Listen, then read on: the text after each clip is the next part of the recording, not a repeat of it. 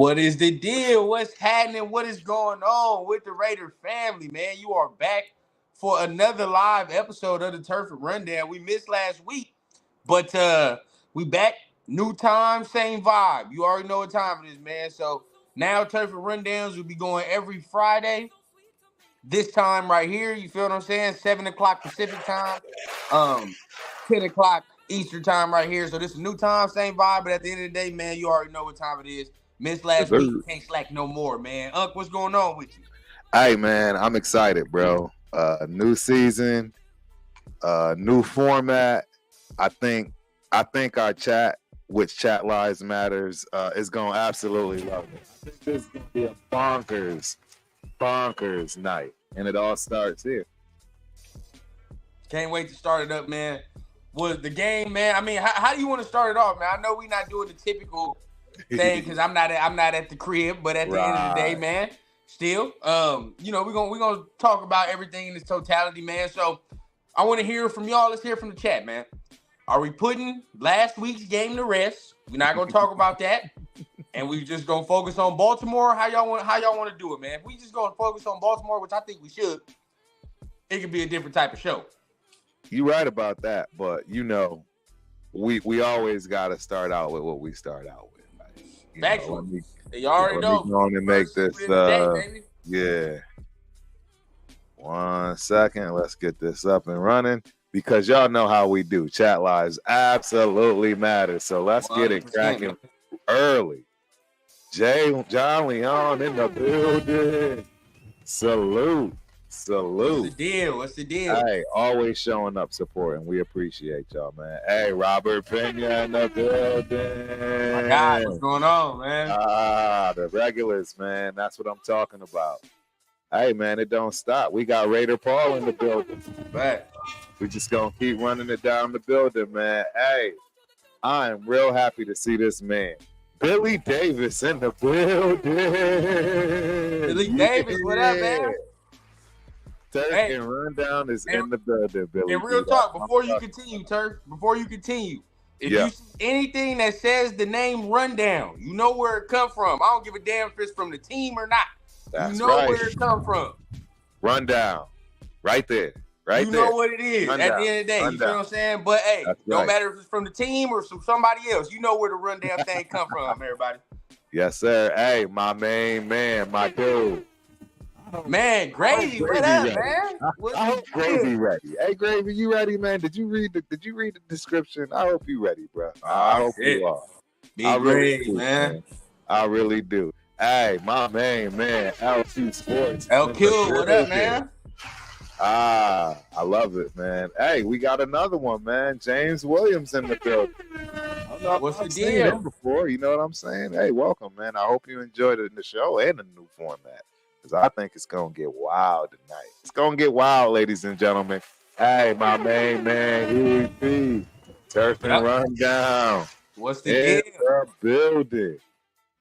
Hey, I swear, man, our regulars are showing up, bro. Oh, always, man. Absolutely always, love it. Man. Love it, adore it. Appreciate y'all, man.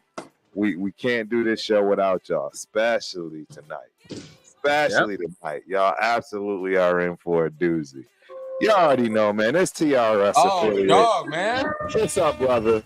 It's the main man, and he's right behind him. Protect the Field is in the building with him. Let's go. Y'all already know Chris is out there ready to rock, man. Chris is out there ready to rock. He probably already tearing it down in the city right now, man. Tearing it down. So, hey, we appreciate y'all. Thank you for showing up. I really absolutely think y'all going to enjoy this show today. Real talk. It's probably going to be a wild. Who knows, man? We might both get shut down tonight. maybe.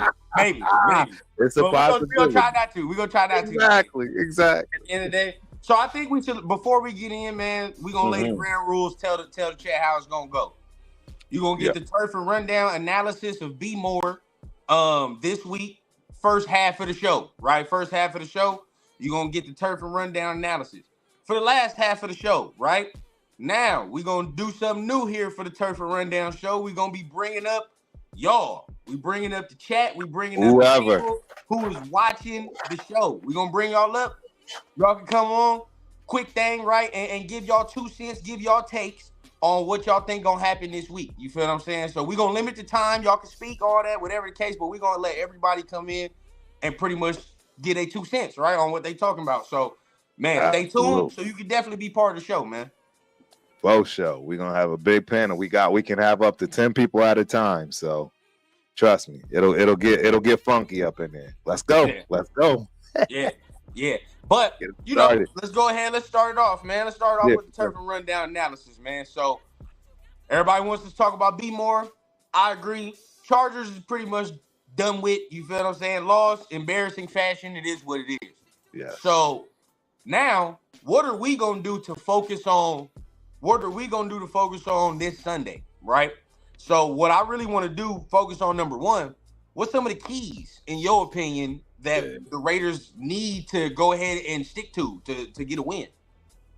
Yeah, I can tell you right now that the main key is absolutely limiting the run as best possible. I really believe that we absolutely have to make them put all their chips in one basket and rely on our secondary and load up that front and really get after it, because I have a feeling we are going to get a heavy dose of big boy Henry. So I'm just 100%. hoping we prepare for that. You know what I'm saying? We got injuries, but if we can prepare for that and limit the run game, we'll have a chance. I'm gonna be honest, Turf. I think whatever quarterback does not throw the ball 30 plus times is gonna win the game.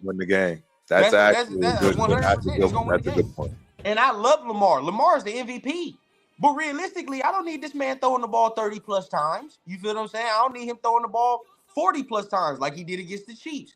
Right. Not his game. You feel what I'm saying? He thrives within the 20 to 25 ranges in throwing, and get this man about, 10 to 15 rushes.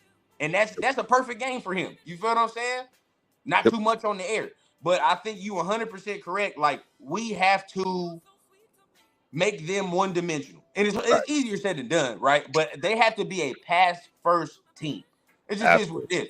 Because I like the matchup of our corners versus their receivers more than I like it for Henry versus our linebackers all 4 quarters, bro. Like, I'm not, you know what I mean? Like, I'm not confident that if we're allowing Derrick Henry to just pound and pound and pound, we're not going to be able to hold up on that. I mean, J.K. Dobbins had 10 rushes for over $1 something. You know what I mean? Like, so if we allowing these tiny gashes, you know what I mean? It especially against Henry, it's going to turn into a big gash sooner rather than later. Absolutely. I agree, man. It's the focal point of the whole entire game. I mean, the other thing I think you can say, and I don't know if this goes well for the amount of points scored, right? I kind of feel like whoever can hold who under a certain threshold probably has the best chance of winning. And I agree. And it's a low threshold. Unfortunately, I think you're talking about 17 points. I don't even beat them. To me, I think it's going to take like 21, 25 damn near, like, to beat them. And that's realistic. And some people may be like, oh, that's a lot. But, I mean, last week was not their best football at all against the Chiefs. And they still scored over 20 points. You know what I'm saying? Like, and they played sloppy. Real. We can't bet that a John Harbaugh Ravens team is going to play that sloppy 2 weeks in a row. Like, they might, but I'm not going to bet the farm on that. So at the end of the day, like, it's going to take over 20 points to beat this team. I agree. I mean, it's a terrible game plan on their part against the Chiefs. Running Lamar like they should have been running King Henry, right? I mean, we said it. 14 rushes for Derrick Henry's criminal. That's criminal. Absolutely. He needs at least a minimum of 20 to 24 carries. At minimum. They're going to smarten up and do that on Sunday. I guarantee it. They're going to be like, yep, we're going to do that right on Sunday. And if it's not one of the first early carries, it'll be that 18th, 19th, 20th carry that we got to really be worried. If our offense ain't got no rhythm, what you saying is 100% correct, because this is the last team. I don't care, bro. This is the last team that you do not want to have no offensive rhythm against. It's just not. Because they're just going to run the clock out on you, bro. The time of possession will start to get ugly at the end of the day. And now we're not getting the ball back. They're running the damn clock out. You feel what I'm saying? Now we're just watching us get bled slow. You know what I mean? And now ain't nothing we can do but just watch them run the damn clock out. Yes. I mean, it's exactly what happened to us up in the dumpster fire called SoFi. Yep. I mean, that's exactly what they did. The game has to be in the fourth quarter. It's got to be within three points, or it's got to be within one score. You know what I mean? Like, if we're going into the fourth quarter and it's within one score, all right, now we playing. We might be able to squeak that thing out, you know. But if we get into the half of the third quarter, middle of the third quarter, and they starting to pull away, and now they up by 10, you know what I mean? 13, now you like, oh, shit. Shit. So, got to keep it close the whole game, bro. Yeah, not only that, but shout out to Cuz family in the building. Hey, this is exactly right. We got to keep him off the field. Long drives, no mistake control. That's another huge key to the game. If we win possession, time of possession, we got a good chance at winning the game. Run game. I mean, okay, so let's talk about a little news we got today. So that really pertains into this. So we starting offensively. Let's say we start offensively. Jackson Powers Johnson today by AP source said he will be a game time decision. Now, in my opinion, I don't think that means he's playing starter. I don't like it. I think he's going to start next week.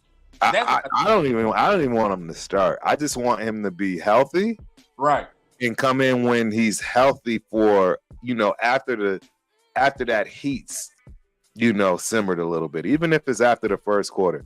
Again, we all just witnessed, hopefully, the last game that Tua has ever played in the NFL or any other game. I was going to say, do you want to talk about that? We can touch on that. We absolutely need to talk about a little bit. And again, I hope he's played his last game. And it's because of exactly that, how easy. I literally just had to go through that concussion test, you know, because I'm, you know, coaching the flag team again. But this time they actually make you take a test. And, I mean, the reality is once you start getting them, they're easier to get. Yeah, one. And as a guard pulling in the NFL, that's every play. And that's why I'd much rather him take his time, because that's the thing. If you rush it and come back too soon, it's that much easier to have it happen again. And we see right now, anytime Tua head hit the ground, it's a concussion for him. That means that he clearly came back way too early. He should have still been on the sidelines. And this is the repercussions, man. So it was a concussion that he had, or like, well, I see. That's the thing. I still don't even know fully what it was. Oh, you didn't see? Oh, absolutely, was a concussion. But if it was, I'm talking about Powers Johnson. Oh, I didn't know if it was a. Yes, it was a concussion, and that's why that's why they're playing. If that's the case, then yeah, like, you know, you gotta wait till he's fully healthy. But then this is the risk we run, right? Because it is. Whitehair played terrible last week. Terrible, right? Like from the center to the left tackle, all bad. You know what I mean? So at the end of the day, it's like, I think he does have to get out there. In my opinion, I wasn't even thinking that he was gonna get out there this week. I'm like, next week. Next week he gets out there, full practice, 2 weeks of practice. He gets out there next week against the Panthers, little, you know what I mean? And they don't have Derek Brown, so it's like, okay, that's a little bit easier. This week is a test, boy. Like, if he gets in there this week, that D-line don't fuck around. They don't fuck around. That front seven is real. You know what I mean? So it's like, although we do need that aggressiveness, because at the end of the day, bro, we got to run the ball. We got to be able to run the ball on Sunday. Absolutely. He's going to help 100%. But it's like, do you want him in there too soon is the question. But, you know, like I said, we got to run the ball. There is no winning in Baltimore without running the ball. That's just what it is. Right.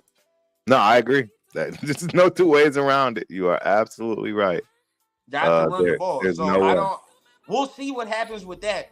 But I asked the people this on my YouTube.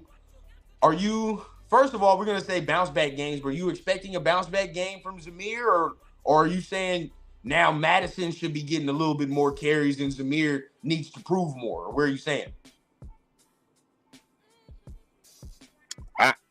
So if you're asking me, I think that Getsy needs to play to his strengths when it comes to his players. And right now, he's playing around with the system. And I think he's trying to feel out who does what best, right? I guess. I agree. I agree. I think that he already kind of knew what he had as far as he's had this 1-2 punch in the past, right? In the Patriots, in the Bears with Montgomery, and I forget who was his sidekick. Cohen, Tariq Cohen. Yes, Tariq Cohen was his sidekick. So he was cold too. They had a major running game in Chicago. But the problem is, for whatever reason, he's doing this cute stuff. I've already explained it in my season opener.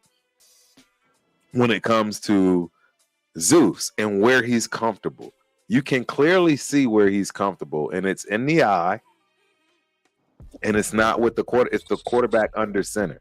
It's a traditional type running game. See, the problem with that now, because my pop said the same thing, and I agree, but we don't have no fullback. And I know people are going to be like, put Bowers there, but then I don't want Bowers banging up in there. Nah, it's going to be Mayer. It's going to be Mayer. I mean, he does a great job with kick out. Harrison Bryant. I'll take Harrison Bryant getting his body in there. I mean, he's pretty big. Dude, any of those guys will fit. And you know what I mean? Nobody's asking for anything crazy. We're talking literally far and near type formations. You know what I mean? Where the fullback is off tackle or on each side. Power. Or straight up power. And I agree. There was a lot of zone being ran, right? A lot of zone being ran where he has to pick a hole and choose a hole. Where we've said this already, right? Like he's not one of the running backs that's gonna pick a hole and be able to have the quickness to say, "Oh, that's not open. I'm gonna jump over here and do that." Like he can't do that. His thing is once the 1 foot is in that ground, that's the cut. Like that, there is no second cut after the 1 foot is in the ground, bro. Like, so you know what I mean? Like, my thing is like, we have to give him a little bit more. And damn near the one that he had a long run on that Getsy actually gave him the right scheme, he fucking fumbled. So it's like, you feel what I'm saying? Like the one he fumbled on was the exact type of run he needed and the exact explosiveness where I was like, okay, there it is. But you fumbled. You feel what I'm saying? So it's like, you don't even do yourself no favors. And Leo made a good point right there. He's proven I don't want to say it's the mere haters, but there's the mere doubters, right? And saying like he don't have no vision. You know what I mean? Like he don't have no vision. I'm not gonna say he don't have completely. I mean, we'll see on Sunday, but it wasn't on display last Sunday. His vision at all. Right. No, I agree. I mean, it's one of the biggest issues, man. It's literally one of his biggest issues. He just does not have the vision needed in order to,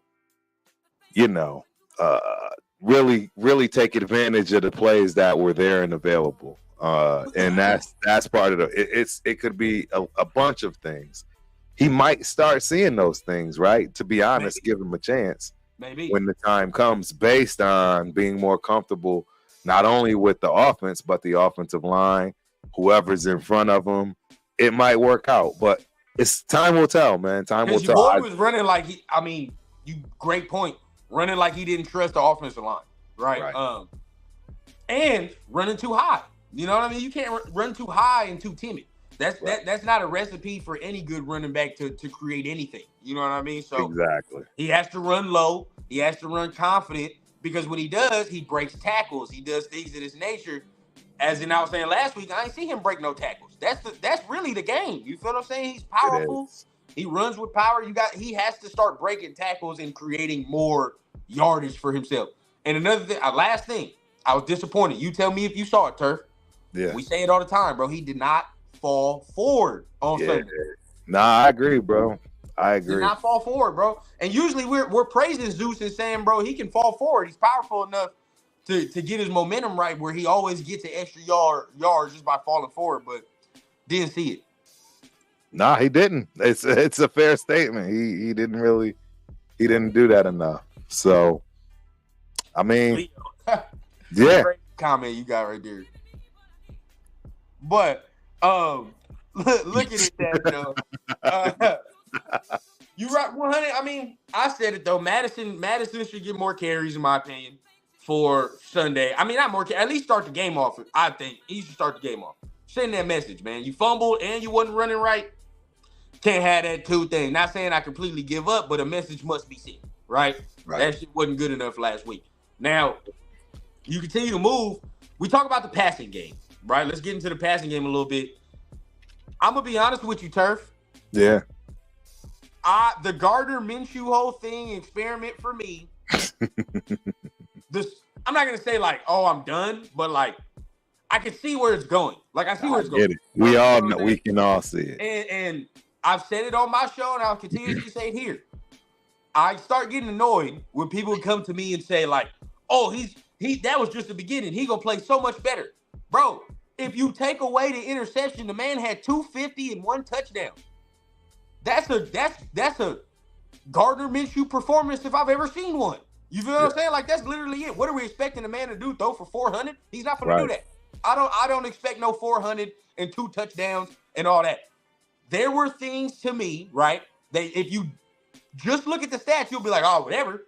But if you look at the game, there are things to me he does that is not conducive to winning football, right? Like holding on to the ball, drifting in the pressure, not throwing the ball when you need to throw the ball. You get what I'm saying? There are people open in his face, throwing off his back foot, like, you know what I mean? Like, footwork. The stuff he's been doing. Yeah, these no, are you're things right. that you cannot correct, bro. Like, this is 6 years. Your footwork sloppy. You throwing off your back foot when you don't need to. These aren't things like, oh, he's just gonna get better. He don't. No, he's been doing that. So, yes, I don't know. I don't know how much better it will get. Now, if he don't turn the ball over, sure, we're all right. But even if he don't turn the ball over, that same performance last week ain't gonna get it done this week. So, where are you at on that? Nah, I agree. I mean, I'm going to ride with Minshew. I have to. He's our fearless leader right now.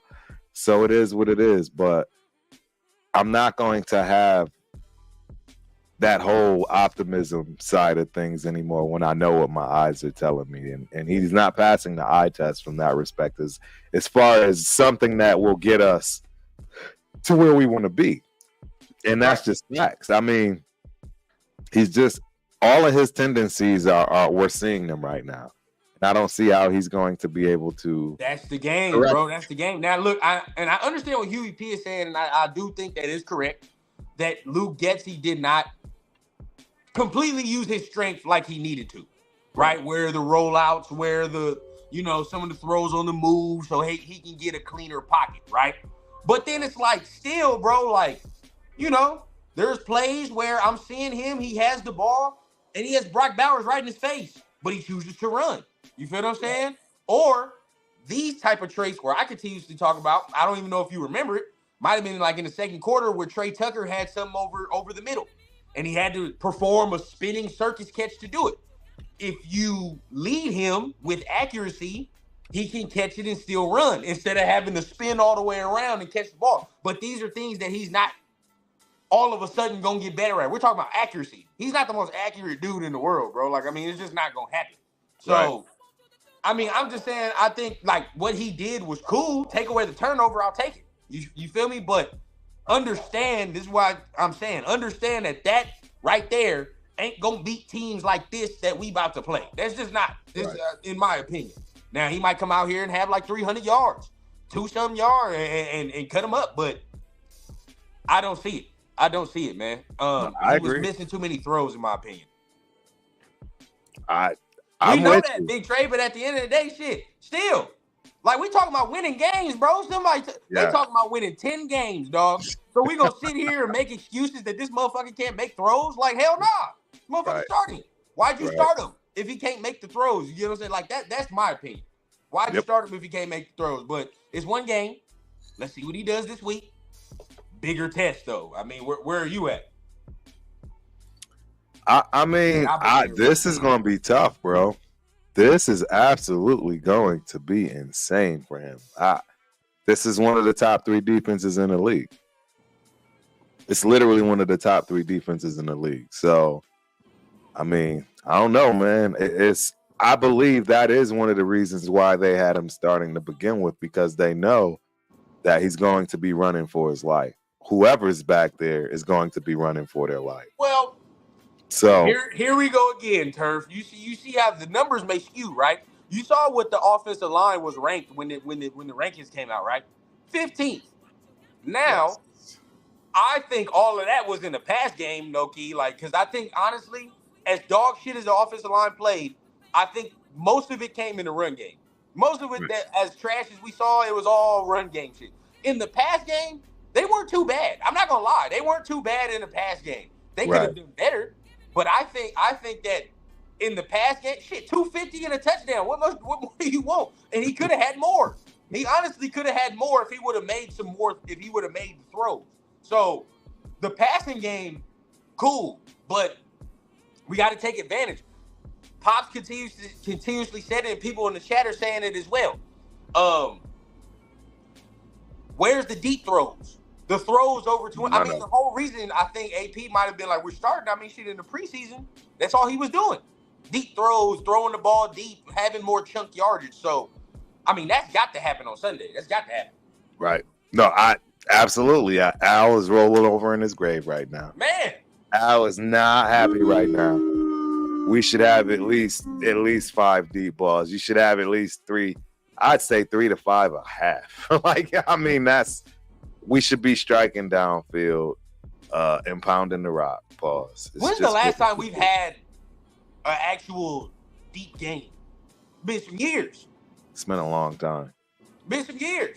It's been a long time. And then this is the thing.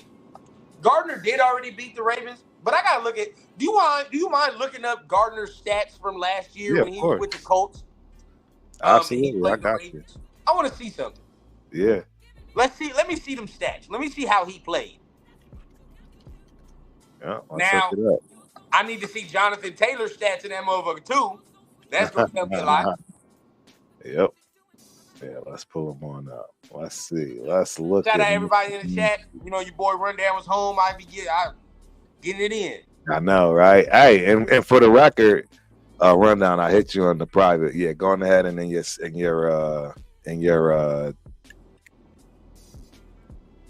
chat for YouTube, pin the link to the top of your chat. Ladies and gentlemen, whoever is online, we have opened it up. It is now that time. We will have a panel of a maximum of 10. Whoever gets up here first, man, and we're going to rock, and we just going to talk our talk. So now understand, right? We going to limit the times as well. Like, you know what I mean? You won't be able to talk for 10 minutes. We're going to have to, we have to take our turns. We're going to give you a minute or two to get it in. You feel what I'm saying? A minute or two to get it in. But, right? What was Minshew's stats last year against the Ravens? Yeah, that's what I'm trying to get his stats. Give me that. This is, you know what? Let me just go ahead and put it in the share screen. Share. Gardner Minshew stats. There we go. Is it big enough for people to see? Go ahead, enlarge that a little bit. I don't know how to hold on. I don't know how to do that with this. Hold on. Dang, I don't know how to do it with the I'm on a Windows joint. I don't know how to do it with I want to exit out this motherfucker. Yeah. If I do, it's gonna be bad. But I just don't want to exit out this motherfucker. But what the stats say? Right. What it say? What it say right there? So what year? Talking about last year. Last year, 23. He had in Indiana, yes, he played 17 games, 305 completions out of 490 attempts. Completion percentage is 62.2. He had 305 yards passing, right? Average 6.7, 15 TDs, 9 interceptions, longest was 75. Sacked 34 times. That's a lot. Hey man, it's the quarterback OG, rating of 60. We got quarterback rating on the technical side of things today, man. You gotta give him some grace. Yeah. Oh, they talking about they can't see it. Yeah, But I can't. I don't we know. talking about that. I mean, can I get it out? Can I get it out? I wish this was on. But let me look. So, I mean, everybody says Gardner beat, Baltimore last year, which I understand, but we must look at the performance from everybody, right? Right. And realistically, I watched that game last year. The Ravens made hella mistakes. Like when I mean hella mistakes, I mean like they missed hella field goals, went Right. for it and didn't get it, Right. turned the ball over. You feel what I'm saying? Like they really beat themselves in that game. Right. So are we counting on them to do that again? That's the question, right? Is it? And he played all 17 games, and only had 3,300 yards. Yeah. It's and only 15 TDs, which is ugly. Yeah. So are we able to look up the specific game versus Baltimore last year? I mean, his quarterback rating, 60. I mean, that's not something you're proud of. Oh, that's bad. It's not that's something bad. you're proud of at all. So talk to him, Bob. Talk to him. You know what time it is. Hey, dog, I'm gonna say this right now, bro. I'm not taking no slander. I don't care what nobody talking about. Every time they talk about, oh, I don't want you to do her. I don't want you to do her. Nobody tell me nothing about no talent. They always tell me, oh, his dad. Oh, he does this. So, shit. I don't care. I don't care. My opinions won't change. Not at all. Absolutely not. I mean, there are a few other candidates too, though. I'm not gonna lie. I'm seeing I'm seeing some talent. Dog from Miami, I'll take him as well. I'm straight. You feel what I'm saying? Like that. I'm cool with either one of them dudes. But all I'm saying is like, it's gonna have to happen next year. But before we continue to get too ahead of ourselves, right? Yeah. Speaking about next year, look at this, right? The 49ers tried to trade for Jacoby Myers. You saw that? Did see that. You saw that. That was wild. Yeah, you can't do that. You can't do that. Can't do that. I think that's definitely you can't. I think you got to keep him out of everybody because you don't know what's gonna happen with Devontae at the end of the day. There you go. He is potentially our number one wideout. Damn near. Yeah, damn near. But at the end of the day, we talked about, the offense. I mean, it's hard to talk about the receivers because receivers got to get the ball and quarterback got to play well. I mean, at the end of the day, they're the last piece of the puzzle for me coming off of last week. But we're talking about the defense now. Let's get in it. All right? Absolutely. They played their ass off last week, but didn't finish, right? Didn't finish. Yeah. Hey, I don't want to hear that, Leo. Shit, you and Chris over there talking about next year for a running back. Why can't we? At the end of the day, shit. I don't want to hear that. But we talking about defense. They played their ass off, but didn't finish, right? I said it all week. If we talk about the defense, it's more nitpicking. But there are certain dudes that if they play like how they did last week, they gonna get fucking embarrassed, in my opinion. Yes. Let us start with none other. Thank you, Big Trey. That's what the hell I'm talking about. Last year, Gardner Minshew, 27 for 44, for 227 yards and 1 touchdown. That's against Baltimore. Now get this, right? What did I just say, Turf? If you take away the interception last week, that's a Gardner Minshew game. And look at what the hell he just put us right here. 220, 1 touchdown, no interception. That's literally how Gardner wins. Now, hey, if you could do me a huge favor, Trey, what did Jonathan Taylor do in that game? Or the starting running back? Whoever the starting running back was, what did they do in that game? Let me know. Because if they had over 100 yards as a team rushing, there you go. You feel what I'm saying? Yeah. That's it right there. But hey, look, if we lose tomorrow, or if we lose on Sunday, Leo gonna be the one to be like, yeah, it might be it. It might be it. But talking about the defense, right? And we continue this. So we talked about some guys can't play well. Me, I'm already started off, bro, and I always seem like a hater, but it is what it is, bro. AP came out and said today, we're not taking our linebackers off the field. We can't take 41 off the field. Agreed. But then he said, we can't take 5 off the field either. He's tough. He's smart. He's physical. Hey, dog, I don't know what he's seen. I don't get it. I don't understand. Maybe he is trying to pump up Diablo in effect to be like, maybe this can be the guy. But Right. I'm not seeing it, bro. I'm not seeing it. I'm not with it. I'm already ready to say put Gainer in, dog. But if we're gonna talk about specifically what AP said, how do you feel about what he said for the linebackers? I actually didn't catch everything that he said. As far as who did well, who didn't, or any of those things. I mean, we all know though who the guy is that's on the hot seat, which is Diablo. And Yep. it's not, it's not all good, if you will. Shout out to the first person. We lost him. I'm sure he'll be right back. But yeah, hey, remember, man, we basically taking callers today, man. We gonna bring anybody. We're gonna keep a panel the whole night. Everybody come on we basically up. taking callers. So remember, you get your minute or two to say what you want. There we go. Go ahead, we move on, man. But what's my guy, Angelo? What's the deal? My bad, guys. My bad. I was just all good. Turf sent out the bat signal. I almost forgot because you guys keep changing your schedules now, right? Yeah, Right. now we gotta change the schedule. Yeah, so it's a Friday, but I literally just finished watching UNLV defeat Kansas. Oh wow, it was crazy. It was. I was like, what is going on? So I know neither one of you are probably UNLV people, but it's kind of exciting for us here in Las Vegas. I got to go to at Allegiant Stadium for the game. Oh wow! Last week it was really cool. Turf. I was actually like, I got the turf special on that one. I was able to sit like row 5 on section 127 at Allegiant. Okay, so those are really nice seats too. But this is crazy, guys. Like the last time they were undefeated 3-0 is when Randall Cunningham was the quarterback. So. It's pretty crazy. That's great. That's pretty crazy. But no, tell me what's going on, Rundown. Are we talking about how we're gonna beat the Ravens? What are we doing? We talking it all, bro. We talking it all, bro. Everybody, bro. We want to get your opinion.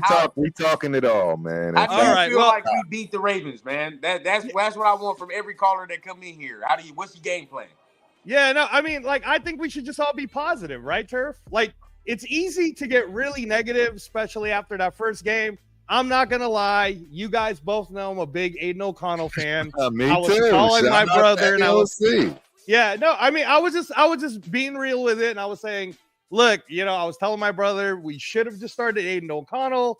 I understand the thinking, but probably the thing that kind of bothered me the most in that game emotionally during the game is when it was 4th and 1 and AP didn't go for it.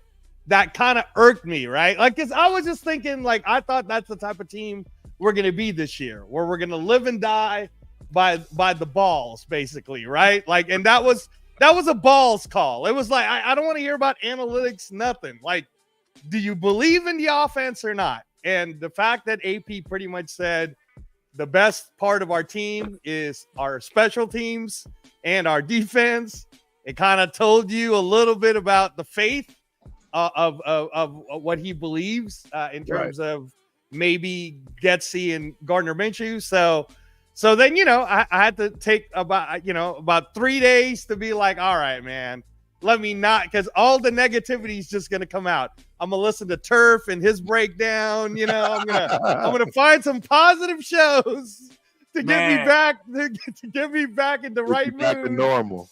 Yeah, get me back. So now I'm back Rundown to everybody's gonna say we're going to lose this game, and of course, given what the Ravens did against Kansas City, you would sit there and you would be like, all right, but come on, let's keep it real. Did our defense play good or not? Rundown. Did Jacorian Bennett impress you? Did he not impress you? Oh, he was good. He was good. All right. He did his thing. They had one pass towards him. I mean, that was pretty much kind of it. But I think that did kind of well. But he did his thing when they threw to him. So I think that speaks volumes. Yeah. So I still believe in our defense. I still believe that we are really that good. And I get what they're saying about, well, Lamar's kind of hard to cover. I mean, are we going to start to sit there and say, look, Kansas City defense was able to keep the Ravens to 20 points. Are we all of a sudden going to start saying our defense isn't better than Kansas? Right. I think our defense is better than Kansas. That's just me personally. I think our defense is better. I'm going to be honest. I think they got certain things better than us, for sure. I mean, based on what, though? Run down based on what? When they clicking, they're a top 5 defense, bro. I know we're a Raiders show. People don't want to hear it, bro. But when they clicking, they are a top 5 defense. But now, we don't. No, I know. But let's be fair, though. Let's look at our defense this year. We can only judge it based on what we're seeing. And based on what we saw, we didn't lose this last game because of our defense. Can we agree on that? Can we agree that had there been some correct calls on the offensive side, or, you know, I just thought that Getsy was calling kind of a vanilla style play calling. You know what I mean? Agree with that. You know, like it was kind of like you could have done this more, you could have done that more. There were and then this is where I was really getting upset, Turf, and you'll agree with this. I felt like there were so many times that receivers were open that had it been Aiden O'Connell, he would have just threw the ball. Right. Now, I'm not like, look, I'm not going to try to like argue with someone who's like, well, it wouldn't have been better. It would have been worse. Okay. All I know is this. All I know is Aiden O'Connell, what he does is he gets the ball, he throws the ball. That's what he does. Now, so if he gets the ball and he throws the ball, and I got Trey Tucker that might have been open, Jacoby Myers that might have been open, Devontae Adams that might have been open, Mayer, Bowers. I mean, the whole reason why we got all these receivers run down is so that we could throw him the ball. And I felt like Gardner's a little too indecisive. And I get it, man. People are going to say it's because our offensive line didn't do the job. So my question, Turf, since you do the breakdowns, is did the offensive line not do the job because they're anticipating Gardner Minshew moving so damn much? Nah. Oh, absolutely not. It had nothing to do with Gardner Minshew, to be honest. I shouldn't say it had nothing to do with him. What it had to do with is that clearly Colton Miller hadn't been out there. There's no continuity. You know what I mean? It's no different than when I complained about last year with Jacobs holding out and the fact that the line and him didn't gel well those first 4 games or so. You need that for everybody on the offensive line. It's not just for the skill position people that's running behind it or, needing that protection. So, it's just a matter of people having to play with each other. That's the other thing. Like, we got to be real. This is a brand new offense. You know what I'm saying? It's a brand new offense, and it's going to take time. Nobody, right? If you think about all the teams that are looking polished right now, look at how long they've been with their offensive coordinator, their quarterback, a couple of their skill position players. I mean, it's very apparent. I've been letting everybody know, especially if you're a Raider fan, I believe we should be running basically the identical offense that the Detroit Lions run. Shout out to the Detroit Lions. That offense is fire. It's very controlled. It's very traditional. They take shots down the field. St. Brown is who he is. Laporte is going to be who he is. And they always average close to 200 yards. Montgomery is the pounder, which would be Zeus in our scenario. Gibbs would obviously be, I forget who they got out there. No, they have Gibbs. We would have Madison. So I've been watching them closely because I'm fascinated with that offense. I mean, we all know the Chiefs' offense is what it is. But there's a reason why people were gunning for that offensive coordinator. I'm going to just put it like that. I'll say this. My issue with everything is that, last week they didn't really score like that, but they still had 20 points. And I just told Turf, it's going to take over 20 points to beat them on Sunday, the Ravens. No ifs, ands, or buts. It's going to take over 20 points. And my thing is, like, for as, like, weird as they looked, clunky as they looked, your boy Lamar almost had 200 yards himself. More, if not more. I think he had damn near 400 yards of offense himself, if you really look at it. Damn near had 200 yards rushing, definitely over 200 yards passing. You feel what I'm saying? So with me, we struggle against mobile quarterbacks. It is. I don't know why we do, but we do. We struggle against mobile quarterbacks. We got to be real disciplined in our rush lanes. But I'm gonna be honest. Oh, we lost. Oh, what happened? No, right? All right. While he's trying to figure out how to be honest, shout out to Leo in the chat who says Lions have a great O-line too, which Turf, they do. They do. They absolutely do. They do have a great O-line. Yeah. A lot of these teams have great O-lines. Yeah. And again, I want to make sure I reiterate, guys. The chat, the link is in the chat. It should be pinned to the chat on both chats. We want everybody to come up. We only got 3. We still got enough space for 7 people. We want to hear from everybody. Anybody that wants to get on, obviously, because it's live. But yeah, don't hesitate. Join. Come on up. Right? Let's make it a party. I want to hear from everybody. You tell us. You see the sign. You tell us. And we're trying to be positive too, guys. Like, again, I didn't go on to shit on our team and be like, oh no, we're gonna lose. You know, I'm trying to think of all the reasons why we have a chance to win. I think Rundown was starting to say that we're gonna need to score over 20. I think that's what he was starting to say. Rundown, is that what you were saying? You were saying that we're gonna need to score over 20. Rundown, you back? Is he back? Not yet. Give him a chance. Still trying to figure it out, yo. Oh yeah, so, now I don't know about that, Turf, more than I think as long as we can keep the Ravens 20 or under, I think we have a chance to win. Would you agree with that? Yeah, but that's going to be a very hard task. Yeah, if we can keep them under 20 points, it's definitely looking in our direction. Between that field of time of possession and getting over 20 points, I'm not going to feel comfortable scoring 14. No. I don't even think 17 will do it. Turp, if you were like, let's say you were in that coordinator room, based on what you saw on game 1, right? And I don't want to shit on Harbaugh, but I didn't think there was anything. I didn't think their defense beat us more than our offense beat ourselves. Correct. All right, but I'm not trying to be all mean about. I'm not trying to be mean to Harbaugh, but against the Ravens, we could agree, Turf. The Ravens' defense is pretty good. They're quite good. Yeah, they're quite good. So if you were looking at our current offense against that Ravens defense with Roquan Smith, and I'm not sure if Nate Wiggins is going to play, but if he is, then they got some speed there. What would you do? Like, how would you craft it if you were doing the offense, Turf? How would you craft our offense? I mean, we got to do something that's controlled. We have to be able to sustain long-term drives. This is not the time we want to have a shootout or get out there and score quick on a regular basis, because I don't think we'll be able to keep up, right? I think putting ourselves in a shootout potential is not a good idea.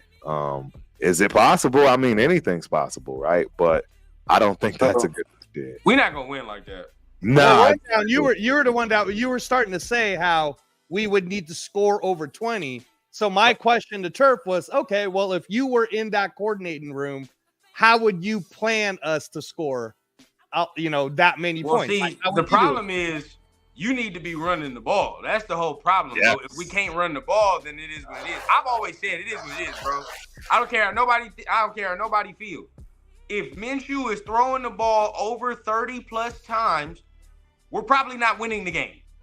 We're probably not winning that game. I don't care what nobody says to me. Now, they won, somebody bring up last year, they beat the Ravens, but that running back had 122 yards that game. You feel what I'm saying? Like, Zach Moss had 122, and he threw the ball 44 times in that game. And like I said, the Ravens missed hella field goals that game. They fumbled the ball that game. Like, I don't count on them doing that this week. I don't. They already did that shit last week. So that's why I'm like, they got that shit out their system, bro. So this week, they going to smarten up and actually play the type of football that they play.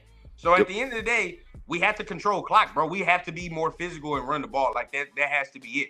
And more screens, bro. Where the hell are the screens? Where are the running back screens, bro? Like, you feel what I'm saying? Like, get some easy throws, some rollout throws for Gardner, because that's the whole thing. He's got to have a clean window to see.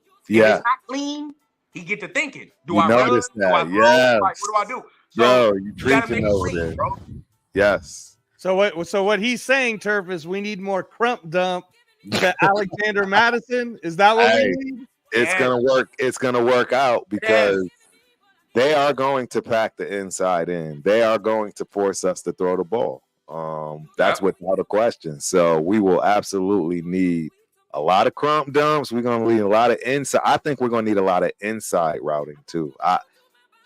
It's gonna be a tough task. He's gonna be running. And, unless that offensive line gets fixed overnight, which I honestly have no faith in Colton Miller or Andre James. I have more faith in Colton than I do Andre James because this week is going to be nasty. I'm already letting people – I'm getting people ready now. All right, but run down. All right, no. Now, run down. Andre James going to get his ass whooped this week. I'm telling people right now. Don't be nasty. Okay, run down. Now, again, I'm trying to bring a positive vibe to having our chances to win, so – You ran the ball, man. You were the top. You at one point you were better than Tyler Algier. So if you were running this weekend behind that line, what run are you? Do you want to run gap?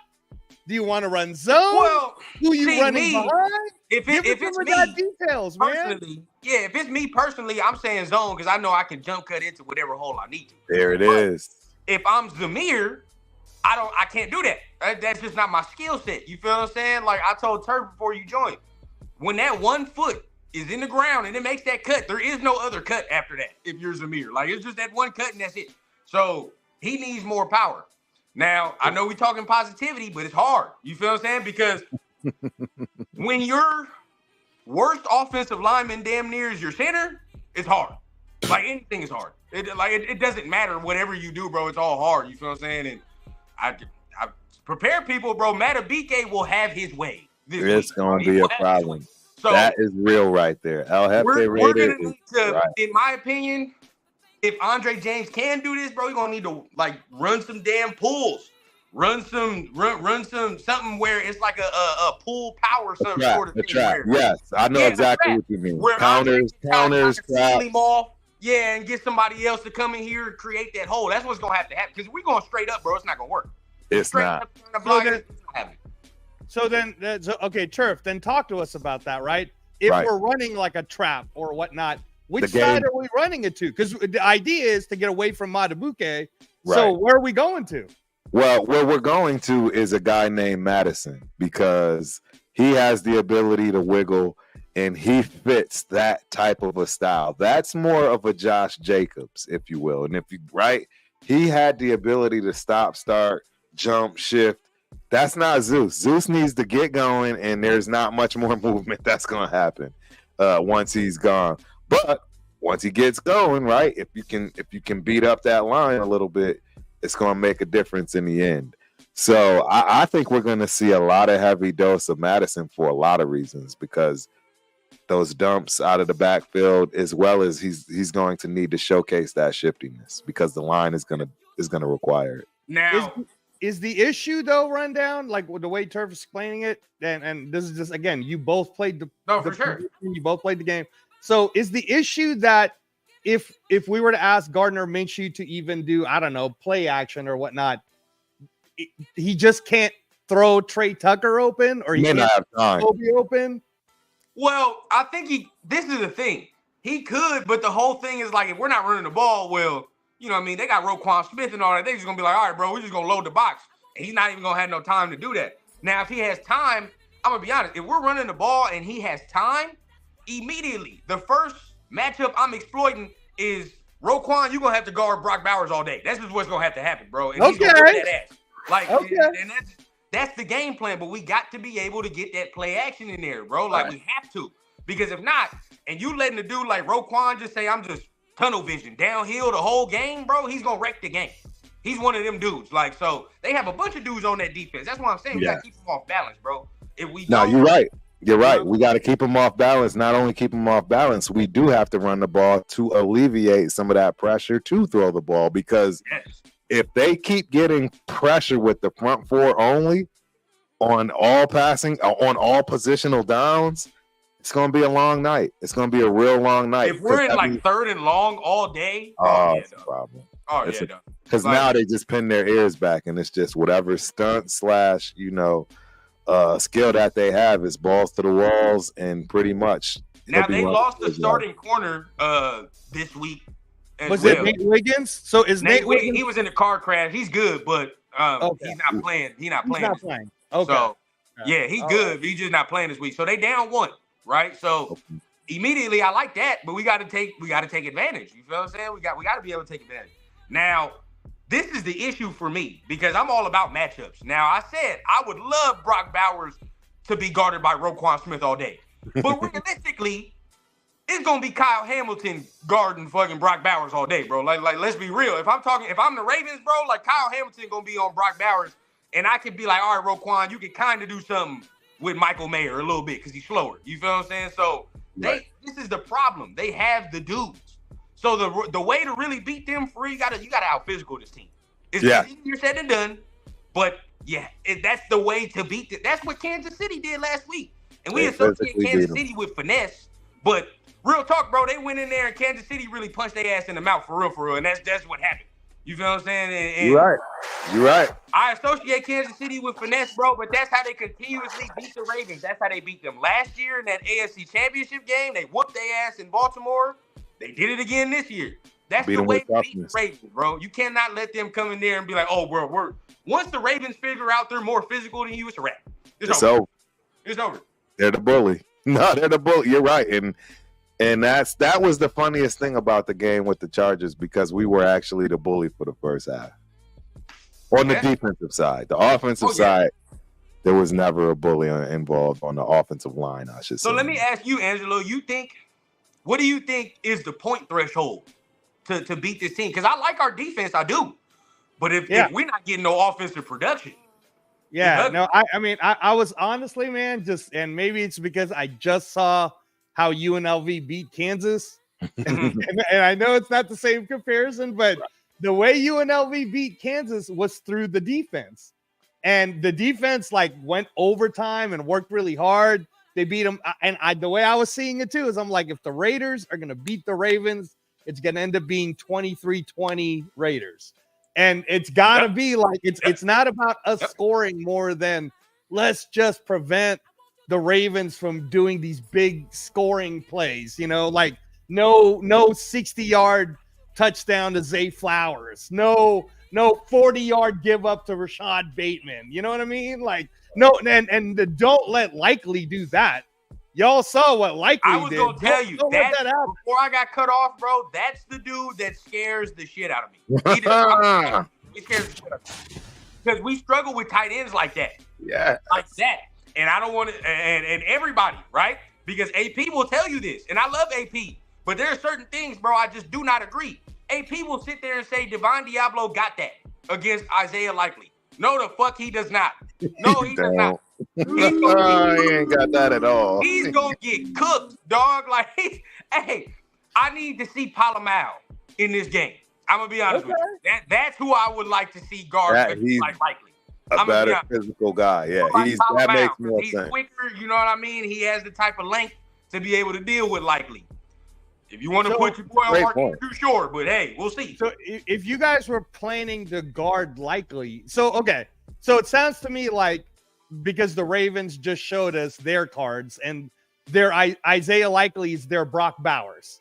So essentially, Mark Andrews turned into Michael Mayer, right? Yeah, pretty much. So you guys are saying you would put Palomar in there full time? Absolutely. You won't mix it up? You know? I mean, Spillane not guarding him at all. I'm not doing that shit. Not for 4 quarters. I love Spillane, but not for 4 quarters, bro. He's gonna take advantage eventually. I don't trust Diablo. I don't. I can't even trust him in the run game right now. So I can't trust him in the pass game. So I mean, and I'm not gonna put Gainer out there and not know week 2. Yeah. Not right now. So it's gotta be Palomar. That's the only dude I can think of. No, that makes sense. You're absolutely right. No, there's no chance for us to. Is this a game where maybe we do 3 safeties? Maybe. I mean, I don't know. Yeah. Pull out a corner. That's possible. It would make sense. I would have more faith, but our goddamn safeties didn't play all that well last week. I'm gonna be honest. I don't think the safeties played all that well. I think the corners played well. Like the They corners had played some their ass bad off. angles. They took bad angles. I Missing know exactly tackles what you're and shit, talking you know about. what I mean? And Epps Epps was missing not tackles himself. last week. He was not himself. Nah, I Epps agree. was missing tackles last year too. And as much as I like Epps, bro, he was missing tackles last year. And Trayvon, another one. You feel what I'm saying? He's got to play. I'm not gonna say he played terrible, but like, I'm gonna be honest, bro. Y'all let me know how y'all feel. That dropped interception be the shit I be talking about with him, though. Like, you feel what I'm saying? Like, he's got to make them plays. I don't care how it looks. He got to make them plays. Because we talking about contract year now. What's the difference? What was the difference in the game, bro? Like, the difference in the game last week was a turnover. For as good as the defense played, the one thing they did not do was get a turnover. And that's what must happen. And as sad as it is to say, because it's unfair in football, but the defense got to play mistake-free and damn near play perfect and get a turnover damn near every game the way this offense is playing. Yeah. They have to. And if they don't, it's going to be hard. So, Mary played cool, but he's got to start making more plays, in my opinion, in like game-changing plays. You feel what I'm saying? We need more game-changing plays from certain guys. Even Max. I need some strip sacks. No cap. Hey, I need some strip sacks, dog. Like, it's not enough to just get sacks now. It's not, because this offense ain't good. I got a quick question for y'all. I mean, I think Max had a good game. But I have to admit, I saw him getting handled by the rookie a couple of times, man. I think once Tyree and shit got hurt, in my opinion, he started rushing different. I think he started rushing different because ain't nobody else on the other side. I think it's a little like I hate to say it this way, but I understand that Max Crosby is an MVP type player. Right. Where we expect a lot out of him, but keeping it real though, Turf, the fact that Kuntz was out and who expected that week. It's not like he had a whole week to prepare without Kuntz. And then in the same game where I know not a lot of people like Tyree, but in that one time that Max did get the like he gets hurt. Tyree was the one that rushed. He gets hurt. Like, damn. And he actually had a cool. I'm like, yeah, he caused the pressure, bro, but he gets hurt on the damn play. Right. So, bad, that doesn't help, right? So, all right. So then, again, I want to stay on the positive track. So, does anyone here believe that Chase won? Oh, Papa Rundown. Not this week. Not this week. I don't think Chase plays this week. That's too soon. Too soon, in my opinion. Does anything for us at all? A little bit? No, nothing. Too hard. Too soon, bro. Too soon. I mean, next week for sure, maybe. All right. So again, that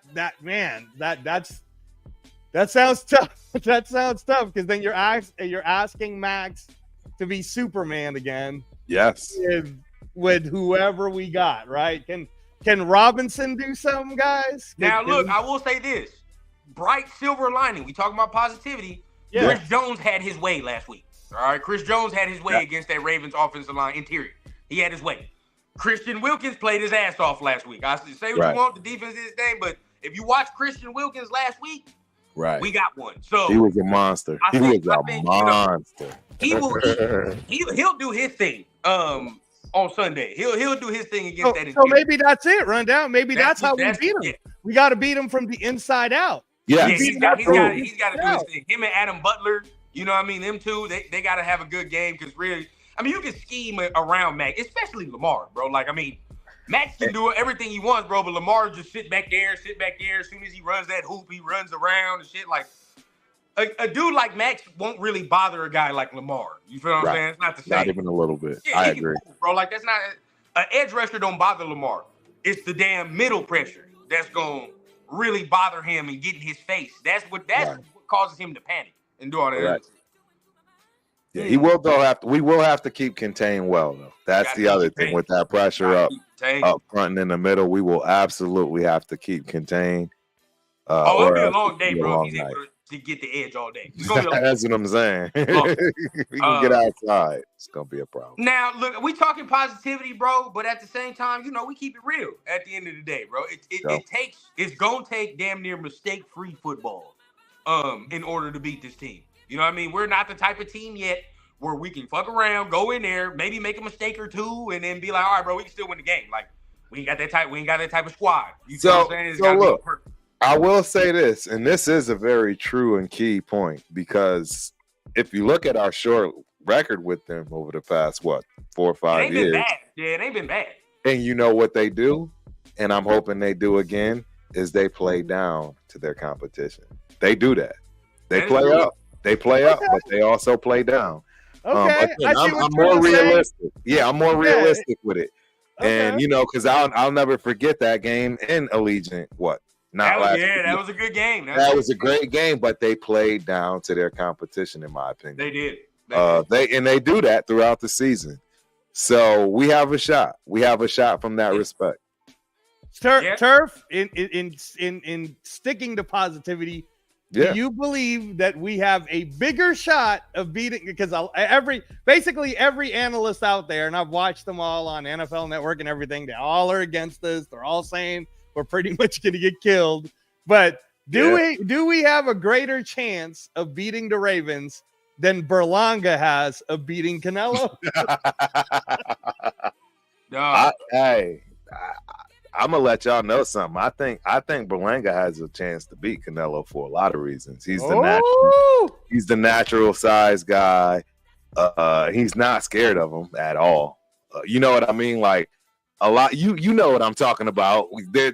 You can tell when some guys give a little too much respect. I think he did himself a lot of favors. Shout out to my favorite show on earth right now. It is what it is. He was on Cam and Mace's show, and I thought he did an outstanding, fabulous job with keeping that edge. It's going to be real. So, okay. I'll tell you one thing. If we play like Berlanga, it's game on. It's game on. It's absolutely game on. Every week we get beat anybody. I mean, damn, the Patriots just beat the Bengals. You feel what I'm saying? True. Ain't that crazy? True. You saw the score, though. The score was 17-10. They kept the score low. In there and scored no 30 points. And then we still got to be realistic.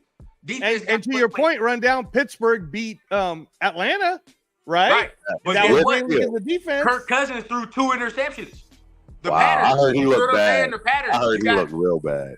The defense the difference in the games, bro, we got to turn the ball over. You feel what I'm saying? Like that's in order, and I kept saying this too. In order for us to take this good defense to great, gotta make the game changing plays now. You feel what I'm saying? That really separate us. Because the Steelers, for as bad as the Steelers, I think are, and I think they really are bad, that defense gonna get some turnovers, bro. You feel what I'm saying? Like TJ Watt might get a strip sack. They might get a pick from Minka Fitzpatrick, but them things is givens. You feel what I'm saying? Yeah. Like, what's the difference now? Like, Trayvon Merrick ain't catching no picks. I love Max, but he got to get these strip sacks, bro. We got to get the ball. Yeah. This is the difference. We're talking about defensive players of the year, bro. Why the fuck you think they keep talking about him like that? TJ Watt. It's a great point. He's due for at least 3 of them strip sacks a year. You are talking that talk, man. You're right. I'm just saying. You feel what I'm saying? Like, it's football time now. There's no what if shit, whatever the case. Like, we can be mad about all shit we want, but like at the end of the day, bro, and most of these dudes that we talking about on defense, contract year. Like, you feel what I'm saying? Now every game, to me, if I'm in a contract year, this is how I look at it. Everything, I gotta have the checklist for every game.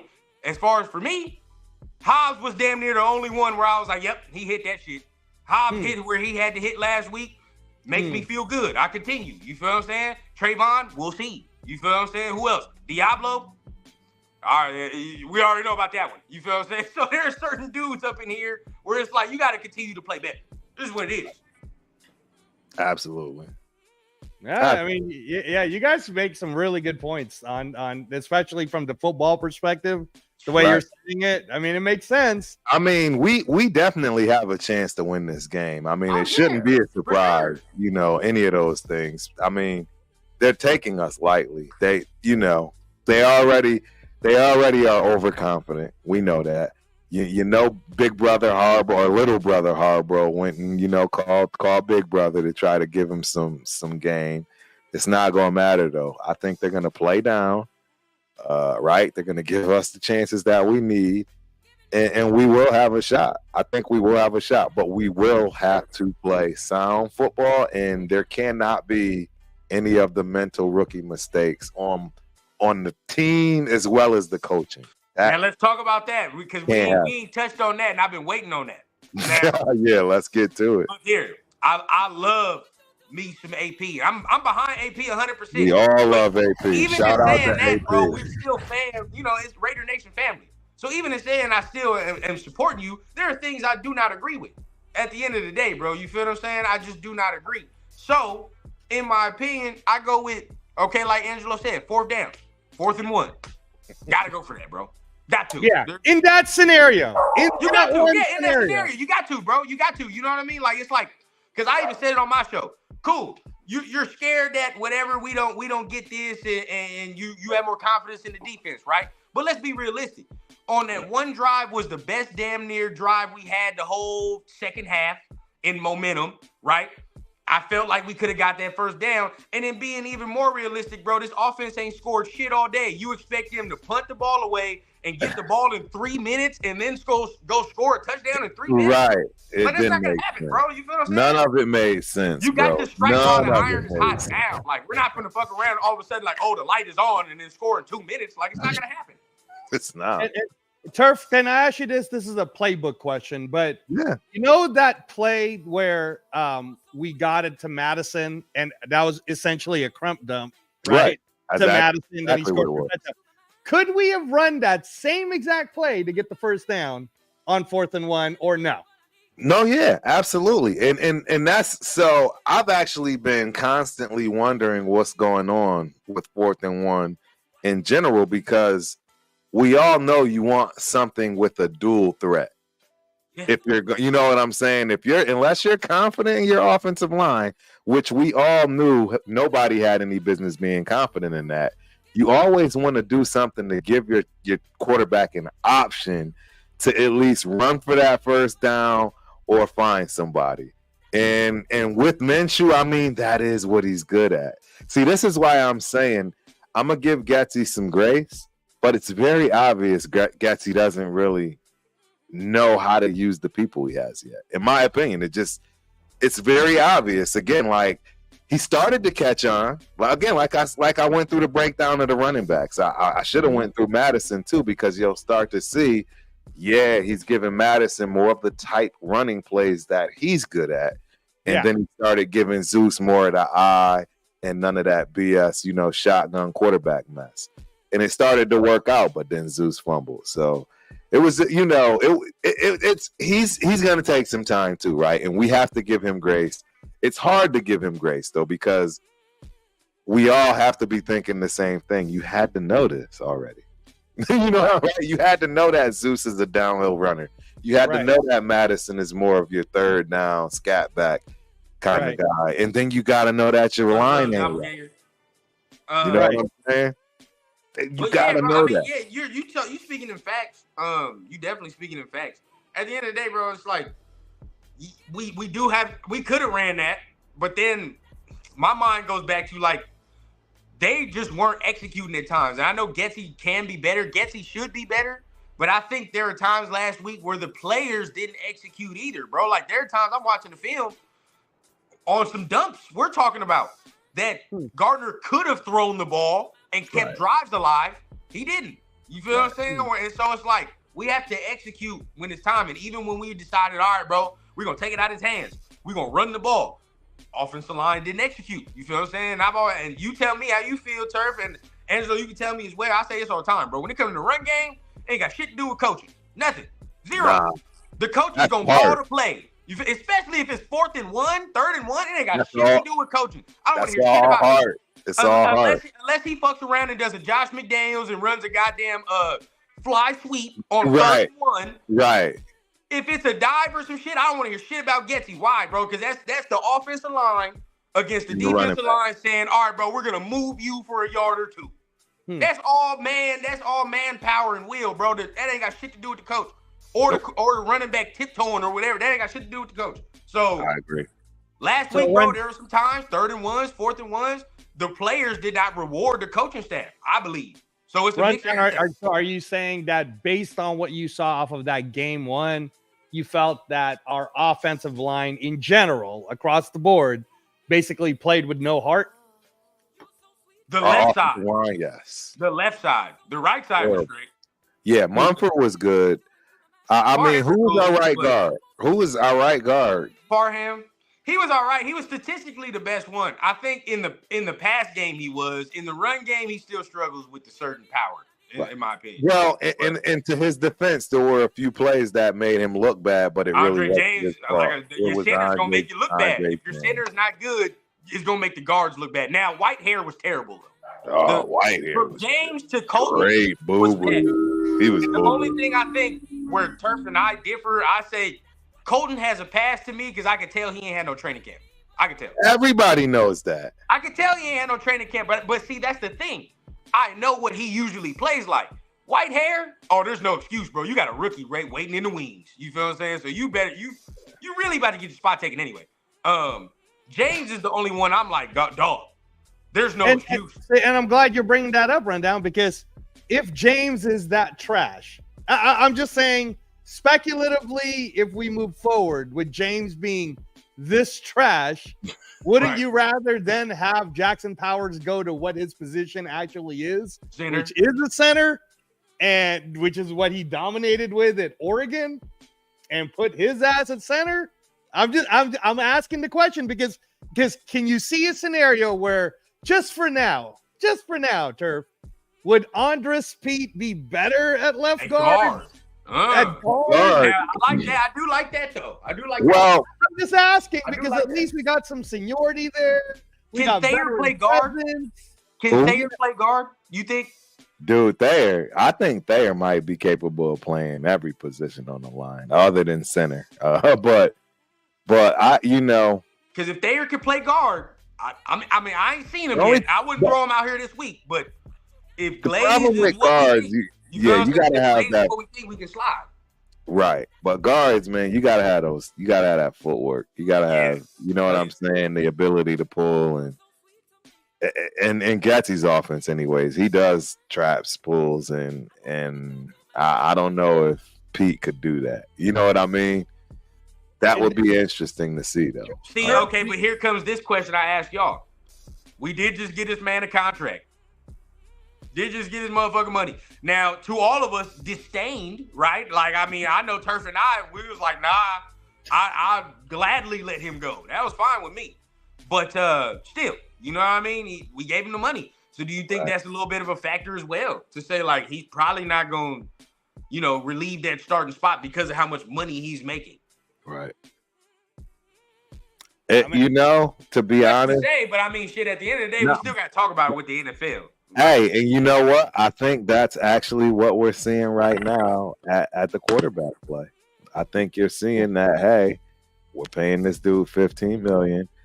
The rookie still needs some time to grow anyway, so why not put him out there? I think that's exactly what you're seeing. You're paying him. Oh, that man, Leo Wright. Yeah, real shit. Yeah, real shit. Yeah, bro. Yeah, I mean, look. Definitely right. Well, because I understood the thought process on why they brought James back, because they felt like the guard market was too expensive, and he was a steady presence. But, bro, like, he has the same issues he had when he first starting. And that's my concern, right? Like, bro, are you not supposed to at least be better at certain areas? Now, and then now it's just like at the point where I'm like, bro, he's never going to get better at that area. It's just his game. You know what I'm saying? It's just the game. He's more of a finesse center. But we have a power running back. You know what I'm saying? Like, you see now the distinction now, like, it don't make sense. Because now you got a dude in the backfield that needs power when realistically you got a center and some dudes that really run zone better. That's just what it is. Like, he's not no power blocker. James is a zone blocker. So, I don't know. You know my thoughts, man. I'm tired of the projects. You know what I mean? I'm tired of getting, guys players that aren't their actual position. That aren't their position. I'm sick of it. It's disgusting at this point. Because he was a tackle, I think, when he first came in. Your boy was a tackle. So wrapping it up, bro. We talking about Baltimore. Coaching wise, what do we need to see from AP? Because I'm gonna be honest too. Ooh. There were some things. There were some challenges last week. I think he missed. Yes. In my opinion, spottings of the football, especially in that first half, bro. I think we got some bad spots. I think he should have challenged that motherfucker. He held it. He held the flag, and then definitely didn't go for it. So we saw a lot of timidness last week. So what do we need to see this week? I saw a lot of shyness, man. I saw a lot of Thanks, I sir. saw a lot of gun shyness. I saw a lot of nerves. Yeah. I saw a lot of overthinking himself. Yeah. And the part that was disheartening is I don't think we got the elders to step in. And that's what they're supposed to be there for. Right. There's no way anybody's gonna get me to believe that Marvin Lewis, Tom Coughlin, and they're like, nah, you depend on the defense. No, you've been dealing and depending on the defense for 3 hard quarters.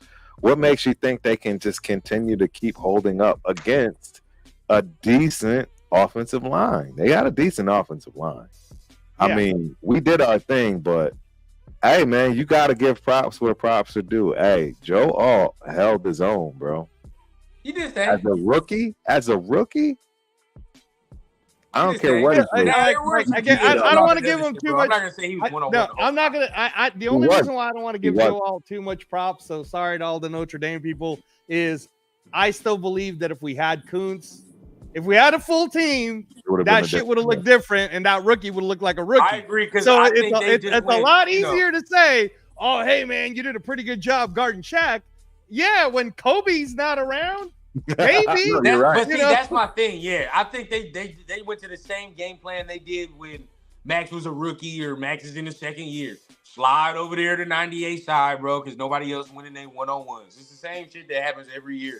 So I think that's kind of what happened. But you are right, though. I mean, Rashawn Slater is real. They actually got a pretty good offensive line. So I'm not going to sit there and be like they don't. So, yeah, I mean, being able to get ran down like that, it was hard to watch. And that's my whole point, is the fact that was such a winnable game for us.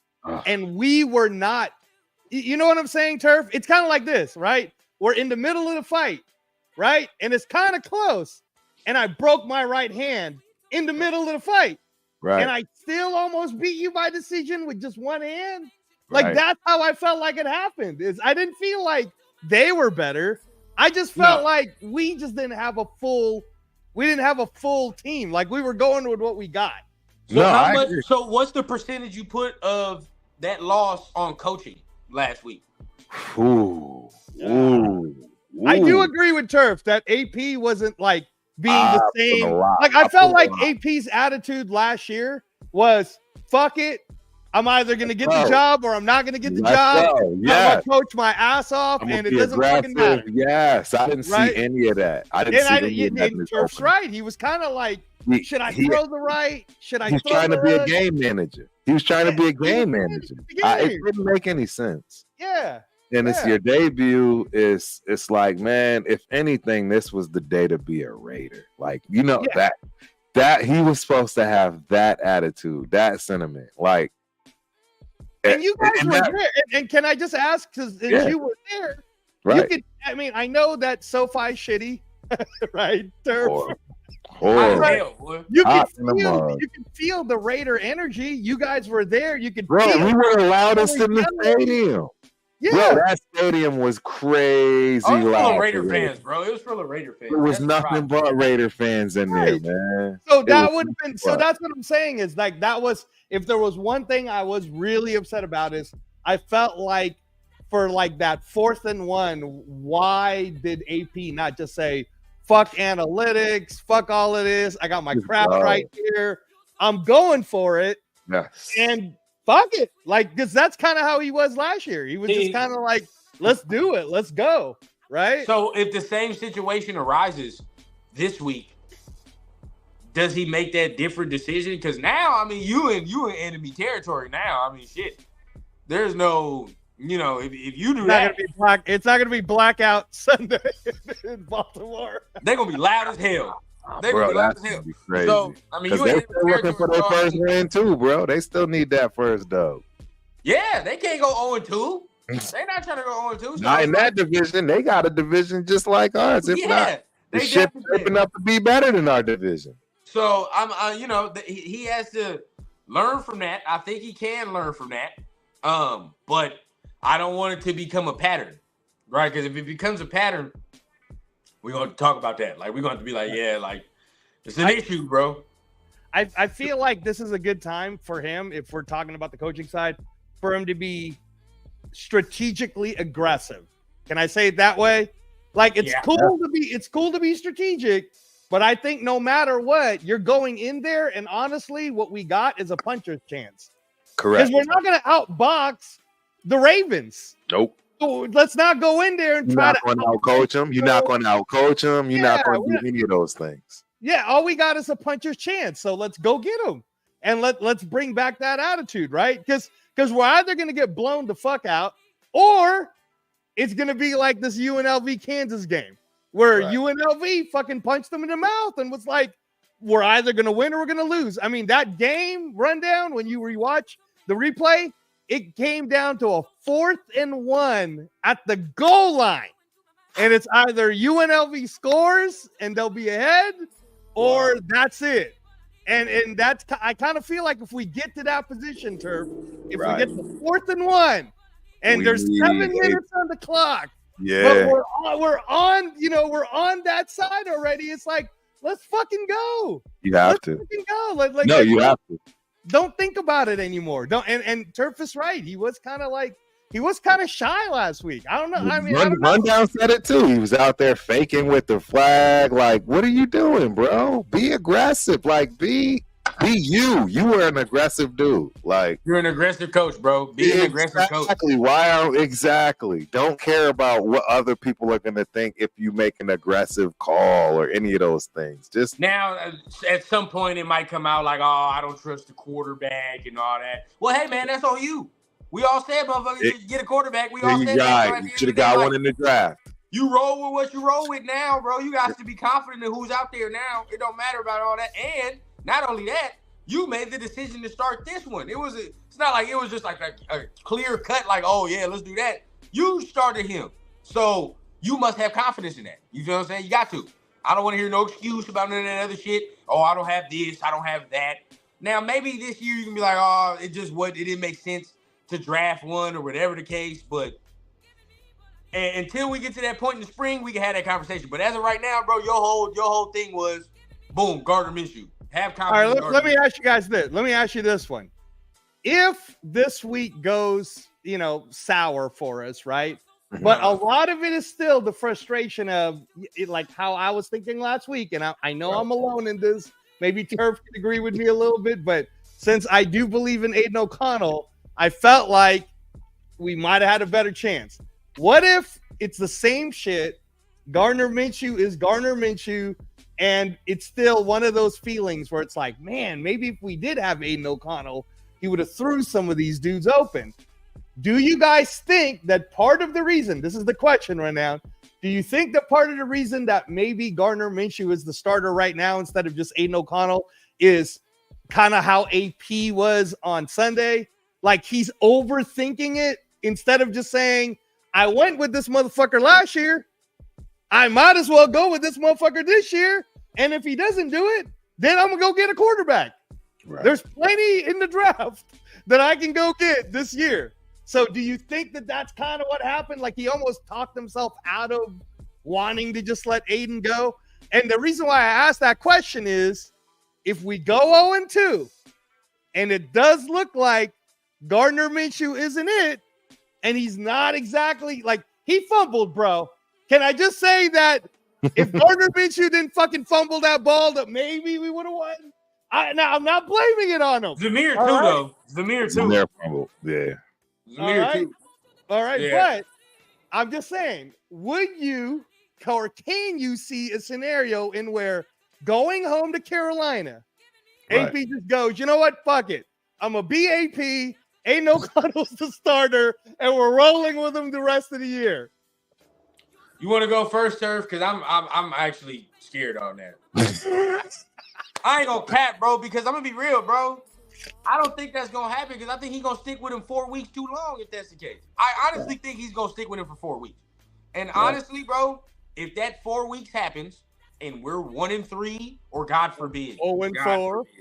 0-4. Jesus. No, don't put Aiden O'Connell out there. Stick Gardner Minshew ass in there. You want to know why? I don't want to pull the absolute Raider shit and then fuck around and start winning games, and now we're 13th in the draft again. I don't. No. Keep him in there. Keep him in there, boy. We in the sweepstakes, baby. We good. At that point, it is what it is. Because guess what? Everything we talking about is null and void. Everything's null and void, bro. Like, if we're 0-4, we're climbing out the hole yet again. And honestly, we ain't even played Kansas City yet. You know what I'm saying? We ain't played the Steelers yet. There's a lot of teams we've yet to run into. So, I think he gets 4 weeks. Now he's gonna get way more than 4 weeks. I hate to bust y'all guys' bubble. I think that based on what he's done with ALC and how he's handled it, it goes to show you what he's gonna do. He made the decision. He's moving forward with it. He's gonna stick with it. I mean, maybe week 8 if we're like literally just abysmal. Can you imagine that? Like if we're like 3-4, 3-5, and he sticks in if there, we're like 1-7, dude. You know what I'm saying? I don't think there's a scenario where you put him in at this point. I think you let it play out. I think you allow another battle. You get another quarterback next year. You get rid of Minshew. You get a couple of more other quarterbacks, and you let them battle. You keep him. At the end of the day, I keep him for some veteran leadership. At the end of the day, just know neither of them motherfuckers are starting next year. That's just what it will be. You know what I'm saying? Like we all know, like what's the deal is at the end of the day. Only way, Aiden, is we go into next year and you're like, oh my God, it's an actual battle. If this motherfucker leads us to the playoffs and we're trash. You know what I'm saying? Like that's it. But realistically, what's the likelihood? What's the likelihood? We're starting 0-4 in the AFC. Now, the AFC is starting and looking weird right now, but we all know it kind of evens itself out towards the middle of the season anyway. I mean, now the Dolphins, that's one team that might be out of it if Tua does not return. If Tua don't return, they're probably out the race. You feel what I'm saying? They're out. They need a quarterback. They're probably out the race. And speaking of that, I honestly think he should probably think about hanging that shit up. There's no probably or thing. I think he should hang that shit up. Because at the end of the day, bro, look, he's my age. That motherfucker's my age, bro. Like, think about that. If I'm already fucked in the head at my age right now, bro, like, imagine how you gonna feel at y'all's age. Like, how is I get it. Feel at y'all age? Like, so nah. Leo, I gotta respond to this one, Leo, because I honestly don't think people want to see him fail. I don't think that's it at all. I just think we all know, bro, everybody's been saying it from jump. We've just been optimistic. We've just been trying to be, you know what I'm saying, a supporter for our team leaders and so forth. But the reality is he just ain't it. You know what I mean? And that's what it boils down to. You can say the same thing about AOC, meaning if you're trying to win right now today based on the other teams that you have to play, they ain't it right now. That doesn't mean they can't be it down the road. You know what I mean? And let's talk about this scenario, bro. We always talk about Devontae, going to the Jets. They looked ass. So he gonna go over there to that dysfunction too? Like, this motherfucker's not going over there. Everybody's stuck where they at. You feel what I'm saying? Everybody's stuck. Your best bet, honestly, is to hope the Jets keep losing and say, oh, hey, bring that motherfucker over here. That's really the other bet. I don't know why nobody keep talking about that. But because that is a very, very big possibility. They didn't look good, bro. I don't care what nobody tells me. Rundown. Explain that scenario, since nobody's really talking about it. Bro, honestly, that's actually a very good call. You would say that everybody wants to put Devontae to the Jets, but why not say if the Jets continues to look dysfunctional and all that, does Aaron Rodgers not know Luke Getsy? Has he not played with Luke Getsy before? Would that not be something to be like, hey, look, bro, Aaron's the number one. Like, I don't like it. It's dysfunction. It's dysfunctional over here. Who is their offensive coordinator?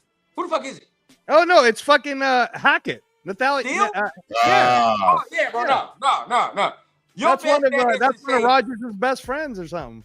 keep the ship float. You feel what I'm saying? Hopefully they lose and be like, God damn, bro, I'll take it. I'll definitely take it. Now, it's probably not going to be no mid-season shit, but at the end of the day, bro, if he wants to play 1 year, 2 years more, shit. All right. Let me ask you this then, rundown. This rate. Okay, we're going to throw this out there so that we're the first ones to say it. Yeah, for real. Let's say September goes. Okay, Yeah, and the Raiders are 1-3. Okay, and the Jets are 1-3. How are you doing this trade for Aaron Rodgers? See, that would be the crazy thing because we both suck. Get Aaron Rodgers. We're both trash. So you would have to both look and be like, which team do you expect to get their shit together more? Honestly, it would be hard because the Jets would be like, I expect us to get our shit together more because we have actual Aaron Rodgers. So it'd be like, we can actually, you know what I mean? There's a chance. And their division isn't as strong. So it's like, you might be able to do more things over there. So that would be crazy. But honestly, bro, this would be more of a after the season thing. Like if they don't make the playoffs type shit. Like if they don't make the playoffs and we don't make the playoffs and we not in no standings to get a quarterback, which I think you should do anyway. Don't matter what it is. Don't matter where you at. You should get one anyway next year. But even so, like Unc said, get rid of Gardner's ass. Get Aaron for a year or two, bro, and whoever you just drafted, sit his ass down for a year or two. Behind Aaron Rodgers. You feel what I'm saying? Sit his ass down behind Aaron Rodgers. I like that actually. And there you go. I'm not Cowtown, I am still an AOC supporter and fan. I still want him to get a shot. I'm happy that he's getting this year to develop. And I think he still has the ability to play in this league. And I think he has the chance to be great. He has the chance. I mean, he's just got to get the opportunity. He got the opportunity, guys. I'm going to just keep it a bean. He got the opportunity and he didn't produce. Let's just keep it a buck. Right. Neither of those guys look good. Neither of them look good, bro. So, I mean, did I think he won the battle? I did think that AOC won the battle. I've already voiced that. I've admitted it. But I want to speak to this then, Turf, because I think it's a little unfair when people do that, where I see what you're saying, and I understand that point. Aiden O'Connell had his chance, and he didn't do what he needed to do to get the job. But I feel like the expectation was from whoever was making that decision. I feel like the expectation is Aiden O'Connell needed to fucking look like Aaron Rodgers. When the truth is, when the truth is, Will Levis is getting a chance, and he looked like ass. Caleb Williams is getting a chance, and he looked like ass. There's plenty of other motherfuckers getting a chance who look like ass. So why couldn't Aiden O'Connell get a chance looking like ass too? Or maybe he wouldn't have looked like ass. I'm telling you why. It's the $15 million that they paid. And that's really what it boils down. It's the $15 million that they paid, and it's the experience. Because we all know Aiden O'Connell still has no experience. This first 5 games, fellas, it is murderer's row. Defensively, it's just murderer's row. There's no easy game. And that's another thing that I look at and I can respect if the coaching staff said, you know what? Let's keep this guy, man. He's something. We got something. We're paying this guy $15 million. We know he's still not ready. Our offensive line is let's keep this kid on the side a little bit more. Maybe we can get to the 8th game with a 4-4 record and sneak this kid in if he's finally ready. Myra, you and Chris better watch yourselves out there, man. Already y'all over there tweeting. Uh-oh. But hey, look, man, we talking about this, bro. I'm already shout out to Myra and Chris from Baltimore, and shout out to Captain Jack. I saw the picture. Oh yeah, that's right. They all out there in Fremont. That's right. Yeah. Shout out. Hey, bro, I'm already dreaming about our quarterback scenario next year. I'm sorry. I am. The problem it's not our fault. This is the fault of the quarterbacks. No, seriously, they got to get the blame because they both did not play well. Everybody was what we saw from preseason was pretty much what we saw in the game, bro. I mean, every report we saw in preseason was damn near didn't have command. You feel what I'm saying? And that was pretty much the whole thing. It's like the whole preseason, what did we hear? Somebody must take leadership. Somebody must take leadership. Command. But at the end of the day, Gardner's the dude, which I say I don't think Gardner, and everybody that's saying AOC gonna come in, I'm already saying this now. I don't think he's gonna come in, bro. And if he does, And if he does, it's going to be too late at that point. It's going to be too late. So, because if you'd rather your plan rundown is ride with Gardner no matter what. Absolutely. Bro, 100%. Because, dog, if any team that switches quarterbacks mid-season, we already know they're not making the playoffs or they're ass. It's like it's one of the two, bro. If you have two, and what's the old saying in football? If you have two quarterbacks, you don't have one. You have no quarterback. You ain't got shit. So realistically, bro, you might as well ride Gardner the whole day. You already made the decision, bro. Okay. So you pay him the 15 guaranteed, and you say, fuck it. Putting Aiden in at 1 and something or putting Aiden in at 2 and something don't make no sense. It doesn't make sense. It makes zero sense. All you do is kill the kid's confidence again if it don't go well. You ruin a quarterback like that. That's what I'm saying. You're ruining them for no reason. So Turf is saying that this is actually smart then for Aiden to just actually learn behind the veteran the whole year. And then into year 3, he'll get a real chance to compete against whoever. This is where he got a real chance to compete this year. Let's stop that. Yeah, I was about to say I differ from that because let's be real, bro. If we're trash, we're getting a quarterback. Say for instance, we draft Shedeur Sanders. AOC is never smelling the grass. Right. Ever. Yeah. It's over. If we draft Cam Ward, Carson Beck, AOC is done. In this role. Let's just keep it a beam, bro. You feel what I'm saying? He's I would agree. Grass again in the Raiders uniform. He shouldn't. You feel he should. I mean, well, it depends on what he does over this year. I mean, you gotta say this is his second year, right? His first year, he obviously got thrown into the fire. This second year, depending on how he's working, right? Depends on. It's up to AOC if he's working hard, if he's getting himself just a little bit more mobile. Hey man. Just a few more things under his belt, you know what I'm saying, out of year 2, year 3 could be something for him. If that quarterback next year, whoever he is a top 10 pick. Yeah, I agree. No, I agree with that. I agree with that. I'm just keeping it a beam. I like him, but at the end of the day, you got to keep it a beam, bro. You feel what I'm saying? Especially if you invest in that type of capital in there. It's like, but that's what I'm trying to say with Minshew. They invested $15 million. That's why he's playing. That's why the decision was made. They make these decisions all the time when it doesn't make sense. I didn't agree with the decision in this fashion. I didn't think one was better than the other. I didn't think one ultimately did it. Now I did say that the offense looked like it had a little bit more rhythm with Aiden. I will say that. Right. But in my opinion, I'm not basing that factor on like, one is that much better.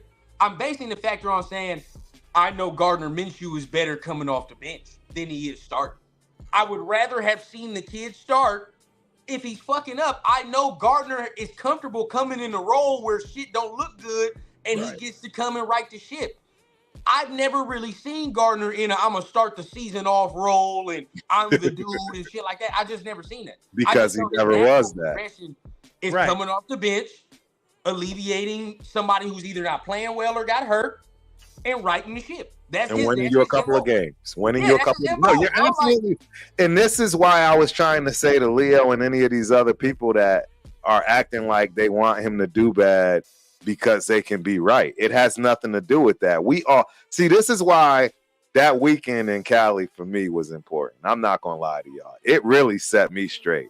It set me straight because the reality is I have been stuck, always trying to be optimistic with the blinders on, and the blinders are off now. And that's why I'm saying, sorry, my guy, Cowtown. I'm sorry, all my AOC fans, but the reality is he's not ready. I don't care how you want to put it. He's not ready. If you would have put Jordan Love in year 2, not good. Not good. He sat for several years, and it's no coinkydink he starts looking like the dude behind him. This is the stuff I've talked about for quite a bit of time when it comes to who you learn from. Just like your body makeup from working out is going to look like the person that you train with based on their expertise. My traps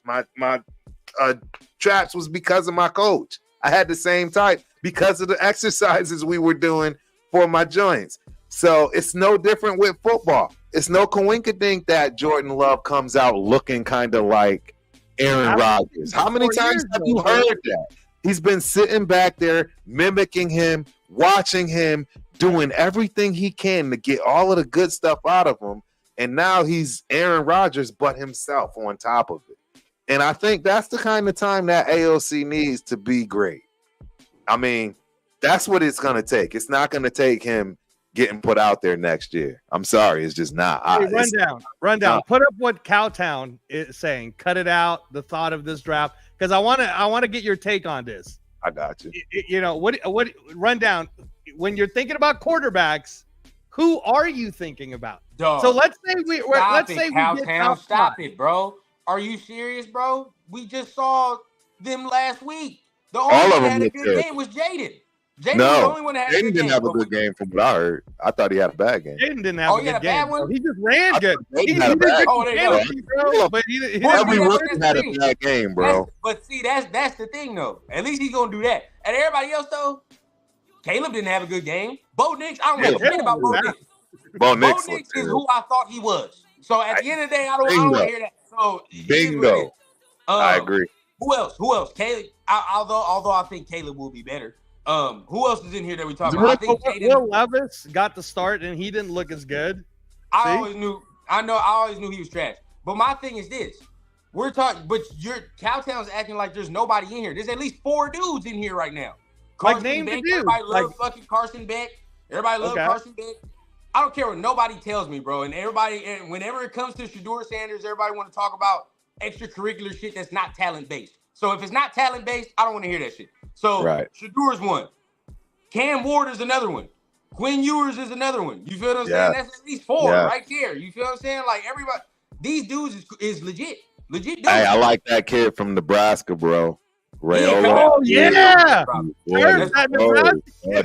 That's the only problem. He's not coming. I don't know how to pronounce his last name.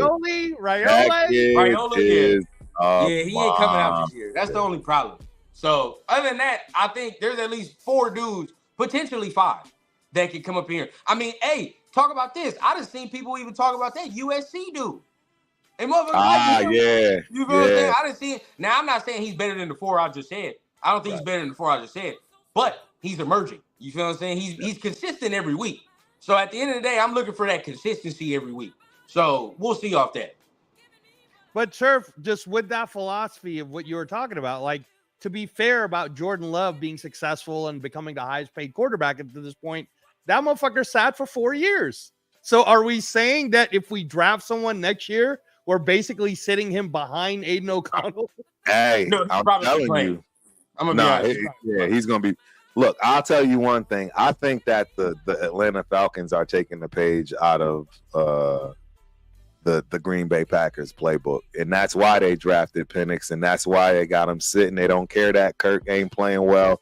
He's not the future. He's just the button up for these next 2 years, and after that, when they don't need him anymore. He's gotten the guaranteed money, but it's not completely guaranteed. He'll be gone. He won't collect 100% of that cash. And you'll see Penix step in when he's ready.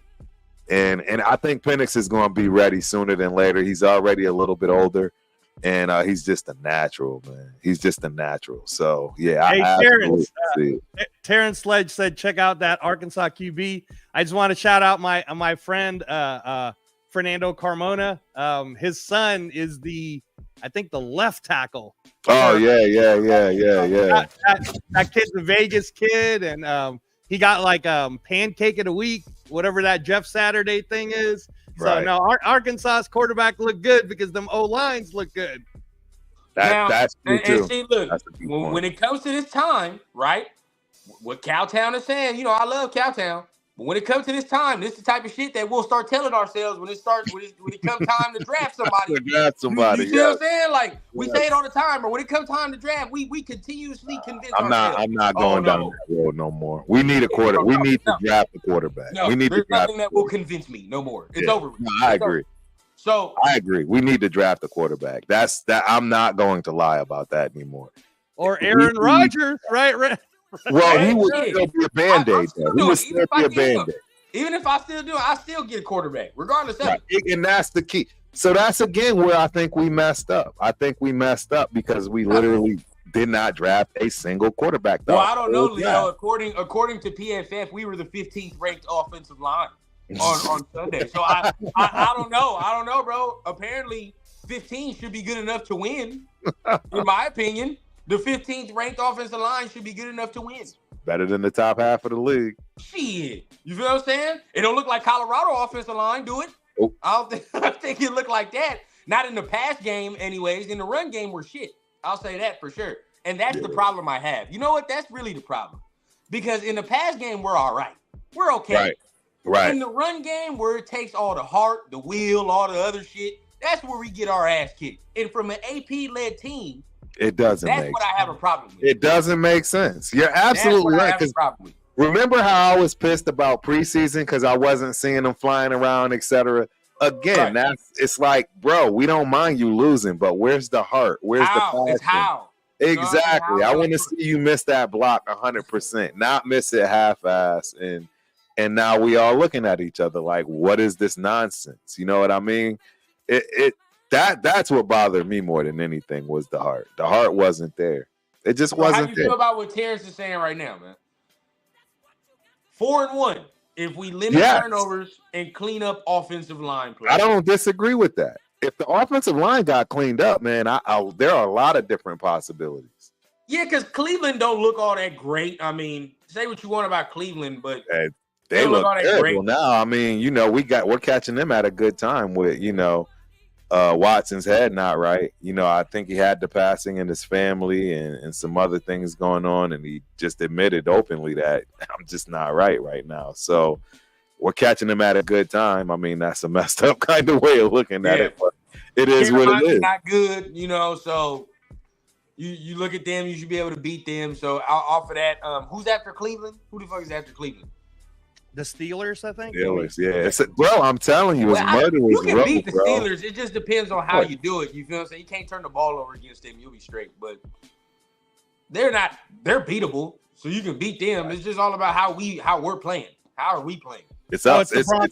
Sorry, my bad. Rundown. It's we play the Broncos in Denver, and then we get the Steelers at home. Oh, yeah. You should. Number one, what I saw from Denver, you should whoop their ass. Absolutely. We should have whooped the Chargers' ass. I mean, should have whooped the Chargers' ass. Or at least done. beat the Chargers, bro. Like, so it's like, okay, let's get there. I mean, even if we do lose, it just depends how it looks on Sunday.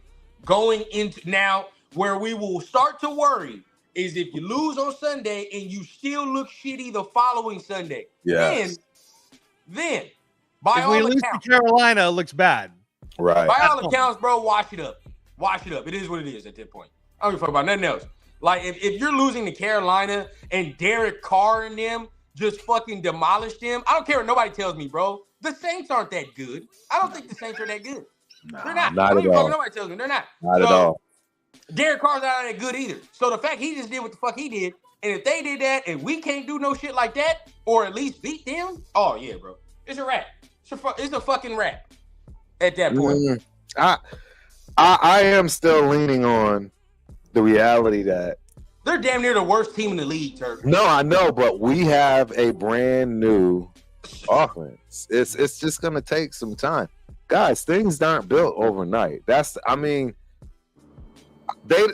have to figure the offense out to begin with. And then once they figure the offense out, they still have to gel accordingly. You know what I mean? Like, you still got to learn the way people are going to react and act based on their abilities and then the right people in the right combination. Our offensive line is not in the right combination right now. That's just facts. So.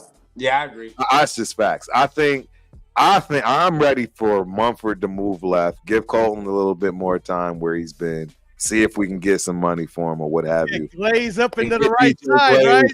Back up in that building, baby. I'm ready for DJ Glaze to be somebody to get out there. I'm right there with you, Turf. Like if that's what it's gonna be, anyways, let's do that. There you go.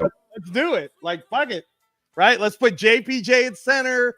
Dude, if you do this right now because this is their natural positions, get Mumford over the left, put Parham back on the left side with Mumford, and then we got to figure out that right guard. Obviously, if we put JPJ at center, But I think this offensive line needs to be revamped. It definitely needs to be changed up. James Craig ain't doing the job, Turf. None of it. No, he's Craig not. did not do the job. And I don't know if it's his fault. I don't know what's going on there. But I'm not liking what I'm seeing from that offensive line. I see what you're saying, Terrence, about the Saints, bro. But realistically, bro, once they play teams like the Niners and the Eagles and the Lions, they're gonna get their ass whooped. Somebody hard next too, dude. They gonna get their ass whooped. The Saints, I think, are playing the Cowboys, right? They're gonna get their ass whooped. The Saints are playing the Cowboys. Oh, they are? Oh yeah, I can't wait to see that. Bro. We'll see. I think you're about to find out how this week, I'll shut the fuck up. I'll say that. If he plays well this week, I won't say nothing. I won't say a thing. But we'll see. But I mean, I see what you guys are saying. I think Glaze is gonna get in there sooner rather than later. But I mean, I don't think it will be for my guy. Honestly, I like Thayer. I thought Thayer played very well last week. He did. He played like a rock star, in my opinion. I mean, that's he's been playing the best on that line. If he can play guard, it opens up a lot of shit. But I don't want him at guard. I don't even want to throw Glaze out there like that. I'd rather him just sit in the wing, let him chill, let him learn. Because what I saw from him in preseason, I'm like, we can stack on that. We can do something with that. But the confidence got to be there. Right. The confidence. You don't want to ruin him too I don't want to throw him out there too early. He start getting his ass whooped, and now it's like, oh shit. Now we're screwed. You feel what I'm saying? So I like where his development is right now. And even with JPJ, that's why I'm saying don't throw him out there too soon. Because as much as we need him, he's a rookie at the same time. Right. We don't want to flatten the confidence too. Like for example, we throw him out there this week. I don't like that. I don't like that whatsoever. Right. Because not only do they have Matabike, they got Michael Pierce, bro. Them is two good D tackles. So at the end of the day, throwing a rookie out there against them two dudes, right? Or say if we was playing the Chiefs and that's his first game, that's unfair. You can't do that shit. You just can't do it. So you got to wait till some things like Carolina, where he has some. It's still NFL competition, but they don't have Derek Brown and they got some dudes that's not really started. Then you can throw him in there like that and work his way up to the dudes like we gonna face soon. Because I mean, we play the Steelers too. You think you want his first action against Cameron Hayward? Get the fuck out of here against him. No, you don't want none of that. I don't want none of that work, none of that action like that. I need my rookie. It's gonna be nasty work, bro. I need him already playing before that. So as soon as he gets to some dude like that, it's like, all right, he got some rhythm, he got some reps. Let's see it now. So I think it's very crucial how we bring these young dudes in. Very crucial. We got to develop them. No, you're right. That's the good teams. They have the ability to recover from injuries of star players because they have depth and have the ability to steady the ship. You're not going to obviously get the same productivity out of that person as your starter, but at least it's serviceable. Speaking of depth, fellas, I don't know how long y'all got because we talking, we going. Bro. Everybody, hey, pull up. The link is in the top of the chat. We're here all night, baby. Pull up. Hey, whoever want to talk. I will say this though. Speaking of depth, I'm worried, bro. I'm worried about our edge. I'm worried. I'm really worried about that. I don't like Charles Snowden and Janarius Robinson holding that down for 4 more weeks. I like Snowden better than Janarius. I don't know what happened to Janarius, man. I'm not gonna lie, I'm disappointed. But Snowden a little light in the ass, bro. Like not in a disrespectful way, but he's light. He's light. They're gonna run to his side, bro. Like he's tall, but he's not a big kid. Big teams go like this week. I'd run straight to his side continuously. Turf, are you gonna do a breakdown on Chason for us so that we can know if the former first rounder is going to be something, or bro, we grasping the straws on that one because right. I don't know what we gonna hope off that. It's not gonna be no 5-8 sacks. But you know how like sometimes, you know what I mean? Like sometimes maybe getting a different chance and getting another. Yeah, no, absolutely. Sometimes he was the first round pick. You would hope. This is roll of the dice. This is roll of the dice for real. So you're just who was that we got again? Clevane. Let me get the exact name because I know it's a weird name. AB something. Clevane Chason is the last name. Hey man, and we gotta say it like this, bro. We gotta say it like this. as much as I know a lot of us don't like him, it's been a very, very tough break to start his career, bro. When you talk about Tyree Wilson. I know a lot of us don't like him, bro, but you gotta admit, bro, it's just like say if you were starting your job, this is a fucked way to start your job. Like for real, bro. Like you come in hurt, you don't even get a game to prove yourself. All you have is preseason footage and people talking shit about your preseason footage. So you and the one play you make in an actual game, you get hurt. And now you out, which even derails more progression. You feel what I'm saying? So more development. It's a tough break he's getting, bro. Real tough break. I feel for it. I do too. It's not going his way, man. This is that when it rains, it pours moment for him. Like now, if he comes out of this and he actually ends up being a good player, oh man. Can't say nothing about his mindset, you know what I mean? Like that'd be great. I hope he does, because that'd be great to hear. You feel what I'm saying? Right. Great story, but it's like, damn, like, so it's ugly. Turf, it's I pulled it up. It's Clavan Chason. I put it on the studios if Rundown wants to put it up, but I wish. I'm not even at home. I can't even pull it up. Okay. I'm scared to touch it right now. It's K apostrophe Lavon, K Lavon Chason, Chaisson. Now he is from LSU, which them LSU dudes have a tendency to have a little bend to him. You know what I mean? Like Arden Key, you know, he's got some bend to him. You look at all the other dudes that came from LSU, a lot of them, they have some pretty good rushers in the league. He just never got it together at Jacksonville. I don't know what happened. He was just with a team. Jacksonville. He was just with a team not too long ago, and he didn't even get off their practice squad or some shit. So I don't know what went down with that. Huh. Interesting. I don't know. And that was this year. You think you could do a breakdown on that dude? I mean, yeah, I honestly don't know anything about him. I don't know. I know now that he's from LSU. Yeah, it's gonna be interesting to see what I find out from him. But when he was drafted by the Jags, right? Jaguars. Yeah, by the Jags. He was supposed to be the bookend to Josh Allen. Yes. Before that, Josh Allen changed his name because of Josh Allen. So did he change his name? Like Josh something Allen now. He's like Josh something Allen. Right. He's no longer Josh Allen. Okay. That's funny. But we'll see. I mean, I don't think he plays this week. I mean, they didn't say nothing about him not playing this week. Nah, he's not playing. He won't know enough.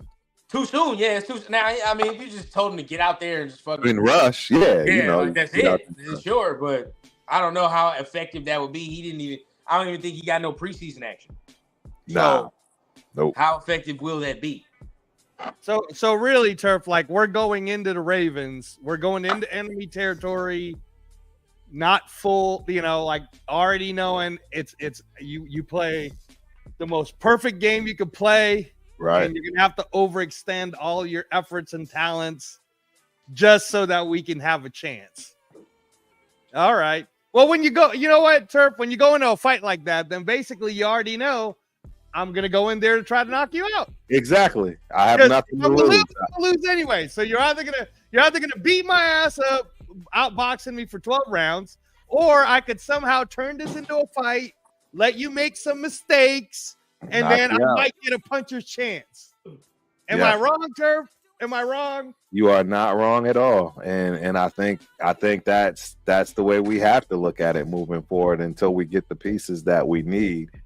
We got a puncher's chance in every game. But we are missing pieces. I'm not delusional anymore. I'm not gonna lie. I've been delusional for a while, just trying to be way too optimistic. And you know, I'm brought back down to reality, and I totally get it. You know, hey, this is not hate. This is not, you know, me dogging the team. But I'll be shocked if we win 7-8 games.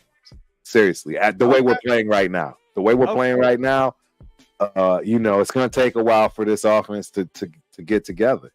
The defense is going to play great, right? But Are they going to hold up? Are injuries going to get us? It looks like injuries are getting us. That's true. So that's my fear. By the time our offense starts to catch up, now we got to worry about the lack of depth on the defensive side, and we're looking at that right now with defensive ends. And again, look, I give Rundown mad credit, ladies and gentlemen, for a lot of things that he had been saying preseason, the whole nine. I mean, number one, his main situation was quarterback.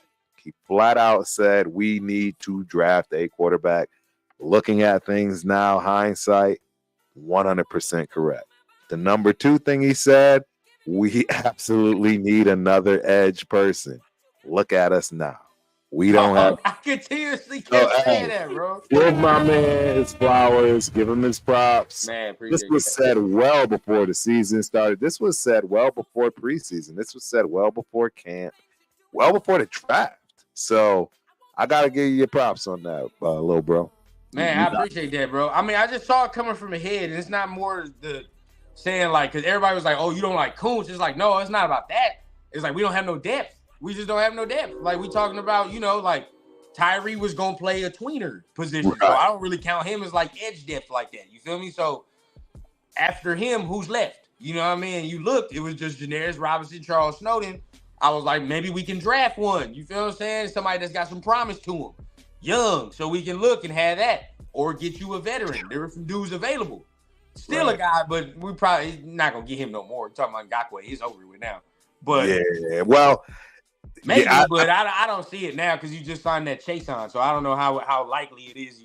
Well, they've been saying he wouldn't fit the system anyways. Scheme, okay. Yeah, they've been saying that for quite some time, and it makes a lot of sense because that's true. I can see that. All right. Here's one I'm gonna throw at both of you guys. So let's say it goes kind of like what you're saying, Rundown. Let's just go with what we got. Whatever is whatever. Gardner Minshew starts to lose. Like Turf is saying, we'll be lucky if we win, let's say, 7 games. We get to that point. Is this something that do you think will get AP in a short stick? No. Or do you think he got 2-3 years max? Minimum. I was gonna say minimum. Yeah, minimum. 2-3 years minimum. He's got this year and for sure next year. We'll see about year 3, but he for sure got this year and next year. Even if this man goes 0-3, right? 0-4. I saw some people on Twitter. Oh, if we lose to Carolina, you for sure gotta fire him. You know how foolish you sound, dog. Josh McDaniels gave us how many embarrassing losses, and he was here. Right. Stop it, bro. And this man can actually can go up to Mark and be like, yeah, I just need to get a quarterback. You see the defense playing well, blah blah blah, or whatever the case. But right. He got 2 years minimum. No, you know they're gonna have their fans though. Let's be honest. They're gonna have the naysayers and the people that didn't want AP to begin with. They're absolutely going to cling to this and say, "I told you so," if you will. But he's going to get his time because you guys got to remember it was the players that wanted McDaniels gone more than anybody else. Right. It doesn't matter whether you're a player's coach, a coach's coach. None of that stuff matters. When you lose the locker room, you lose the locker room. That's just that. And everybody saw it was very obvious and apparent. And now when you're about to lose all your talent and you've already lost the talent that kind of held it together in Derek Carr, what else can you lose? So, yeah, I think you're going to see AP around for a minimum of 3, I would say 5 years. I would think he's going to get a real long time to stop the madness of a coach every year, 2-3 years, as well as being able to build out a roster efficiently where you have some depth and there's not always this, we got a new philosophy every 2-3 years, which is why now you have no depth. But I will say this, though. I think that he's got to stop holding on to certain players too long, right? Right. And it's just of the beginning of the year, but at the end of the day, bro, I need to see more of that Marcus Peters attitude he had last year. Where it's like, hey, bro, you're not playing the way you need to be playing. I think this team is close, bro. The team is close, but we gotta add some pieces, bro. We just gotta add some more pieces, or some pieces gotta step up. It's one of the two. Feel what I'm saying? I feel like now we need more edge depth. I've been saying that, and we need another linebacker, bro. Because I don't care what you tell me, bro. The way I saw Spillane playing, what the fuck I'm talking about? That's what I want to see. I don't want to see your ass tiptoeing and get washed out of the play every other play, bro. Like, you feel what I'm saying? Like, I need aggressiveness. Corners, we look like we're straight. I'm cool. Yeah. I don't have to say nothing about that. You feel what I'm saying? Yeah. I'm good with that. We can keep that. Shout out to Chris and Protect the Shield for telling us about Bennett Island. Yeah, exactly. Bennett Island is out there. And Rafa, ladies and gentlemen, shout out to Rafa in the building. We appreciate you joining the panel, boss. How you doing, man? It's been a while. Can you hear us, Rafa? He might have frozen. Yeah, he looks frozen a little. Yeah, it's been a while, but oh man, hold on. Oh, there you go. I know the internet connection might be like they're really screwed up, but it's been a while. But dang, yeah, he's freezing a lot. Somebody take that. So I know that. Okay, so it's bad. It's real bad. Okay. That Carolina internet is bad. Rafa, see if you take them off, bring them back, see if it works, see if it gets better. No, I was gonna ask you guys then. So then, going into the future, and what you're saying, Turf, is all right. We're not going to change head coaches, which would then mean we're not going to change GMs either. Right. So then we're going to give them a fair chance and the whole bit, right? Right. So then with that said, and us, like, no matter what happens, we're going to rock with them. Obviously, like, I'm still like on that positive trail, Turf, because, you know, I don't like being negative about it. And I like that you're keeping it real. When you were there and you were watching it with your own collegiate football expertise eyes, and you saw Devontae.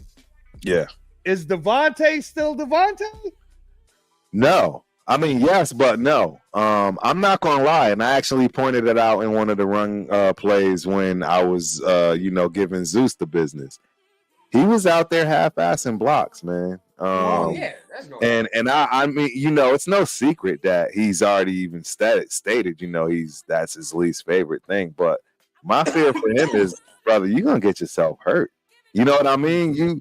We all know about stalk blocking and being out there wide out and being on an island with that corner, but you get rolled up a lot.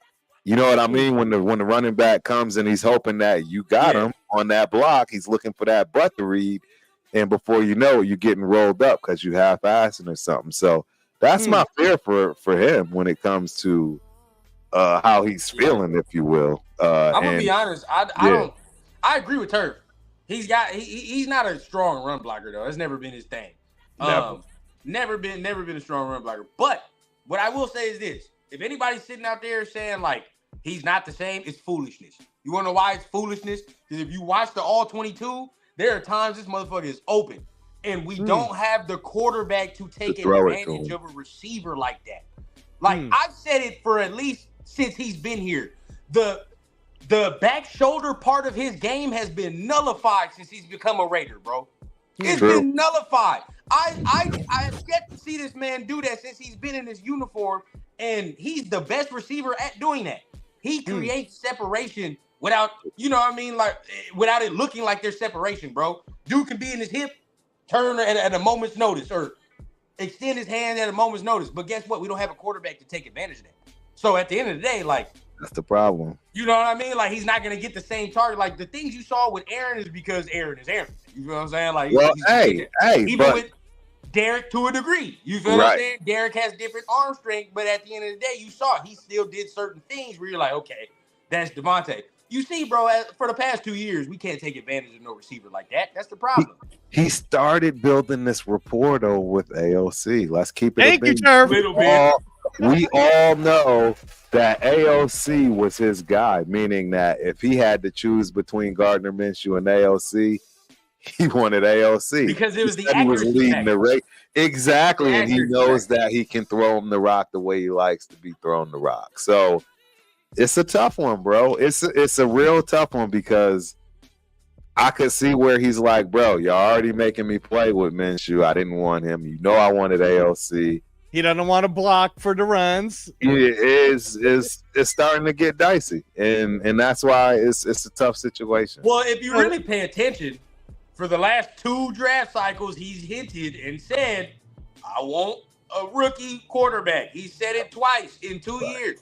He wanted CJ Stroud, he wanted Jaden. But at the end of the day, yes, with AOC, you could tell the rapport. Like, it was there. So then rundown. Here's the serious question to you two guys then is, so we do what you're saying. We stick with Gardner. We go to 1-4. It's not the halfway point yet, but if Devontae is still Devontae and next year that check is looking like $42 million, are we saying we keeping him? Or but see, this is the thing. Where is he going now? Because there's only one scenario everybody says he's going to go, and that's the Jets. If the Jets suck too, if the Jets are ass, then he's not going over there either.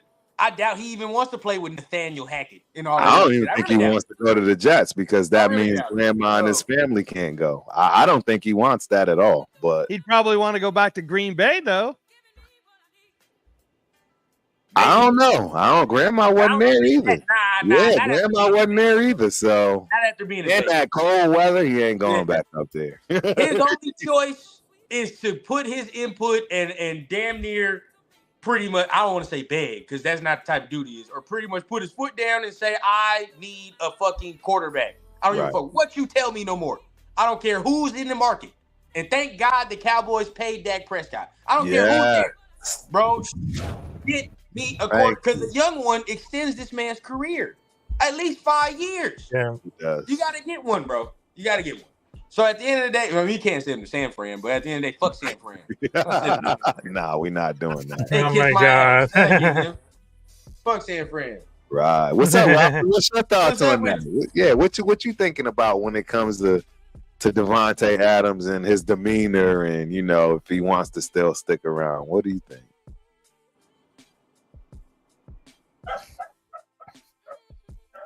I think that Devontae Adams needs to stay. I mean, despite for the speed right now, if he has like the audacity to stay for a long time, because there is one step closer to see more production of Devontae Adams. Because I know that the scripted message about what's going to happen to Devontae Adams, but I really know about if he's going to stay for a long. There's one thing that he will love to chase in. He will retire as a Raider to win in a Super Bowl. Now, it's not going to be like really easy at all, but I believe in the faith because right now we need something to produce anything more, because this is like the most dependent position ever. And Devontae Adams is that dog that he needs to realize that they're not playing games. They're not playing mental games, but right now it seems like they have the opportunity to make it bigger. And respect about for the game between Las Vegas Raiders versus Baltimore Ravens, there's one thing that I would love to see between for the battle. They had to be careful about for Mike Andrews, the tight end. But we have something special about for the plan B, which is Brock Bauer. Hey. I agree, though. It would be eat Mark Andrews alive. I agree, though. He talking about Michael Taylor about this should be really happen. Yeah, that Wi-Fi got to get right, man. Yeah, Wi-Fi right. But I know this is going to be like a tightly great point. Yeah, I know that I had a good point, but I know that my internet is going to be really sucks. But I know it's going to be really blocking it out because it's very ascertain that Mark Andrews is not very good extra. Because without the extra protection on the pocket, because it performs so poorly, because they had to help the block, letting off of the receptions. But I think that Brock Bowers, it will eat alive Mark Andrews because he knows it about for the power. He knows about for the production. I mean, it's not going to be too easy at all because I know that Luke Getsy, it didn't realize how to use the tight ends on Khalil Mack over the last game. But right now, between for the Baltimore Ravens versus Las Vegas Raiders, I think it's the opportunity to say, hey, look, Getsy, can we use the tight end to block Mark Andrews? Because I know he's a threat on the offense. So why not? Why not? We can usually use Brock Bowers and let the defense eat alive. Period. I think Brock Bowers should be used a whole lot more than he was the first game. That's a guarantee. I don't think anyone's going to disagree with that. Like, yeah, he's going to be a focal point at some point, even more so than Myers or Mayer, I should say. I know Chris doesn't like Mayer as much. Obviously, that's Leo's guy. But we talking about all that, bro. I mean, go ahead. Silver lining, at least, like, yeah, we know, like, we got the first round pick right this year, at least. Yes, and that's bro, that is an absolute positive situation because think about this, Raider Nation. When's the last time we got the number 1 pick right? Oh, no, out the gate. Yeah, out the gate, I saw that we got that shit right. I ain't gonna cap. Hold on. Hold on. Nah, bro. Yeah, go ahead. Let me chime in on this. Am I the only one that, and again, it was an unfortunate thing that happened, but did no one here think that Henry Ruggs would have turned out to be pretty awesome? Oh, yeah, probably. I'm not gonna lie. I didn't think he would turn out to be what he was going towards. I'm not gonna lie. I thought he was just gonna. You didn't think because you know how like everybody's all hyped up about Xavier Worthy off his first game. Right. I was thinking that's what we had when we got Ruggs. Am I wrong? Right, cool. Am I wrong? The Ruggs but was. Since then, it's been downhill. I would say since then it's been downhill. This is the first. Even Ruggs, I'm not even gonna cap, bro, because Ruggs' first game, I was like, all right, this first round pick is the first time I'm looking at him, and first game, bro, I'm like, yeah, that motherfucker's real. That's it. I walked away from that game and had no questions about Brock Bowers, bro. I knew we got that. Like, Turf, up close, since you were watching it there live, how did he look to you? Like Brock Bowers? Like, what did you think? He looked great. I mean, he's Brock Bowers. They just don't use him enough. You know what I mean? They just flat out don't or can't use him enough for whatever reason. I think a lot of it is the offensive line, to be honest. I think that nobody realized how bad that offensive line was, and now we saw it. In terms of a player comp, Turf, is Brock Bowers like a Tony Gonzalez? Like, what would you say he is? Too early to say that. Tony Gonzalez is arguably the best. I mean, you build like this one. Okay, go ahead, Rafa. Go ahead, Rafa. I mean, he got like the great power, but let's not forget, before he was getting traded, I mean, he just put all the defense to win championship along with the college football with Georgia. And I know it's powerful and the production was really insane. But have you ever seen like the cardio and of course workout for Brock Bowers? I mean, that was absolutely insane because he was training all day and he was watching the film study. I mean, that man was a lot of bits. I mean, comparing to Tony Gonzalez or Rob Gronkowski, I mean, Brock Bowers is just like the highest level that we just saw for the tight end. And he will literally eat alive for the defense. I mean, that could be great. Yeah, I agree. I think once we really actually figure this stuff out, I think, and this is where all of us are way ahead of ourselves as far as being Raider fans. We're really just dismissing the fact that, you know, we have a brand new offense, a brand new offensive coordinator, a whole entire offensive staff is brand new. And it's going to take time. I mean, that would be my question to anybody. You tell me the last time a team changed coordinators like this, coaches like this, and they came out the gate and won. Name one team. I'm pretty sure it's going to be hard-pressed to find one. Huh. My man Tone Capone said Nick Saban for the next head coach. Nah, he don't want to do that. He don't want to do that.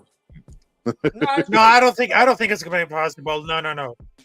So I mean, it's Nick true, Saban, though. We I don't can't think win that out was the like gate a that. risky, but I would say like a big no. Nah. But I mean, it's true. You can't win out the gate like that. At the end of the day, like it does take time to gel.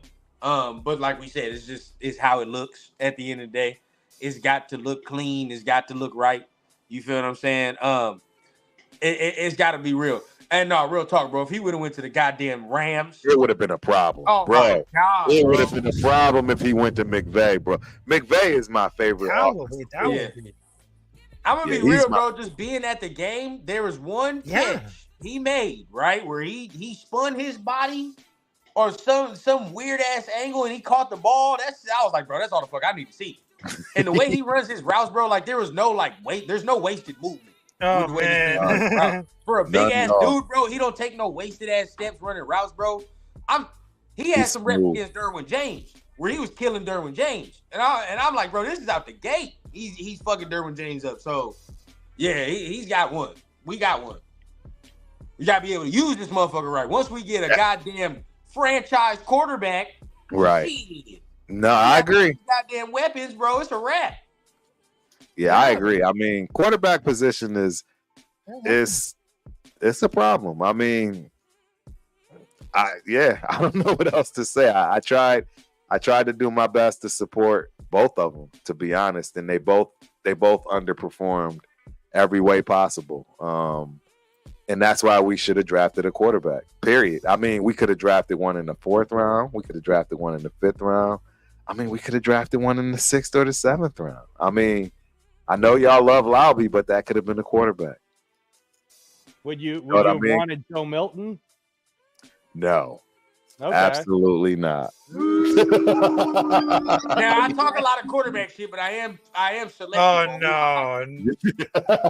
Absolutely do not want Joe Turf Milton. and I both sat here and was like, do not get no Bo Nix. We don't, and it is one game, but at the end of the day, bro, we're like, No nah. Bo Nix either.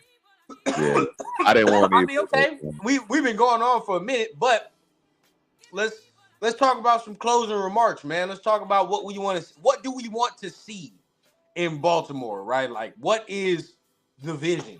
Ultimately, you don't got to say, "Oh, I want to see us win," but as far as the characteristics of the game, what are you looking for? What boxes need to be checked? You get what I'm saying? So let's start with Unc, man. Where you at, bro? What boxes need to be checked? I want to see a more controlled offense, a little bit put together, right? I want to see a game plan that makes a little bit more sense. I'm telling y'all, I am adoring this 22 film. It cuts out all of the nonsense. You get to see each drive, clear, clean cut. No noise, right? You can pick out a lot of stuff that way. I mean, it's just watching film. It's the way that it goes. And yeah, we need to sustain some drives, man. We need to keep our defense fresh. They need to absolutely have the ability to come off the field and not have to play to make turnovers or stops. We need them to play their game.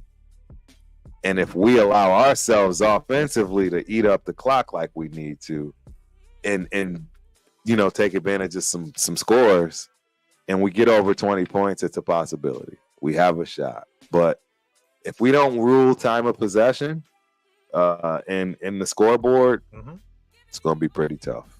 It's going to be pretty tough. How about you, Rafa? What do you want? What's your closing remarks? What do you want to see this Sunday? It may not necessarily be closing, man. I told y'all we here all night. You know what I mean? Hey, I'm with you, Turf. You know I want to talk a little bit about boxing. We're gonna be here all night. I told you the lines is open, ladies and gentlemen. Hey, if you need the link, we here, bro. We here until people fall asleep. Turf gonna hold it down because I gotta go watch my ass in the bed, man. I gotta go do something, man. Man, Rundown's been smoking. I'm over here feeling grimy, bro. I gotta do something, bro. I gotta be over here tweaking. Damn. Go ahead, Rundown, since you got to go sooner. Hey, y'all What's hold your it down closing remark? for the kid, man. Y'all hold it down. But at the end of the day, look, I close off like this just in case. It take me a minute, right? And y'all do get off. I close this like this. On Sunday, we got to see all that physicality, ill intent shit that's been spewed the whole preseason. You feel what I'm saying? Regardless of the outcome, like he's been saying, it's got to look right, it's got to smell right, and all that other shit. On Sunday, it did none of the above.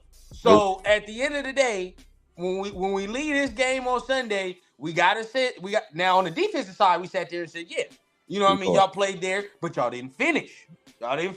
So on Sunday, how we gonna come? How we gonna perform? And we all said it right here. When Baltimore understands that they're the more physical team, they'll just dominate you. So at the end of the day, if that's what you know going in there, it's got to be a fist fight. We all say puncher's chance. You feel what I'm saying? So we got to go in there and make it ugly. That's just what it's got to be. So we'll see how it goes, man. But I'm expecting at least some physicality and ill intent. At least. Yes, sir. You and me both, bro. Y'all keep it on. Your boy, if y'all still on, I'm going to be back. Yeah, come back. If not, you already know what the deal is, man. It's your boy Rundown. Much love to Unc. Much love to Angelo, Rafa. Appreciate y'all for joining, man, on this new platform we got with the Turf Rundown channel. Yeah. But I say pretty successful night, Unc, as we got it going, man. Pretty successful night. Absolutely, bro. Absolutely. Yes, and it's only going to get better. It's only going to get better. Know, man. But y'all keep it going, man. Keep that conversation real. Yes, sir. Handle your biz. We'll be here. Go ahead, Rafa. Yeah, I just wanted to tell a quick setups for the Raiders versus Ravens. Number one, we got to make the defense a lot more aggressive. I know the last time we just played against the Chargers, but we need more adjustments, including for the 4th and 1, which is very important. Number two, we need to get involved with the running backs. Alexander Madison, of course, Samir White, because they need to improve about for the Bayesian. But we need to take care about for the running backs game plan to get involved, more physicality to make more uncomfortable the Baltimore defense, because the running is very cool, but they don't have the same persons that are just wanted to go about it. And number three, I know it's going to be very difficult, but I just wanted to see more production about for the tight ends, including a battle between Brock Bowers versus Mark Andrews. I know that Mark Andrews could be a threat on the defense, but Brock Bowers is the highest level that I want to see about it. So there's not going to be excuses, no excuses at all. Let's just play as we're going to fight. Let's play with violence and let the Raiders make an upset on Sunday. I love it. Rafa. Play with violence. That is, bro. That is. I'm using that with my flag football kids on Tuesday. Play with violence, baby. I like it. I mean, I think everybody. I think Rafa and Rundown. I think everybody's saying the same thing, right? AP promised us. It's got to look right. It's got to smell right. It's got to taste right. And he's doing all that speech about violence and ill intent. Let's get back to the Raider way. They gotta cook it right. Yeah, and I think that for the most part, all of us kind of felt like the offense didn't do that. Is that fair? Turf? Right? The offensive line didn't play the Raider way, right? And we can't really blame Zeus like it was all his fault, because you need an offensive line to be mean and gritty. So at the very least, if we play the Ravens and the outcome's whatever the outcome is, but we fight them hey, we're gonna come here to punch you in the mouth. Right. We're just gonna, you know what? We're we get it. You're Canelo, we're Berlanga. There you go. We understand, but we still got to punch your chin. Yeah. So we're gonna swing at you until it's over. Right? I think that's, and I'd like to see that out of the offense. It's just going to be like a battle of jabs. Yeah, I think the defense is going to be what the defense is, Turf, because what we already know is we're lacking depth, right? And not necessarily maybe not necessarily our fault. I mean, who really knew that we'd get that many injuries so soon? Right. That is the problem. Coons was huge. That was a huge problem. And it would have been nice to see what Tyree Wilson would have done, but then he's injured again. You know what I mean? So it's a little unfair. Like that's why I don't want to be too hard on Max. Right. Because No, absolutely. It's just I saw certain plays where he really just was looking like a little ass boy. That's what was he though, Turf? But was he? He really was. They had a video of where he was out there looking small. You know, I mean, Joe Alt is a huge kid, man. Joe Alt is a huge kid. So it's not like, you know, it's a knock on him. Nope. It is what it is. You're not going to be able to just do that. You know what I mean? Right. On a regular basis. My guy, Raider Rebel, is in the building. What's up, Yeah. Perfect timing.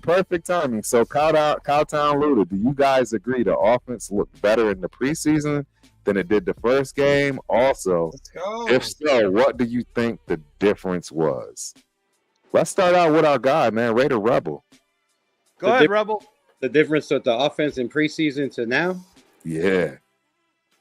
The only difference I seen was, Colton Miller in there and Devontae Adams making, two of the biggest plays, and Brock Bowers. I thought Brock Bowers was a huge difference. Yeah.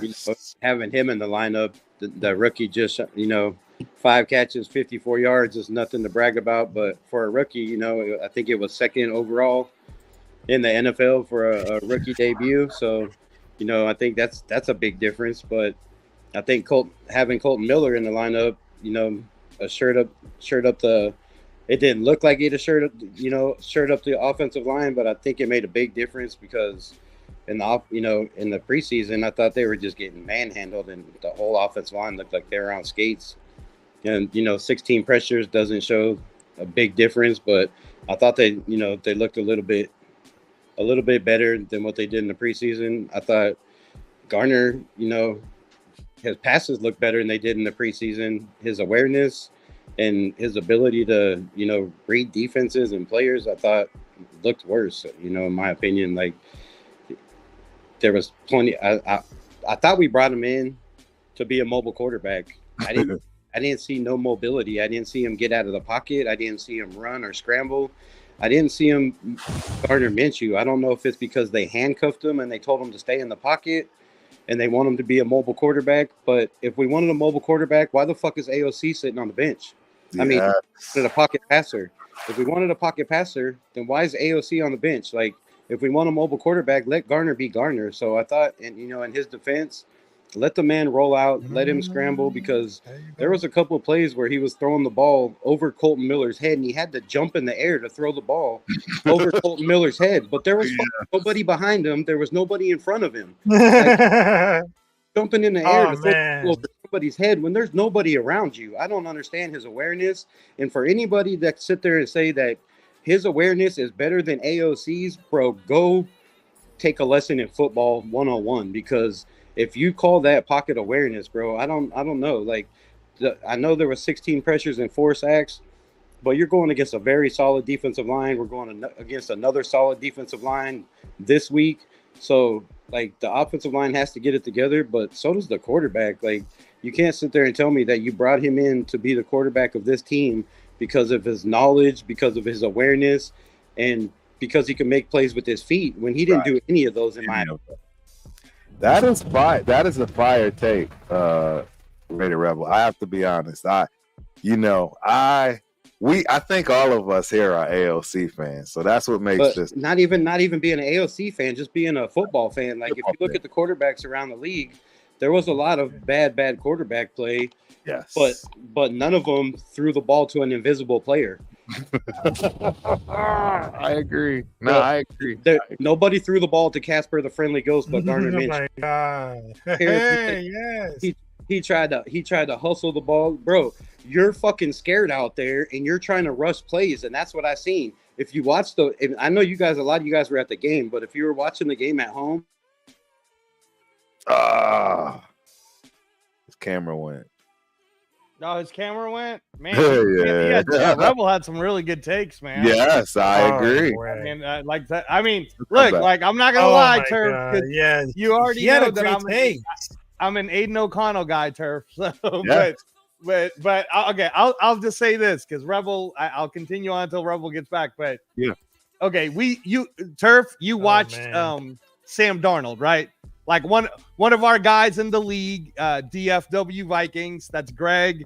I don't think you got to meet him, Turf, but he lives in Texas too. Mhm. He lives over there near Dallas, Yeah. and he's a big Vikings guy. And he swore, like when he was here and he was visiting us that weekend, he swore, he's like, I'm telling you, Sam Darnold's going to have an MVP type year, and it's finally going to show. Now, to be fair to him, Sam Darnold didn't look too bad game one, right? He had the weapons. He had the weapons to throw to. So, in your opinion, Turf, would you say that Aiden O'Connell is worse than Sam Darnold? No, I would not. Sam Darnold looks pretty good right now. No, I don't think. No, he had a good game, didn't he? I mean, Yeah, he no, threw Sam a lot. Darnold had He a threw really a good lot. game. Yeah, they won too. No, the Vikings looked good. I mean, he was improving a lot, but yeah. Sam Darnold always, in my opinion, got a bad rap. I mean, you got to remember, anybody that's getting drafted high at quarterback like that, they're going to a terrible team, right? So, right, Jaden Daniels. Everybody, you really expected Jaden Daniels to come out the gate doing well with the Commanders? Let's be real. I mean, and even Caleb Williams with the Bears. Like, don't get me wrong, they built some good receiving and skill set positions around him, but still, they're the Bears. They haven't produced. They have not shown anybody that front office or anything around it can do anything. And to be honest, guys, I hate to say it, but neither has ours. Our front office, our coaching staff, they haven't proved anything. This is why Turf is coming back to reality, and I'm coming from the show. Real talk, because I'm tired of being over optimistic. I'm tired of trying to manifest these players into doing the things that they need to do for us to win. And I just have to be real and blunt about it moving forward. Yeah. No, Rebel, you had some really good points, dude. So keep going. Yeah, you cut off at the worst time. It was really good take. Cut me off, but what I was saying is, Hey, if you were watching the game live, I don't know why, but they kept going to Gardner Minshew's face, like right in his helmet. And I'm gonna make a video about it.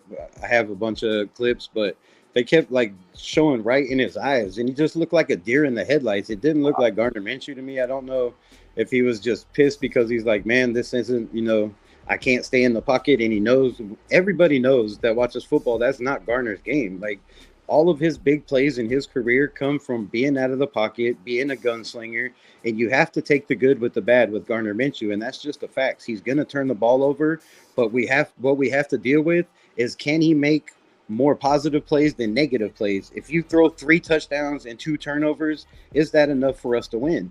And that's the question. But with Aiden O'Connell, that wasn't the question, because his touchdown to interception ratio, and minus the sacks, in the first game, he was only sacked 23 times. That was the lowest, the top 10 lowest of any quarterback in the NFL. So to say he doesn't have pocket awareness and pocket presence or timing with these players is a big difference. I thought the timing that he put in with Trey Tucker and Jacoby Myers every morning in the offseason was paying off, and it showed in the preseason. And I thought there was a reason that they kept putting him in without Trey Tucker and without Jacoby Myers. Like, I was skeptical. I was like, why are they not putting Aiden O'Connell in there and giving him a chance with the 2 guys that he was practicing with the most? Why is he not in there? Why is at least Trey Tucker or Jacoby Myers in there when Aiden O'Connell is in there? Like, even when he got the starting reps, they weren't in there that long. They were putting in, second and third string guys like, Romeo Cannell, those guys. So, I thought that was strange. I thought the whole fact that they said if he has to lose the job, it was his job to lose. I never seen him lose the job. You're right. If you look at the numbers, he was 71% in the preseason to Garner's 47% completion ratio. So besides the swagger and taking the locker room, but you can control the locker room and not be the starting quarterback. I mean, Jimmy G and Brian Hoyer did that last year. So, they were the veterans in the locker room, and they weren't playing. So I just I thought a lot of it seemed skeptical, and I said he just didn't look comfortable out there. And to be a starting quarterback in the NFL and not be able to fake a handoff or to make it look like you're keeping the flipping ball, like, dude, you're a starting quarterback in the NFL. This is your 6th year going on, and you're going to hand off, and you have to switch hands because you forgot which fucking hand you're handing off the ball with. Bro, that's our starting quarterback that y'all want, and saying, when did Aiden ever make any stupid mistakes when he was playing? Yeah, he didn't score a lot of points. Yeah, he didn't score a lot of touchdowns. But name me any game that we lost because he made a stupid mistake. And if you say the Chargers game that we almost came back and won, that he threw an interception, we were already losing in that game. So it was already he was coming back with that game after 7 sacks in his first game. So for him not to be in there is pissing me off, bro. To watch the game that we watched last week, whether he had 257 yards, there was no rhythm, there was no flow. The offense looked stagnant, and the only reason he had those yards were from big plays. And Devontae made 2 good hell of catches, right, to save him. And the one that he dove where Asante Samuels was over his shoulder, where he's pointing first down, laying on the ground, bro. That should have been a pick if that wasn't thrown to Devontae and anybody else. If that was straight up there, I think that ball would have been picked, in my opinion. So, I thought Brock Bowers made a couple good catches. Michael Mayer made 2 great catches, and 3-4 yards. Like, why are we doing 3-4 yards check down? This ain't Rich Gannon days, bro. Like, you go. We have players that can stretch the field, and we can't run the ball if you can't stretch the field. And we have players to stretch the field. I counted 7 times on 7 different plays where Trey Tucker had his man beat before Gardner started running, before he started to lay down and take a sack. So, like, that's what I seen. So, see, now what's great, Turf, is Rebel is literally saying all the things we were saying, but when we say it, the chat room gets all offended. But when Rebel says it, it all makes sense, man. Hey, I'm not gonna lie, you ripped it right there. I don't think you said a single thing wrong. I honestly don't. There you go. Everyone knows I'm an AOC fan, bro. Yeah. I mean, you can hate the facts, but the facts are: can Aiden O'Connell stretch the field? Is the answer yes or no, Rebel? Yes, definitely. Okay. And does Aiden O'Connell have a quick enough release to get the ball out? Is that a yes or no? Absolutely. Okay. Absolutely. So the only other thing I would say is, and this is my whole point about Aiden O'Connell, is Aiden O'Connell will not run because he is not designed to run. Right. He will just throw the ball, sir. He will just let it go. Yes. No, I agree. And he will throw. He will throw his pick. He'll throw a turnover. Garner knows that he can't see over the line, and if our offensive line doesn't give him throwing lanes, he can't see the receivers down the field, and he doesn't take a far enough drop. He takes a 3- and 5-step drop. Aiden O'Connell was taking 7- and 10-step drops, and you know who does that the most? Patrick fucking Mahomes. Yeah. He takes 10-step drops. He runs backwards and lets everybody come to him, and then he takes 1 step up in the pocket and throws the ball 40, 50 yards down the field. He sucks the defense to him. And Aiden O'Connell did that a lot last year that I seen, taking 7, 8, 9, 10-step drops. And I'm like, why are you running back so far? But then he's got the arm to throw it down the field. And I was like, okay, I see you now. So it started making sense. And then I started watching other quarterbacks. Josh Allen does that a lot because he's mobile and he can do that, and Patrick Mahomes can do that. But Aiden doesn't run when he does that. He just throws the ball down the field, and he's dead ass accurate. So I think that's a big difference. Like, I don't understand why they brought in a mobile, Gardner, because he's mobile. If you're not going to allow him to be mobile, to him, you have to let him roll out, because both plays to Devontae Adams, he was rolling out of the pocket. The play to Mahomes, he rolled out of the pocket. There was no big plays from him in the pocket. He's not a pocket passer, and every analyst and football coach and football owner in the NFL knows that. That's why nobody went after him in free agency. That's why he's been a backup his whole entire career, is because you have to take the good with the bad, and most of the times the bad outweigh the good. Like, man, y'all are killing me today. Y'all trying to be positive. But where's my Minshew people at?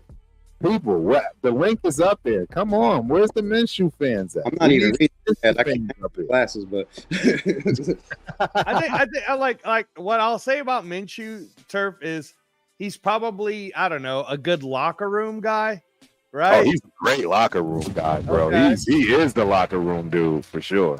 Yeah. So then, you know, like that's why my whole thing was about like I understand what Rundown was saying, but let's say we do a puncher's chance, we get whatever happens this Sunday's what happens, and then we go play Carolina at home and we lose.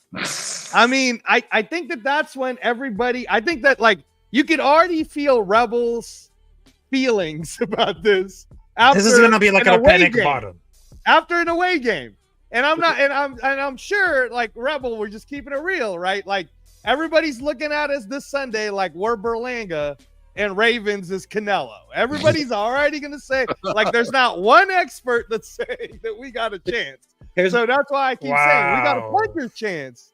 We got a puncher's chance to go in there, right? Yeah. But if we lose to Carolina, the way the Panthers got rolled by Derek Carr and the Saints, right? At home. How passionate is everybody going to be with pitchforks and fire and heading up to the house to say Minshew's out and Aiden's in, and let's just do that the rest of the year? Am I wrong, Rebel? No, but here's my worst thing, and everybody keeps saying I'm wrong because there's 17 games in the season. No, it's not time to panic because I think no matter who the quarterback is, as long as they allow Gardner to be Gardner, I think we have the weapons to score points. And we've shown with Brock Bowers out there. But when you have a quarterback that can't fake handoffs and it's, obvious that he's handing the ball off, and there was a couple times where he could if he would have just kept the ball, that he would have had that first down on 4th and 1. And being a quarterback veteran for 6 years in the NFL, you got to be able to see that, look, our run game hasn't been doing very well, and they just the whole entire team piled in the middle, and he could have just closed his eyes and walked to the end zone, like because nobody would have caught him. But he handed the ball off, and Zeus got stuffed, and that was the turning tide in the game. So we can't have that. So like Rebel, you're not necessarily saying let's pull Gardner out. You're actually trying to say, look, I'd like to look at Gardner in the face and tell him, bro, be aggressive. Be aggressive, Gardner. Go do Gardner shit.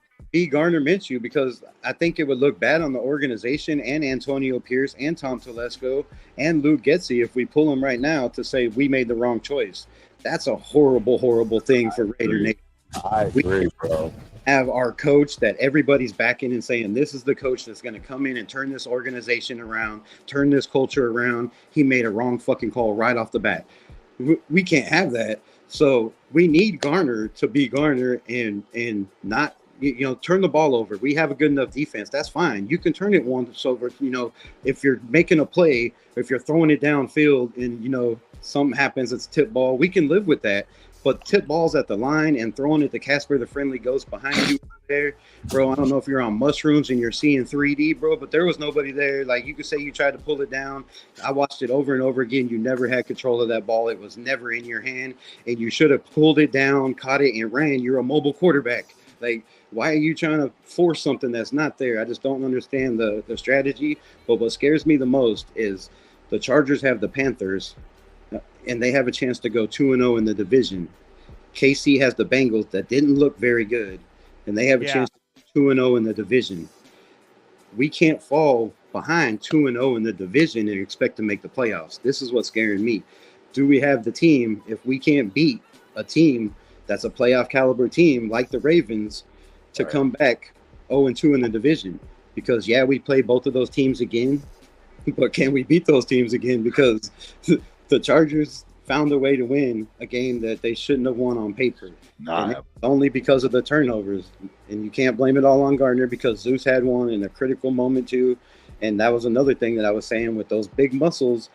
It scares me because you can't tuck the ball, bro. You have to have, that 3-point pressure, but you got those big muscles. There's nowhere for that ball to go, and we've seen that in that game, bro. He reached out, he popped the ball out, and you can't tuck it. You can't tuck it in enough. Your arms are too big, bro, and that scares me. So we have to win this game. Gardner has to show out. The defense has to show out, and we have to take advantage of the fact that rookie Wiggins isn't in there playing corner. Yes. Their lineman Van Nuys has something wrong with his eye, and their Roquan Smith over there. He's out. Got a shoulder injury, so he's playing, but he's nicked up, so he's getting that shot and he'll be in there. But is he going to be 100%? And he can't cover Brock Bowers. We have to take advantage of that matchup and put him in situations where it looks like it's going to be a passing down, and he has to cover Brock Bowers and run the hell out of the ball to that side. That's my opinion. And hey, to be fair though, Turf, do you even think that Roquan could cover Mayer? Because Mayer doesn't get enough credit for. He's pretty good, dude. Mayer's pretty good. I agree. Mayer is a ball. He runs great routes, and he's got great hands, and he runs great routes. Like when he plants his foot, he goes for 260 pounds. He runs amazing routes, and he's hard to stay with. He's not slow. So, let me ask you this then, Rebel. Why do you think that we didn't run more 12 personnel against the Chargers? Like, why not run 90% 12 personnel? I don't know. I think that they didn't know what the Chargers defense was going to do. Right. And I think once they found out, they couldn't adjust. I don't think that they had a backup. I think their A plan and B plan wasn't the right plan, in my opinion. But see, that's what I mean. That Turf is. I remember I was telling you I kind of had to stay away for 3 days, right? I listen to everybody, though. I listen to you, and try to get myself back up to being positive because I don't want to ever be on air negative. But what kind of upset me is I felt like it's like when a boxer goes in there and you have tools to win, but then you're like, well, should I jab? Or and by the time you throw it, it's too late. You're already getting countered. And I felt like we just stick with what, if we were bragging about 12 personnel all year, right? All preseason, everybody, it's going to be hard to cover Brock Bowers and all that. But then why don't we just do that? Then fuck it. Then why don't we just do that? You want to know why we didn't run 12 personnel, in my opinion? It's because the Ravens ran 12 personnel 54.7% of the time last week against the Kansas City Chiefs. Okay. So they know a lot of 12 personnel, and I don't think we wanted to show our 12 personnel against the Chargers. And I think AP and this team went in, and the coaching staff went in thinking we can beat the Chargers because they have a brand new coach, they have a brand new offense, they have a brand new defense, they have a brand new special teams, and they're not going to be as far along as we were. And they punched us in the mouth. We didn't think Joe Alt was going to stop Max Crosby. We didn't think Joe Alt was going to hold up to 16 pressures against Max Crosby and Christian Wilkins. 16 plays against Christian Wilkins, and Max Crosby didn't give up one pressure or one sack as a rookie. So he balled. I do not think that. But Rebel, let me ask you that then, right? Because I know all the Joe Alt fans and the Chargers are loving this, and everybody who's a Notre Dame fan's like, Joe Alt's the truth, blah blah blah.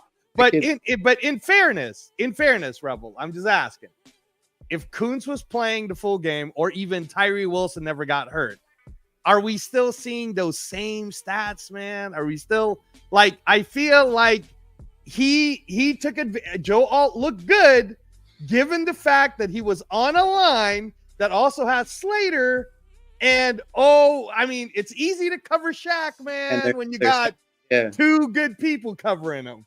They got a damn good center too. That their center, I can't remember his name right now. Yeah. Talking for a minute, but I hate to say it, but yeah, I think it with Kuntz in there, because like I just said, between Christian Wilkins and Max Crosby, they had 16 plays against Joe Alt, and he didn't give up one pressure or one sack. So I think, Kuntz with his bend and his speed might have had a better chance. But look, I want to say one thing about this, and I know people are going to be like, oh my God, you're crazy. But it's been eating at me. Max Crosby needs to stop giving away his fucking secrets to everybody on the planet. He's doing all these all these things and bringing in all these guys and talking about his technique. And, you know, we have guys like Dylan Labe, you know, bro, everybody knows this now. You're giving away too many secrets. Like, you can't be the best. I've never seen the best defensive line ever in the history of the NFL tell everybody else what he's going to do and be the best. Like, bro, why are you telling everybody your techniques? Like, you're out there on video telling, you know, this is what I do for this guy, and this is what I'm thinking, and this is what I'm thinking. You don't think these offensive line are watching these videos? Yeah, they are, absolutely. Think they're watching them over and over and over again and studying these videos and being like, oh, so this is what he's thinking, so this is what he's doing? Bro, I love you, Max Crosby, but please stop giving him technique. This is, like, I'm telling you, 4 pressures and, you know, 1 sack against that, you know. Yes, they have a solid defensive line, but where they were moving them around and, you know, double teaming Wilkins, and you got to do better than that. And we have a chance this week because the Ravens struggled on their offensive line and they were subbing out their offensive tackles. They were moving a guy that I said we should have drafted. I can't even Roston, whatever the hell his name is, but they were putting him on the right side, putting him on the left side, you know, trying to get him acclimated to being a tackle in the NFL, I guess. But if you have if you're switching your left and right tackle against these guys, against our defensive line, they're going to eat all day. So I see us having more of a chance of victory in this game than a lot of people are seeing, because enough credit for it. There was positive plays, you know, with Brock Bowers. There were big plays with Devontae Adams, and these corners gave up 2 touchdowns to a rookie that's super fast, but hasn't been known for catching the ball very good, right? So that's true. That's true. The one catch that he got that was for the touchdown, somebody blew an assignment. So I can't really count that. So if you're on an assignment against Jacoby Myers or Devontae Adams, you're getting cooked. So Devontae is way more knowledgeable than this kid's ever going to be. You know, maybe in his career one day at the end he might be, and Jacoby Myers and Trey Tucker. So I think. All right. So let me ask you this then, Rebel. All right, let's play the matchups up because we were doing this earlier, like in the second hour. So we got Jacorian. Let's say Jacorian's covering either Rashad Bateman or he's covering Zay Flowers, right? Then on the other side we got Jack Jones, obviously, right? So we're good on that. Who, in your opinion, is covering Isaiah Likely? Because that's that. I mean, come on, man. Like, I knew he was coming strong last year, but I thought it was maybe because, you know, blah, blah, blah. I didn't know this motherfucker is about to be the next Darren Waller 2.0. You know what I mean? Like, I was like, the hell's going on with this guy? You know who I would like to see? I mean, I'd like to see Polamalu get in the game more. They said that too.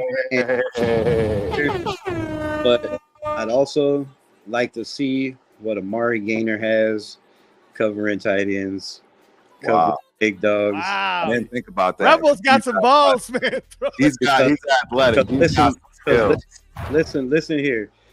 Divine Diablo could not tackle a mannequin in Dillard's. I'm telling you, when it comes to the run game, this man is like a paper towel trying to stop a freight train, bro.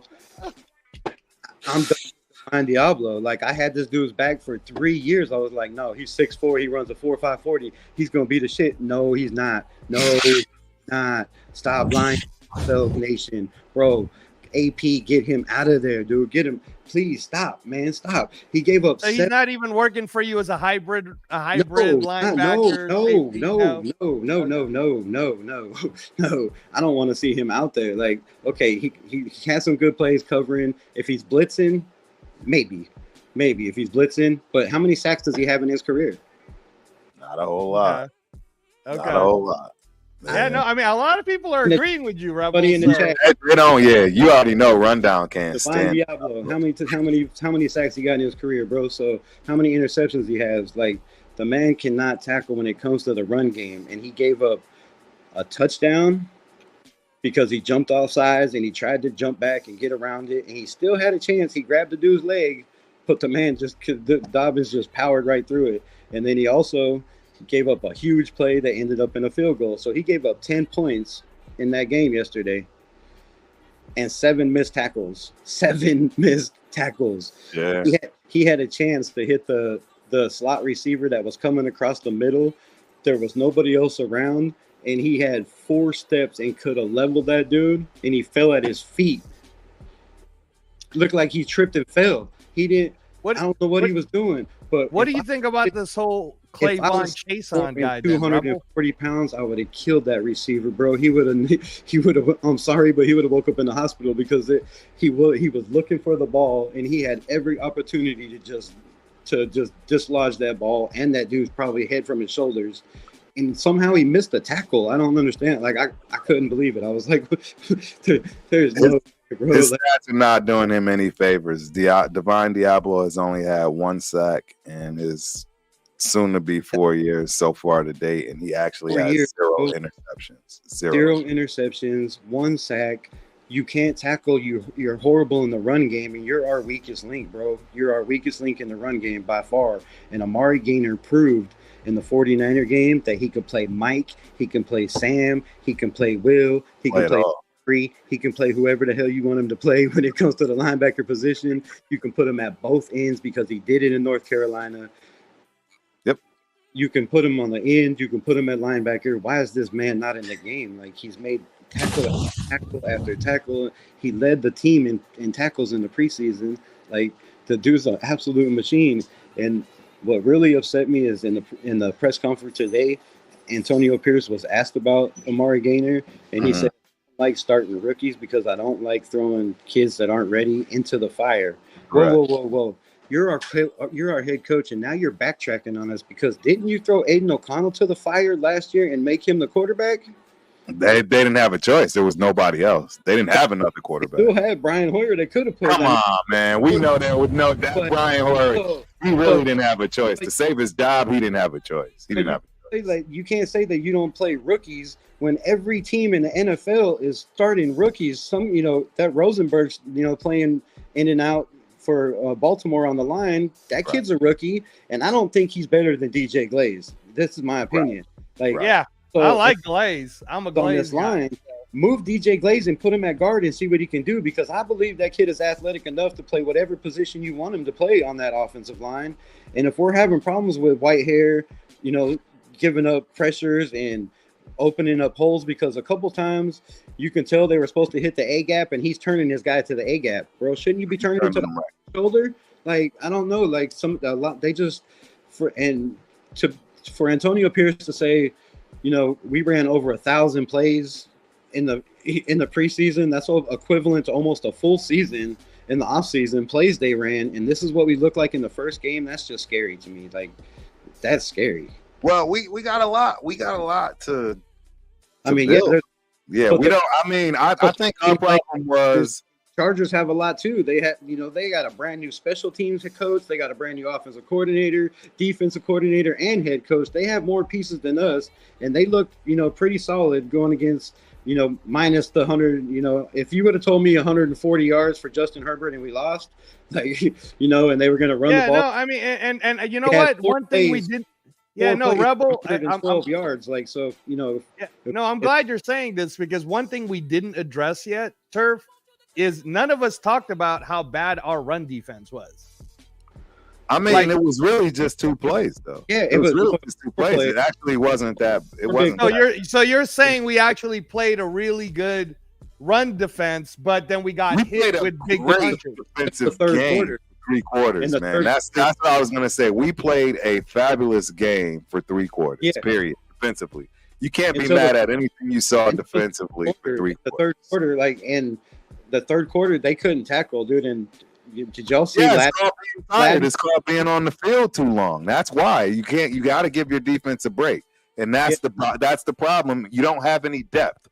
So when you do get them out there in the fourth quarter, no depth. That's the problem with why they can't produce, and that's something that he has to be aware of, and why he had no business making that call to begin with, as far as on 4th down and 1 on their 40-yard line.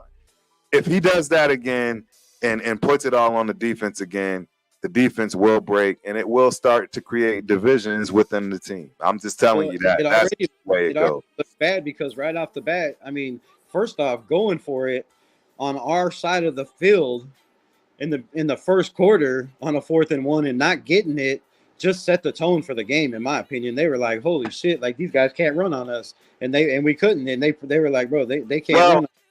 So we're saying they can't run on us, but do we know why they can't run on us? Again, I went through all of the runs for Zeus, and the bottom line is every single run there were 8 people in the box, sometimes 9. Yeah, because we didn't throw the ball deep. That's a fact. Like we didn't. You have to spread the field, and I thought that's why we ran a wide zone.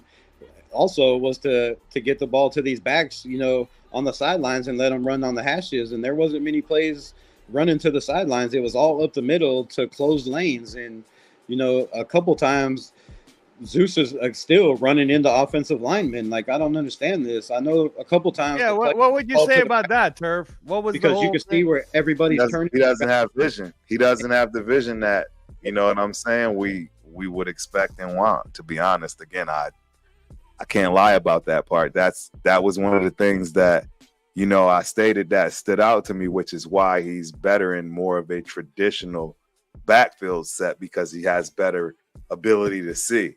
Putting that shotgun quarterback, eye position with him behind the quarterback who's already 5 yards deep and then getting pushed to one side, he's done. That's a Madison type play for a Madison type running back. He needs to be power eye, near, far, even if he's single back, but off tackle, dives, maybe some traps, but you're not looking at anything slow developing. That's not his deal. So basically, the way you would want to see us, you would want to see us run the ball, then Turf would be if Zamir White was more like Raheem Mostert, and then Madison is more like A-Chain. I would say more like Montgomery. Like Montgomery and Jahmyr Gibbs. The Lions, exactly. It's way more along that. The Dolphins is a track team. That A-Chain is not a guy running that pistol, dude. Yeah, and he's not going to be able to. As you already see, he's never played a full season. He's too small. He's not going to play a full season if they tried to use him the way that we use Madison. That's just facts. Or Gibbs, for that matter. Those guys are actually much larger than you'd expect compared to an A-Chain. And I mean, again, that hasn't played it. He hasn't played a full season. With Madison and Gibbs, I mean, they are the two of the 1-2 punch. You want somebody to wear him down. That's what Montgomery is really good at. And even him, sometimes the vision isn't always there. I noticed watching. I watched the whole Detroit Lions game. You're really fascinated with him, right? I was fascinated with that offense. Doesn't Jared Goff remind you a little bit of Aiden O'Connell?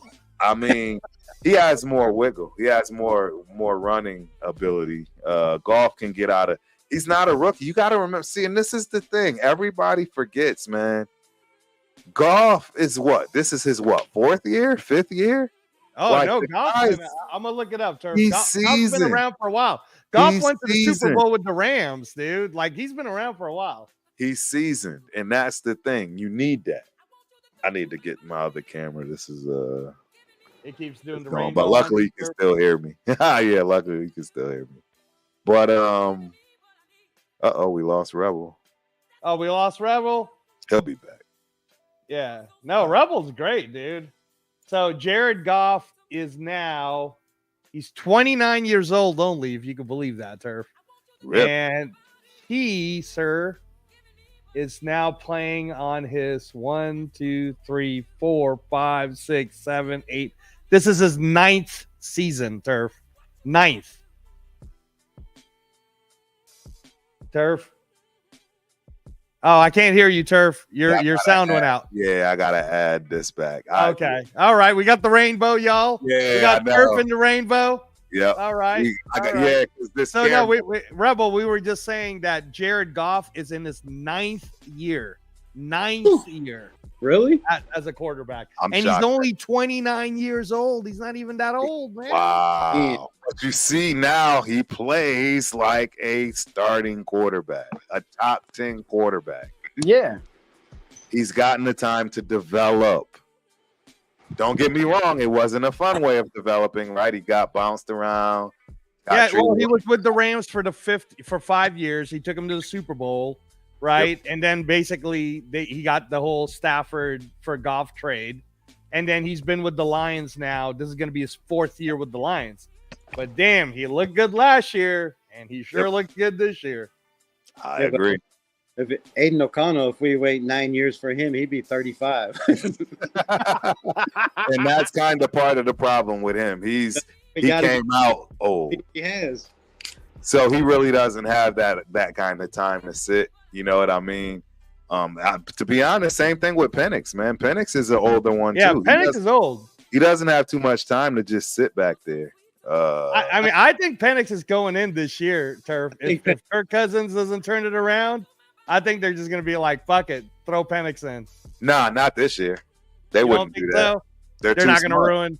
They're not going to try to ruin Penix. Exactly. For what reason? Like it's no different than us. What, they're going to be 4-4, and you're going to throw in a rookie quarterback? It doesn't make sense. Yeah, I don't think their expectations are playoffs probably playoffs because they have Cousins, but Cousins just can't move around. Like you can see, he just got tore up. They know he's not running. They're like, oh my God. TJ Watt was like, bro, this guy can't go nowhere.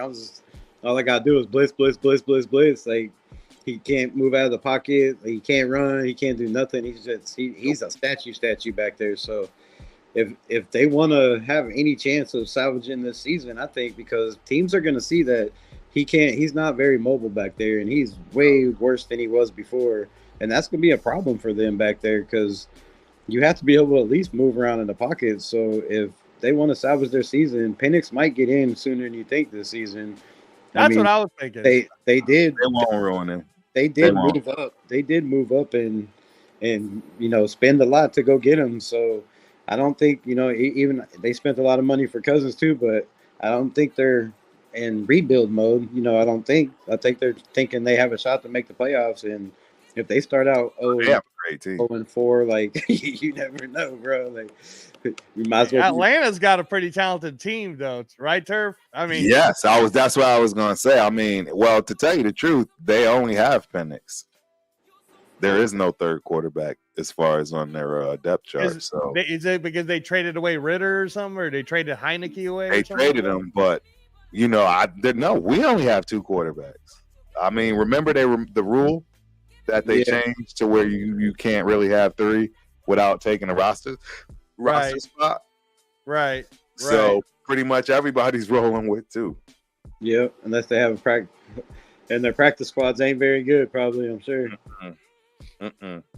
Not at all. We lost Bradley, right? Let me check. We got him back to the practice squad. So he is on the practice. I thought somebody else picked him up though. No, I thought I'm checking right now, Turf. On the practice squad, it looks like we do still have Carter Bradley. He's in the roster. I like the way he played. I want to ask both of y'all something about the run game. So, from what I was seeing, especially with the Chargers, is they have a defensive lineman that's 6'4", 300 pounds playing fullback over there. We don't have a fullback. If you're talking about playing bully ball in the NFL, why don't we have a fullback? Because to play bully ball, agree. To me, the tight end. As the ex-running back in high school, I would much rather have a fullback in front of me because, for one, it gives you patience because you can't, and this is Zeus' problem in my opinion, this is just my hot take, is Zeus is fast and he hits the hole way too quick and he's not letting the plays adapt. He's not giving his big-ass linemen time to move their guys where they need to be. He needs don't have wiggle. A positive step, a side step to the right, or, my coach used to tell me the same thing. He'd be like, man, you're hitting the hole too fast. So, take a step to the right and then, and then go, hit the hole and then take the handoff just to slow you down a bit and let everybody, get where they need to be. So having a fullback gives you that, you have to slow down and follow that guy. And then once the hole's open, then you hit your burst. And it makes a big difference for a lot of running backs in the NFL and in college that, when they have somebody in front of them to open that hole and to slow them down, it helps with your vision. It helps with your timing. It helps with all of that. So I think having Brock Bowers or Michael Mayer, I think a couple times they had Mayer out there opening holes. Right. We got big gains. Right. Well, Zeus missed a lot of reads too. I'm not going to sugarcoat it. He missed reads, and it's because of the style of play that he is. You're absolutely right. He is a guy that is more of a traditional running back. Again, no different than the Detroit Lions. It's Zeus's power gap, basically, right? Exactly. He's just not somebody that has wiggle. He can't slow down. See, that's the difference you're not seeing, in my opinion. He can't slow down. He can't run behind somebody and be slow. He's absolutely going to stop. That's not his thing. That's not his thing. You're basically saying Zeus is a puncher. That's what he does. He ain't gonna. You can't turn him into a boxer. And if you try to teach him how to be a boxer, he's just gonna screw him up. What he does is he goes in there with rocks and he just wants to throw bombs, and that's what Zeus does. That's Zeus. You hit it right on the head. He does have decent footwork, though. He can make sharp cuts and cut on the dime. It's just right, but it's not his style. You know what I mean? It's not his style. That's why they need Dylan Labe to be on the not a scratch when he's healthy. Irv doesn't like that. Irv doesn't like the Labe. I know, but put the kid in, because look at how many rookie running backs shine this week. Look how many. Turf believes Labe will be a better stripper than he was. 7th round picks. There's running backs that were 7th round picks that were making big plays out there this week. That kid he has wiggle. He has the juice, and if you can create holes for him and get him to the outside, he's a different running back than Madison and Labe. And Madison. I highly disagree. I don't think he comes close to touching Madison's jockstrap, let alone Abdullah. I just don't see what you guys see. I've said that a million times. I just don't see it. I mean, in preseason, it flat out showed me. I mean, he was no better, if not just equal. I'm just saying. I'm just telling you honestly what I see. I just don't see what you guys see. I don't. But in the preseason, they did put him with the starting unit one game or half of the starting unit, but you could see what our offensive line is. Like, it's not like it's a great offensive line. And when they did put him in, he was in with the 3rd string offensive line, which is absolutely horrible. Yep. So, I agree. It got Anthony Brown cut, but if you watch him, in practices and tape on practice when he was out there with those guys, he was schooling some of our defense. He's making cuts and juking people, and he's got that juke ability and that twitch, and that's something that these guys don't. That neither one of them have. They're big, powerful, strong runners. And I know Madison has the strength. Madison's got more. I know Madison has strength and twitch. He's got wiggle. Yeah, he's got everything. But he's more of a downhill runner, also, though. Not Madison. Madison is a scat back. Madison is not a downhill runner. Not at all. He's more of a single back. Doesn't want a fullback. He does not. So Madison is the type of running back that does not want a fullback. See, again, I was the type of running back just like you, Rebel. I wanted a fullback. A fullback allowed me to hide even that much more. I was the running back that's the element of surprise at 5'8". So you know what I mean? That was why I love the fullback. But think about it. Barry Sanders hated a fullback. You know why? Because Barry Sanders had crazy wiggle. Yeah, when you have wiggle like that and you have the ability to make plays yourself, regardless of the offensive line, you want less bodies around you because it gives you the ability to be more free, be more improvise with it. A running back like myself and Zeus that literally is just better at hitting the hole, hitting where you're supposed to go, regardless of where that is, even if you have to make a cut. It's not as conducive. And Laube is definitely more of a 3rd down back. I'm just afraid that, it's too big for him. You know what I mean? I mean, he kind of showed that getting smacked and fumbling in preseason, like, Yeah, but, wiggle and stuff that you guys see. Zeus fumbled in the game, so that's going to happen for. Absolutely, absolutely. He got the ball punched out, and Zeus can't do that either. Exactly, Zeus can't do that. Like, that's the quickest way to get your behind to the bench. Like, yeah. that's exactly what happens. And it doesn't matter how good you are. Yep. You're going to the bench if you're dropping the rock. I do like the fact that AP put him back in there and gave him a chance to Exactly, because he didn't want him to end that way. Yeah, to end that way. But I think if Madison's that type of back, then we need to run that wide zone and have him running those plays because Zeus is more of a hit the hole in the middle, A B C gap. But bro, Right. like we need to get guys to the outside, and also I want to see the speed from McAllister, bro. He made this roster for a reason. There was no reverses. There was no double reverses. And that's a lot of the reason that the Kansas City Chiefs beat the Ravens is because they used that speed of their draft pick rookie that's got that 4.2 speed, and they ran a whole bunch of reverses and got him in open space, and they couldn't keep up with him. So I want to see that from Brock Bowers. I want to see that from McAllister, Well, I want to see it from Tucker. I mean, that's why Tucker's there. I think you and also Tucker too. But I think we lose sight of the guys that actually have made it, have been here a little bit.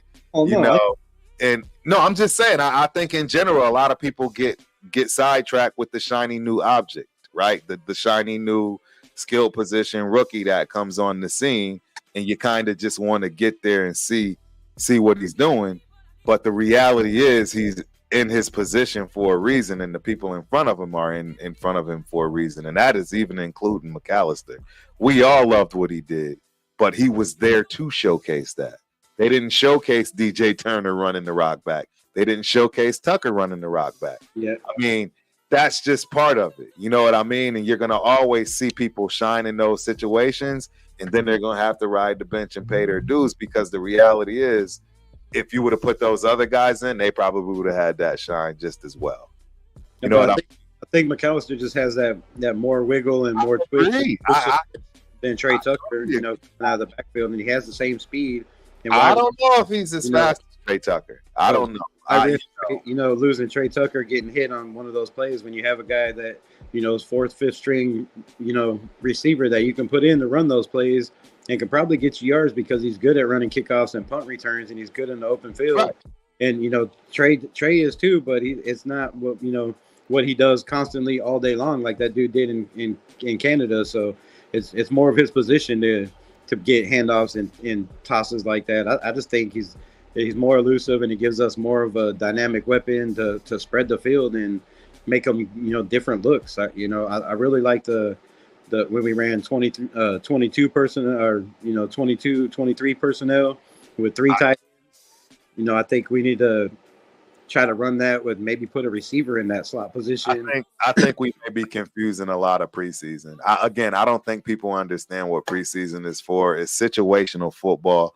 It's a lot of stuff that you're seeing that you're never going to see in the real. But the Chiefs, know what I mean? Ran that all day against the Ravens. I understand, but that's the Chiefs, dude. You're talking about a team that has the best offensive coordinator to ever walk planet Earth. Every single play that somebody's open on that team.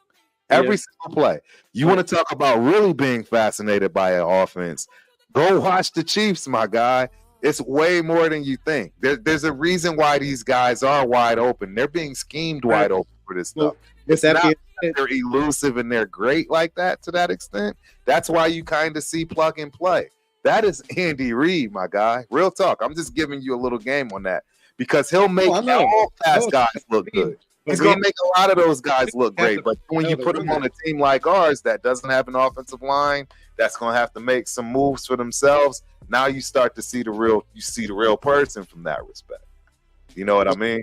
See, we have if you run that to the right side, you have Mumford over there and Parham, who are both very athletic tackles and guards. No, I agree. I want to see Tucker. They can get to that next level. So, we have the personnel, if you run it to that side, to run those jet sweeps and those double reverses. You just have to have the balls to call it in the game and have the right situation and right scenario. Trey Tucker did that for us. I think they even did that in preseason with him. I mean, they did it with Jacoby Myers also, I think. Right. But absolutely. And they have done it. It's just that a little bit more. You have to build something offensively. You know what I'm saying? Because you're saying, do these kind of trick plays, but then if they start doing that, now people are going to complain, what the hell are you doing? What's with all these trick plays, especially if they don't work and you haven't established anything? See, you're watching the Chiefs. That is a well-oiled machine, my dude. You can't look at the Chiefs and then be like, why don't we look like that? There's a big, huge reason. Again, just go look at any of the offenses that are well-oiled. Again, I keep coming back to them because I'm telling you that it might be their year, but I'm telling you the Detroit Lions offense, that's going to be a hard offense to stop. It's going to be a real hard offense to stop, and it's for a reason. They didn't just do that overnight. You see what I'm saying? And y'all want people, y'all want us to do this stuff overnight, and it's not going to happen overnight. And that's the part. You got to have the same personnel in the same system, like for that shit to happen. Exactly, or the same offensive coordinator. You got to remember, this whole entire offensive coaching staff is brand new. The whole entire offensive coaching staff. They don't know these players like that. Now think about the Chiefs. How long have they had their coaching staff there? How long has the Lions had? But it's still the NFL, and these guys are grown men. They're the best of the best, and that's not the reason you can't. And what are the handful of teams that are at the top? What are the handful of teams that actually really truly have a shot? Let's keep it real. Let's do the exercise. Let's be honest. What true honest teams have a real shot at the top of the NFL right now? There's literally like 6 teams. The Bills, the Ravens, the Niners. Well, all right. Okay, hold on. There's only like 6 teams. Let me cut in real quick, but hold on. We have to say the Chiefs. We have to say the Chiefs. We have to say the Chiefs. We have to say the Niners because they were both in the Super Bowl last year. Exactly. All right. Okay, then we got to say the Ravens. We do. Absolutely. We got to say the Ravens. All right. But we also have to say the Lions because the Lions were right. Okay. So that's 4, Turf. That's 4 right there. Right. Okay. They have like a great quarterback, but also their defense, I mean, they're evolving. Yeah, so now you can't even discount you can't discount all of these other. It really involves the way Philly looks. You can't discount Rebel Turf. The way Philadelphia looks. Another team that I would say is in the top 6. Yeah. Okay, so Philadelphia, the Eagles, the Cowboys is another team that I would say is in the top 6. Okay, that's already 6 right there, dude. And that's my point. How many? Who's won the Super Bowl in the last? Who's won the Super Bowl in the last 4 years? Well, it's the Chiefs. And one of those other 6 teams? Probably the 5 or 6. That's what my point is. Those teams are the only ones truly capable of competing right now. And when we look at those teams, you can't compare them to the other teams that are mediocre. That's my point. And that's why I'm saying it sounds and looks good when you see these guys in preseason like the McAllisters and so forth. But again, you don't want to throw these guys in there and then they go to shit. That's how you ruin a rookie. Like, you have to develop people. You don't want to throw anybody. The wrong thing to do with Amari Gaynor is to throw him in there and all of his confidence is shot. And he's got no tools left from that respect, and he's a shell of himself. You know how many guys are a shell of themselves because they were thrown in to the wrong system, the wrong place, the wrong coaching, the wrong everything. We just signed one in Kayvon Chasen. He's somebody that. What do you think of him, though, Rebel? Like, what do you think of Kayvon Chasen? I think he's a first-round pick. He has all the attributes to be a dominant defensive end, but when you get cut from a team that's 32nd in the NFL in defense and 31st in the NFL in defense and 32nd in the NFL in offense, and you get cut and we bring you in thinking you're going to be a savior and help, a culture change might be it, but not everybody's going to be a Jack Jones. I see us bringing in these guys hoping that everybody's going to be the next Jack Jones, and AP's just going to change them around. But let's look at the facts here. What have these guys really done? Like even Kayvon Blue, the guy's played in 5 single games. You got guys like Wu Governor, that we released that's not on our practice squad. That was the second leading tackler on our team in preseason. It's preseason, man. You can't. You put Bro, too much on that's preseason, my guy. in Yeah, 5 games. exactly. Way too much on preseason, dude. He has 2 tackles in 5 games or 8 tackles in 5. Like, Dude, how about when we were That was undefeated for 2 years in he's going to preseason? help us on our Get that practice to squad, us. but he's not going to help the situation right now. Like, we need I think you're Could be. misleading. that have a chance of making the roster, in my opinion. Not guys that are just going to stay on the practice squad. I want to see guys coming in or make trades if we have to, but bring in guys that actually have a chance of, maybe being brought up to the roster for a week or two in a certain game. Well, that would be the question. You know, who else are you gonna bring? I mean, it's not like you can just go pick an edge guy off of trees. Like, if it were that easy, everybody would do it, man. I understand that too, but why are we taking, bring somebody in? why are we taking? I mean, guys it's not going to be like a rocket science. but we're taking guys at the. I mean, I hope the guy does well. Who else are you gonna take? That's why I'm asking. Honestly, who else would you take? I don't think anybody that you're gonna name is gonna be relevant. That's my point. Like, you don't just go get an edge dude off the street. That's why rundown edge quarterback right there. Certain positions you don't just go off the street. Anybody off the street. That's not one of them. And obviously, that's why we have problems defense to begin with, because we don't have the depth. That's why rundown. I gave him props earlier today about wanting an edge person, because our worst fears just came to reality with Kuntz not even playing a single game, getting hurt. Yeah. No depth. We thought Janarius Robinson might be able to do something. They brought Snowden up. None of it's working out. Decent. I thought Snowden looked decent out there for his first.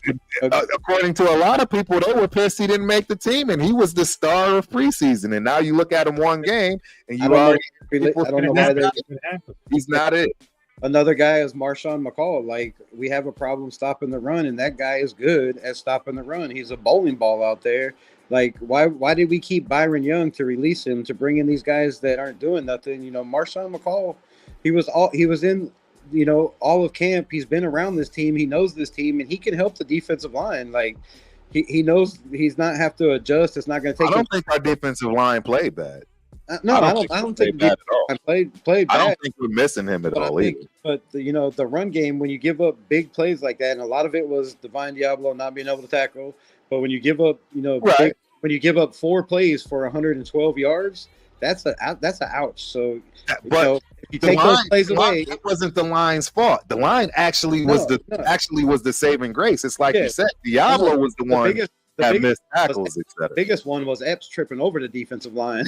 Like, he was trying to get to his gap, and he straight tripped over the lineman and fell on his face. So you can't have plays like that. Like, Marcus Epps, a couple of times I've seen him just do a flying body press like he was in the WWE trying to tackle people. You can't have that shit. So, it wasn't the defensive line, but the defensive line did give up that gap for him to miss. So there's a couple after playing solid sound ball for 3 quarters. I'm not mad at the defense. But then you got to go back to no excuses. Definitely changed the whole. Then you got to go back to no excuses.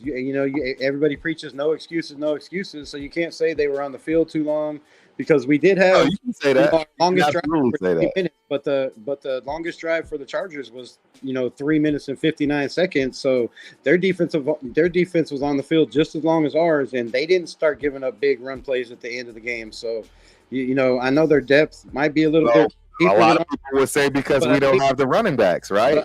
That's where now you're looking at your running back core. But they started. I thought they started to open up holes towards the end of the game. I thought the offensive line, started to come together towards the end of the game. I know it was a little too late, and we had to pass. So, but when we had to run, they were picking up chunks, 6, 7, 8 yards. I've preached this the whole time for the last 2 months. For Zeus to be a dominant running back and for us to have a bully running game, he has to touch the ball 20 times. And if you go back and look at the stats last year, every game he had that was over 100 yards, he touched the ball 20 times or more. And you can't expect to give this guy the ball 13 times and expect him to have a 100-yard game. It's not going to happen. And same thing with Madison. These guys both need 20 touches or more to warm up and get hot because they're that style of runner. And I don't think either one of them are ever going to warm up and get hot because we're playing this, running back by committee shit. None of them ever had more than 2 or 3 reps at a time. They were constantly switching guys in and out. and you got to have a rhythm. Like I know you got to sub guys in and out, but somebody has to be that lead back and take most of the reps or the majority of the reps. You can't have them both having the same amount of reps because you can't get a rhythm like that. And that's just my opinion. I mean, it just depends. I mean, again, I keep going back to this because I think you guys are so used to watching a dysfunctional team that you don't see. Like, if you go to the Detroit Lions game, they ran 28 plays. They threw 28 plays at exactly even Steven. Each running back pretty much got roughly close to the same touches. None of them got 20 touches each, right? We all know Montgomery is exactly what you just said, a person that needs to warm up and get more touches, but that's not what they do, and they still win.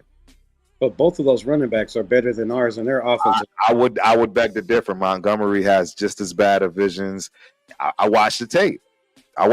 Montgomery has just as bad a vision situation as Zeus does in certain circumstances. Yeah, but he's more elusive though. Like he's wiggly. Not Montgomery. Montgomery, he couldn't cut if he saved his life, dude. That's what Gibbs does. He's got a little wiggle to him, but Montgomery does not have any wiggle to him. He's huge. Montgomery is huge.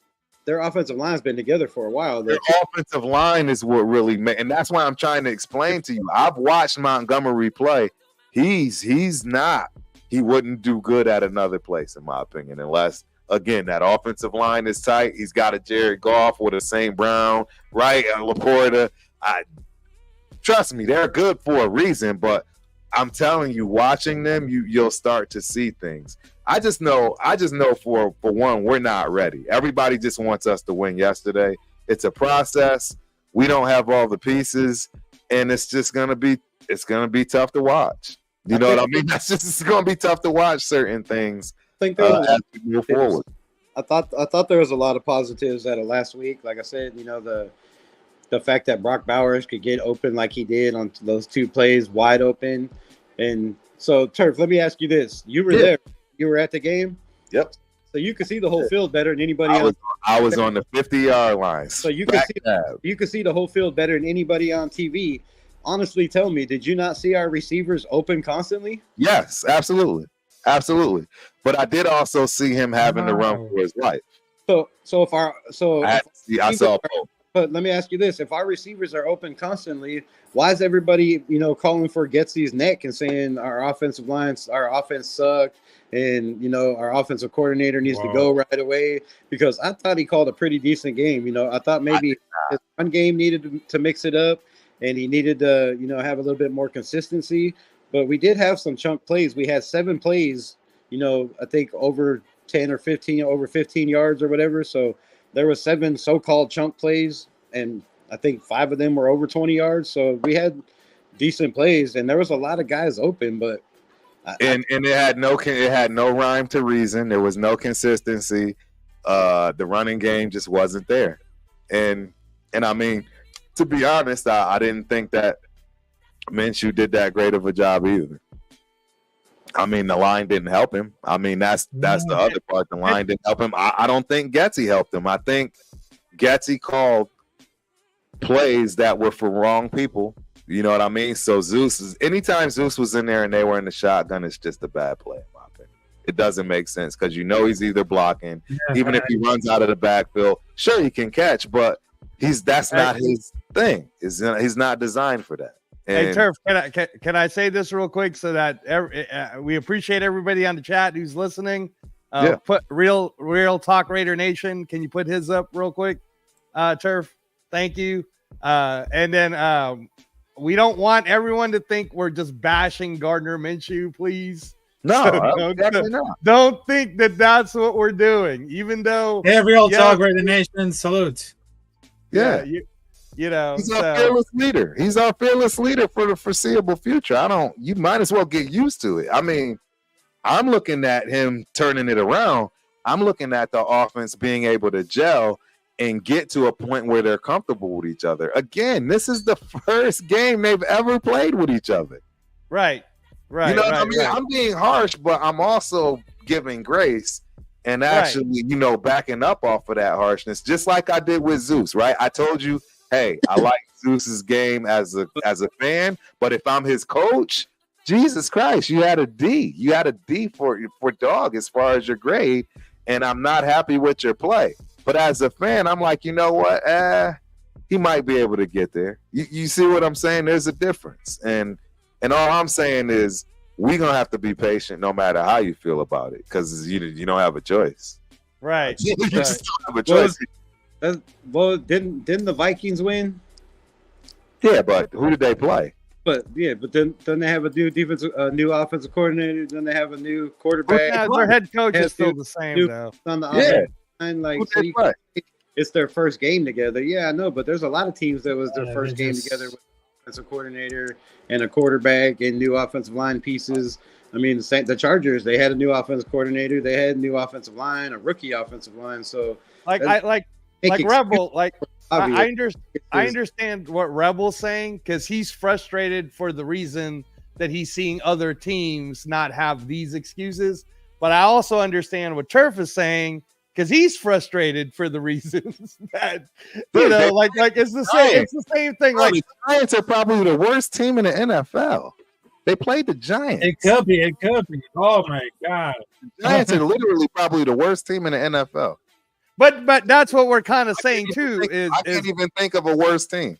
No. Hold Sure. on. I can think of a worse team. Nah, Carolina got a better defense. Okay. Well, not anymore, Turf. No, I Not don't think anymore. it's gonna Derek happen. Oh my Brown is God. out for the season. He's out. That's their main piece, dude. He's Ooh. out for the season. So not anymore, Turf. Not anymore. And that no matter how Wow. Shout out to D-Minutes. it is, My God. like you just said, no matter how good your defense is, if they're on the field the whole entire game, it don't matter how good you are. Nobody has Give something up. to be on the field constantly. So Carolina has no offense. No matter how good your defense is, you're going to get tired and worn out come third and fourth. I agree. You're I agree. on the Hey, field. Turf, let me just flip this real quick. Yeah. So I know that tomorrow night Rafa is a really big deal for it's the big UFC Noche. Oh, Letter to Mexico. Oh, yes. They're pumping it up here in Angelo, Vegas. you So just I just want to give Rafa. Rafa a chance to kind of tell us how much love the Latin people all over the world are getting for UFC Noche and the Spear. It's crazy. I don't know if you're a fight fan, Rebel, but they've literally spent more money. Angelo, on the I gotta Spear. tell you. Oh, go ahead. Yeah. Go ahead. Go ahead, Rafa. Yeah, go ahead. no, because my internet connection it went so bad. It went so bad. But I can tell it about this one. I mean, the community is so big and important because this weekend is not gonna be like Noche UFC between Valentina Shevchenko versus Alexa Grasso, but also they just got Shannon O'Malley versus Mara Debili, but also they just got Berlanga versus Canelo Alvarez. I mean, these two important events will knock everybody's down. But I know my internet connection still sucks right now, but I guarantee this weekend for those fights is gonna be superior. It's gonna be truly amazing.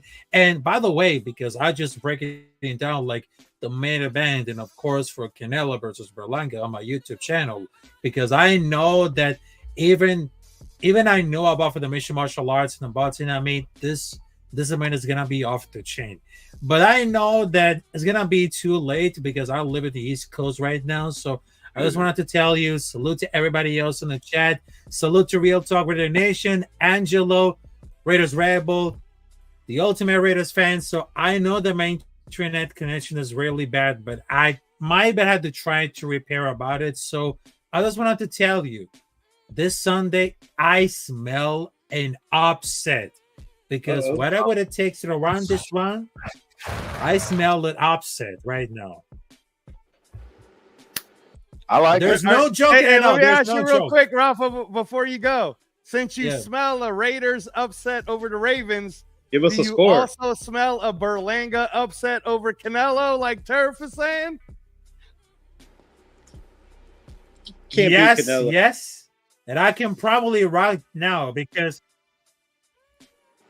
But I just wanted to tell you because Canelo, it looks very experienced, but in this fight, I mean, he was looking very tired right now. But you gotta be careful about those jabs of Berlanga because he really dominated. he really dominated the whole system of the jabs and of course the grappling. Everything. Turf, you're saying Berlanga got a chance? Turf is gonna give y'all a gem. If the odds are horrible, if the odds are horribly against Berlanga, go put your money on Berlanga. Wow, Turf. All right, hold on, Turf. I'm gonna tell you what the odds are right there. Yep. If they're anything over 600-700, go right, march right down, and put whatever you can put on it. You heard it from Turf first. I mean, Berlanga is a natural 6'1", big. Turf. He's a natural. Berlanga right now on like your betting app odds. I gotta go check out what the casino odds are. Right. But on the betting app odds, God. it says he's plus 900. Canelo Alvarez is minus 2,000. Oh, I'm about to make some money. Are you serious? Plus 900, bro. Oh, so that my means, God. That means if you put in 100, Turf, you're gonna get your 100 back plus $900. I'm putting my money. Oh my God. I mean, y'all. I don't know, Rebel. You think Canelo will lose, man? Let me. He's a minus 2,000 favorite, dude. I'm gonna be honest. I haven't watched much boxing in the last year or two, but from what I know from Canelo, that dude is a beast. Ooh. So I don't know how strong this dude is, but you're gonna have to have a whole lot of power to knock that dude out. And if it goes the distance, then I'll put it to you this way. I'm gonna put it to you this way, Raider Rebel. Did you watch when he fought? Did you watch when he fought? Munguia? The Russian's name. Oh, Bivol? Bivol. Did you see that fight? Yeah, that's probably what you're gonna see. Wow, Turf. Okay. That's a big. Just telling you noticed that the size and just everything was just he was out of his league. Yeah. Now, Canelo is not a natural what is he at? Heavyweight right now? Well, he's at 168. He weighed 166. But you and I both know, Turf, that he's winning at that division because he's not really fighting people like Benavidez and everybody else. Right? We know this. We know there you go. Yeah, but Turf, what my question though is, you're saying that Berlanga's boxing skill is as good as Bivol? No. That's not what I'm saying. What I'm saying is he's so big and he's so strong that it's going to somewhat look like that because Canelo's not going to hurt him like that. But now everybody's the same exact thing against Munguia. And Munguia was doing good until he got knocked down. I didn't like Munguia's game, no. I never really liked Munguia like that. Okay, so you're saying Berlanga's a better boxer. He's a better boxer. He's a better puncher. And he's got more of that. Remember how you told me about Devin Haney and that killer? I did. Berlanga's got that. Okay. You see what I'm saying? Berlanga's got that. Difference. What's the reach difference? It's a big one. I'll give it to you. I'm trying to tell you, it's going to be big for Berlanga. So check this out. All right. So here's the particulars. Wow. So Canelo Alvarez is now 34 years old. He's got 61 wins, 2 losses, 2 draws, 39 knockouts. Though size-wise, he is 5'7.5" with a 70.5 inches reach. Okay, Berlanga is 27 years old, 22-0, undefeated. He's got 17 knockouts out of those 22 fights. He's 6'1", just like Turf is saying, with a 73-inch reach. Oh, he's going to smoke him, dude. So Canelo's going to smoke Berlanga? Right, I just know Canelo has a problem with bigger fighters. And I don't know if that dude's faster than him, but if he's even the same speed with that reach difference, that size advantage, it's a problem. Long day. Would you be willing to put? It's a plus 900 bet right now, Rebel. I'm betting this all day, dog. I'm betting this all day. I'm telling y'all right now, I'm betting this. My buddy's asleep, but as soon as he wakes up, he's gonna see my bet. I'm on this one. I'm telling you right now, I don't bet boxing like that, but when I do bet, I tend to win. What was his last fight? I'm gonna have to go watch that. I might have to put Berlanga? Berlanga's last It was fight? a knockout. Who was it let me though? look it I'm up. gonna see if I can find it. His last fight was. Who was his No, last? hold on a minute. Oh, hold up. I know there is something about that. Holy I don't know who snap. he fought. Oh, this last fight that was on. It was. I know it wasn't a. McCory. That was Patrick McCormick. yeah. That was in February. Okay. Yep. Nah, he's. Yeah, he's. Yeah, this is an easy one for me personally. Plus It's not. 900's drawing you in, huh? Oh, it's easy. It's a no-brainer. It's a Right? no-brainer. That got me. I was like, shit, I'm gonna have to go watch this dude. 900. It's a no-brainer. Dude, like, Yeah, when you plus got 900 is a lot. So essentially, think about it this way: that, if Turf puts in $1,000, he's gonna get 10 grand back. Exactly. damn right, like Exactly. Wow. The last time I made this kind of money on a fight, it was Fat Boy when he fought. Andy Ruiz and Andy Yep, Ruiz. Andy fought Ruiz, Joshua. Joshua. All right, Andy Ruiz? all right. I Oh. took that bet before they could There even you get that go. fight signed. I knew he was going to whoop his ass. I knew it. That was a good bet, Turf. That was a good bet, actually. A lot of people thought Andy Holy Ruiz had the snap. hand speed I just to catch Joshua. So, Rebel, do you watch UFC at all or not really? oh yeah, I watched. Okay, so how about for UFC Noche? Do you think it's going to be a sugar show again, or do you think Divashili is going to have a chance? I hope he has a chance. I want to see. I don't, I hate to see. But you're not betting. You're not putting money down. Are you? You're not putting money on it. It man. Oh, hold it. Yeah. I'm definitely not putting no money down. Definitely not. Okay, so it's a sugar show. Yeah. Sugar. Nah, sugar I think he has a. It just depends on how. If he starts out fast, I think he has a chance. But if he starts out getting backed up right away, then. Okay. Rafa, did you have Sugar winning that one too? The main event? Sugar show? Oh my God. I got the sugar show, but I know this is very interesting right now because what I was doing, like at a breakdown, but I'm very sure because I know because right now it's because even though that I'm just trying to do like sports betting, but I just wanted to put the money on the sugar show. I mean, the cardio, the striking, and grappling is unbeatable. And I know because he was being like the undefeated because they just put all the money on the sugar show after he just won against Aljamain Sterling and he was like the underdog. But I'm very sure the sugar show will have like the ultimate redemption against Merab. Okay. Nice. So Turf, you know anything about the Sugar Show versus Merab? You got any comments on that one? You're just so busy, Turf. That's the hardest thing is you can't keep up with everything, I right? can't keep up with everything. You gotta man. do it. Sugar Shane. I'll tell you what's got everybody excited about this is that Merab is from Aljamain Sterling's team. Right. No, I know. I know. Okay? I know. And at that time, right, they were saying, yeah. you know what? Okay. The reason why to this day, Rebel, I still will not bet against Sugar is because in terms of striking, which you know, I'm about to spit some truth here, Turf, because you know this is my world. Right. I haven't seen someone like that where they understands the distance of the octagon so well that they can lead someone and lead them back without ever even throwing a punch. Right.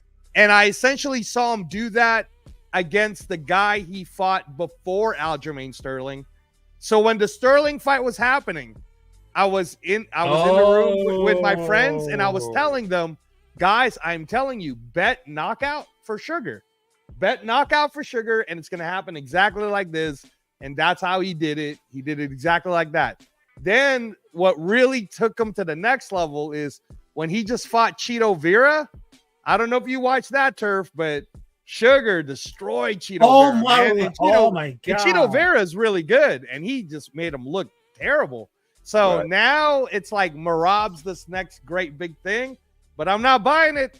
I'm just not buying it, man. Until the only person that I think would give Sugar a really good fight, and I mean a really good fight, is Ilya Tapura if he moves up to 145. Right. Have any of you guys seen that boxer Oh, the guy from Spanish Spain? one. Oh my god. The Spanish boxer, dude. Oh, that guy's dope. That guy is dope. So I mean, yeah, I mean, Ilya Topuria, I mean, that was really savage. I mean, because what you're talking about for like Ilya Topuria, I mean, the Spanish fighter, I mean, he got the beast mode up there because I know the Spanish fighters, they just build a lot of different because their cardio was very perfect, but even their workout, the grappling, the submission styles, I mean, it's pretty impressive because you can never mess around. Never mess around. Sunday night?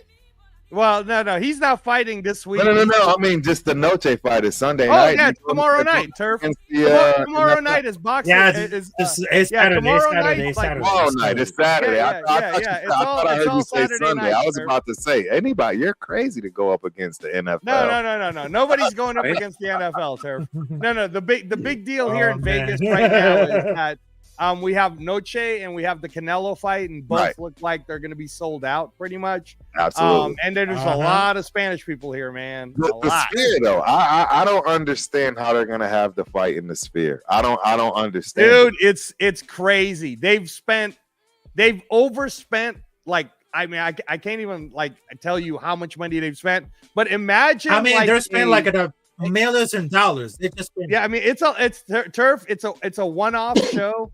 They're never gonna do it again. Of course But not. well, I don't know how it's gonna work. well, basically, Turkey Al-Sheikh, who you know has been changing boxing for everybody, Right. he put up the money Mhm. to do this so that they could do like a 4-dimensional show, kind of like the U2 concert, but it's going to be a love letter to Mexico. Oh, So they're going to do yeah. like graphics, and they're going to show Have you been to the Sphere? I Yeah, haven't taken the tour yet, Turf. See, it's if you were there, you would understand why I'm like, I don't know how this is gonna. I don't even know where the octagon is gonna be. I don't know. It's not. You're not gonna be able to see the octagon. Actually, you're gonna have to look at the screen in order to see, because how far the octagon will sit from where This the is going to seats be are. like a super realistic. Unless they've built some huge stage that, you know, because again, if you've been in the Sphere, it's not a comfortable place to watch a fight. It's very steep. I don't know. But Turf, let me ask you this question. Yeah, You know how when you watch the movie at the Sphere, right. what if the fight was on that while it was happening live? Right, that's what I'm saying. That will be cool, but you won't be able to actually see the fight. You have to watch it on that Wow. screen. So I'm just saying, as far as your cost is and where you're sitting, like I'm interested to see how they do this. Even for a concert, I'm interested because of the way it's built. It's weird. Yeah.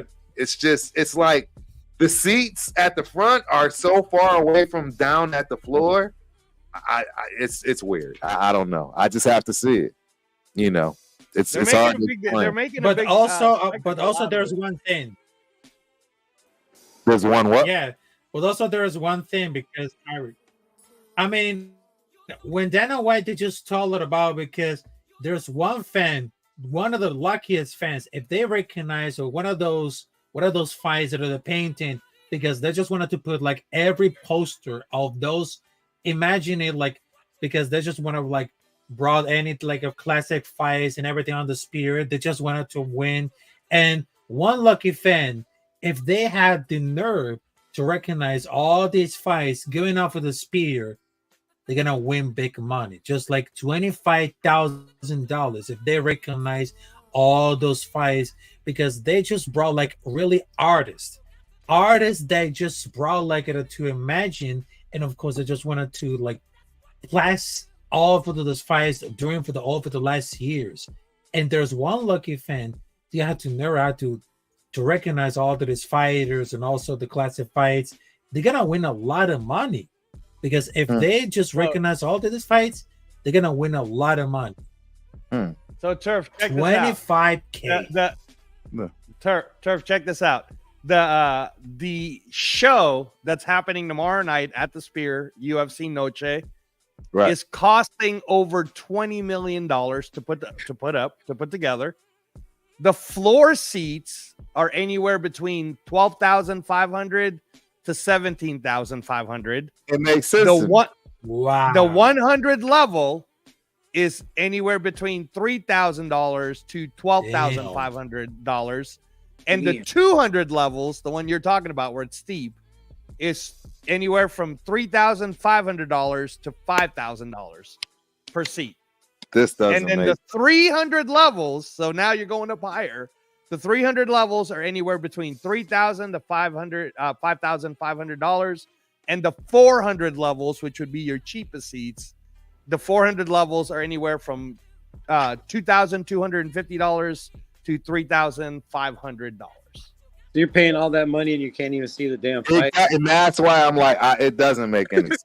I mean, there's a lot of people that are traveling from around the world. A lot of the people going to this are, Turkey Al-Sheikh's people too, right? So the fight will be sold out. There's no question that it'll be a sold out event. It'll probably be the only type of its kind, because you're putting up $20 million just to put together a show. That's crazy, right? But this is kind of bringing you into the direction again of, I don't know if you heard about this, Rebel, but this has been big news in the combat sports world over the last week.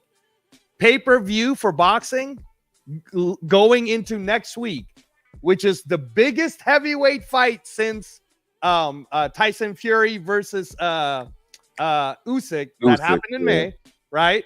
Bro, you no longer have to pay $100 because it's only going to cost you $20 to watch the entire card. $20, have fun at home, bro.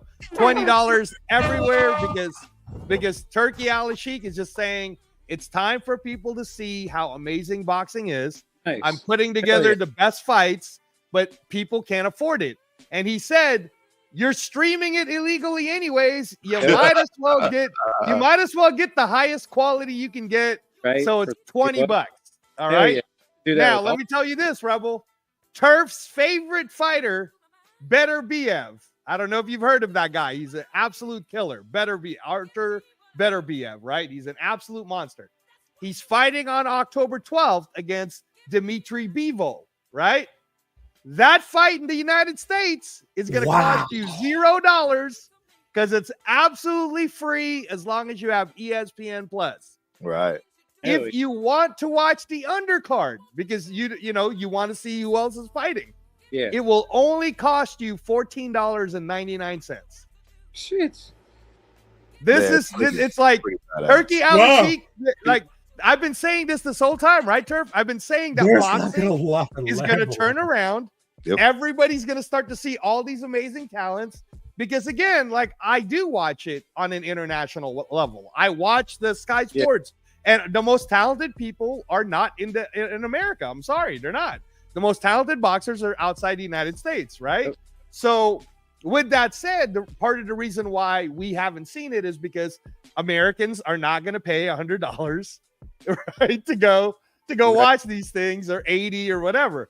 But you start doing it for $20, man. $20 it's less than a pizza, y'all. Well, it's less than a pizza to see heavyweight action and big fights and the whole bit, It's about time because, WWE started doing that, $10 a month and you get all their pay-per-views, all their shit. Oh, I remember this. Oh, my God. Now they're on, Peacock or whatever, I think, and you can watch all their pay-per-views for pretty much free on there as long as you have. They just got rid of the premium. Yeah, so, they have to do something to compete because nobody else is going to pay-per-view no more. Everybody is giving everything away. A lot of pay-per-views are falling off. So the premium live event. I think it's great that they're. Hey, Rebel, I gotta tell you. Go ahead. Yeah, but also there's one thing about for the premium live events. People, they're just wasting the money to buy in some pay-per-views. But I understand because there's one topic that I just wanted to tell about it. I mean, the premium live events, because they just really connect all of the streaming service. Because the Zone, which they have like boxing, also the ESPN that just got UFC, but they need to pay like the pay-per-view when it comes to like the gold events. With it, for example, I mean, the Noche UFC is gonna be on pay-per-view on ESPN, but they had like the cost to pay it. I mean, before that, because people that just went crazy to buy some money to pay pay-per-view in one of the most important fights. Now times are really changing at all. Because right now the only care about this is the premium live events. Not arts, but also they just got a lot of the bots in. And there are some free events that they can cost them for everything. I mean, who can waste it about for like $50 on a pay-per-view? I mean, there's like something to pull them up. Yeah, definitely. Oh, we got another one. We got Gravy. Gravy's joining Don't in. you guys sleep, man? Don't you guys sleep? Hey, Gravy. Oh, Gravy. It's Raiders let 24/7. me ask you real quick, Gravy. How you doing, Rebel? How you doing, Rafa and Mr. Good, Transplant? What's up, bud? Hey, Yes, Gravy, it's plus 900 if you bet on Berlanga to beat Canelo. Are you betting that? Berlanga, all the ways. I'll take that, G. Exactly. If Right. I had Wow. $1,000 right now, I'll take that 10 G. Exactly. I'm on it. Wow. I'm on it, bro. Money wise. Look it up, Rebel. Everybody. I'm on it. I'm telling you right now, I'm on it. There's no question. There's no way I'm missing it. 9 plus. Cash moving. Anybody want to float me Cash at 10 me, grand? man. I'll give it to you back after the fight. Cash at me, bro. I put all your money in and we can split it. Let's go. Bro, I haven't Let's go, seen Turf. this. Yeah, I'm about it. I haven't seen a fight like this. 500 each. 500 each, bro. Heck yeah. Right? Let's put it in. No, 500. but let me ask you though, like you guys all know how dominant Canelo has been, and you know that he can outbox people. Why do you believe that you're willing to put $1,000 of your money because you honestly think Berlanga has a chance to give you that 10 grand back?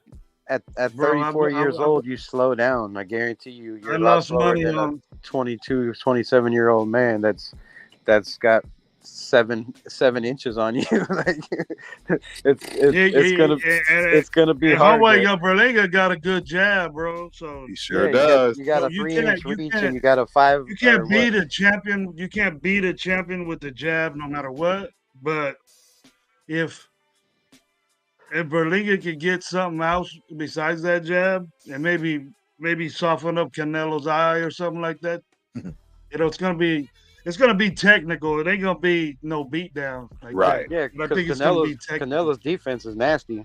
Yeah, Canelo don't take wow. like that. Yeah, even Bivol didn't like beat his ass. Like, you know what I mean? He won, but he didn't demolish him. This Yeah, guy's the only bigger, They younger. You know, Stronger, faster. Canelo's gonna get a whiff of his own. The way You don't think you don't think this is a Vegas money trap, y'all? Nope, You don't think it's a big trap? can be. It could I don't be. see it. I don't see You're it. gonna have a grip of people from Mexico over there, and then they're gonna make a killing off that because Oh, you know Everybody has a that puncher's money. chance, That so then money. you got- That money's gonna be flowing for Berlanga. Canelo, bro. Oh, for Canelo. Yeah. They definitely. Billions. But the bet on Billions of Canelo dollars, is bro. minus 2,000. Yeah, it's not. It doesn't make. It's not very Matter of good, fact, dude. They don't give a shit about Vegas, bro. Oddsman I did. ain't bet money on that. Even if you were rich, like why would you put money on Canelo? You have to put it on the other guy just because the odds. That's usually what rich people do, though. Rebel is they'll put like $1 million on Canelo Yep. because they're so If they- positive they're going to get their 50,000. money back. You don't get paid 50,000. Yeah. Yeah, Nah, but What's you're up, man? I heard you guys talking about the Ravens too. that's The it, man. Ravens. Yeah. Canelo's gonna might get beat.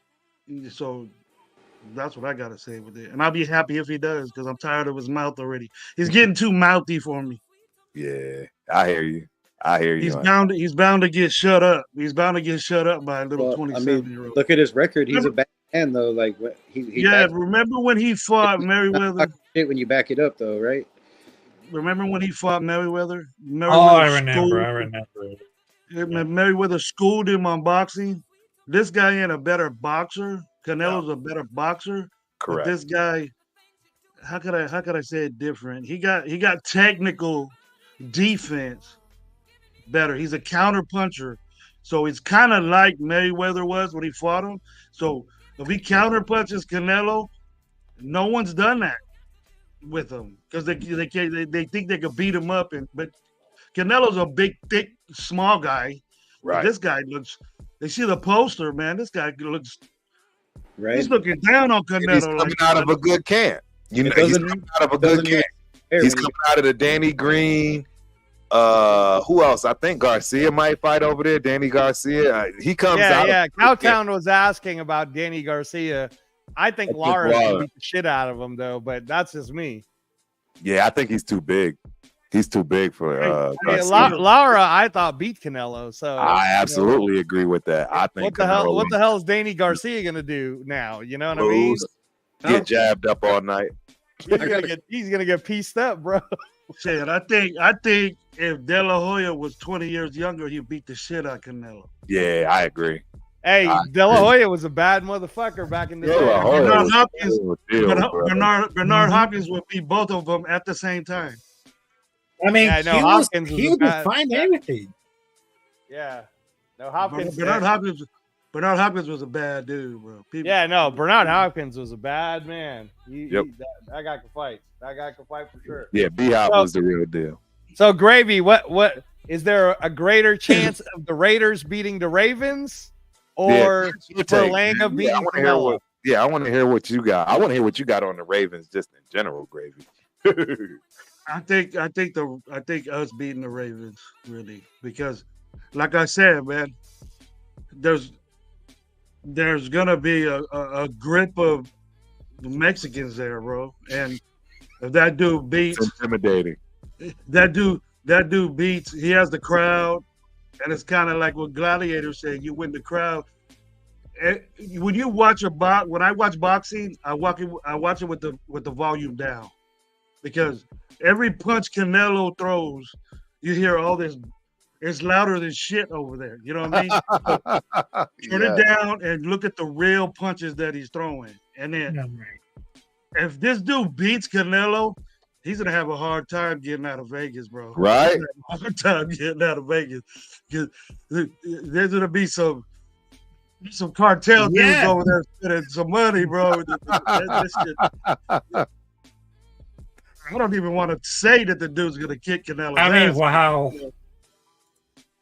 I mean, it's the odds. I think we have a better chance of beating the Ravens than Homeboy has beaten Canelo because he's going to win the crowd and he's like we have the bigger chance. He's a damn good boxer, dude. I'll give you that. He's always let me down because I always go against him. Yeah. Yeah, I got a question. How the hell is that dude 5'7" to 6'1"? Like, is that dude a beanpole or some shit? Like, yes. What is it, 170 or something like that? They fight. No, it's 168. 168. 168. My bad. 168. Yeah. 168 and 6'1". Damn. Yeah. No, but I mean, Benavidez is bigger than 168 in the ring tomorrow. I can promise you that. He'll probably that motherfucker's going to be like 185. Yeah, I was going to say 185. 180. Canelo too. That's going to be hard. Canelo going to grow too. He'll be close to the same as well. Hey man, that steroid beef in Mexico really does its thing. This and the Ravens. We were there at the game, right? We chilled. Yep. Wonderful time kicking it with you, bro. You too, man. I was in your chat, man. It was a pleasure to meet you. We had a good time. And pleasure to meet all you guys' crew, man. That was great. Chris is crazy. Right. When you rode up, man, we started hitting the cigars and digging the music and stuff. Though they didn't play a lot of old school, man. They kept playing all this new stuff. I didn't understand a word they were saying. Right. Once they got back to this old, but I saw the same game. I heard what you guys were saying. I saw the same game like Turf did. Shit.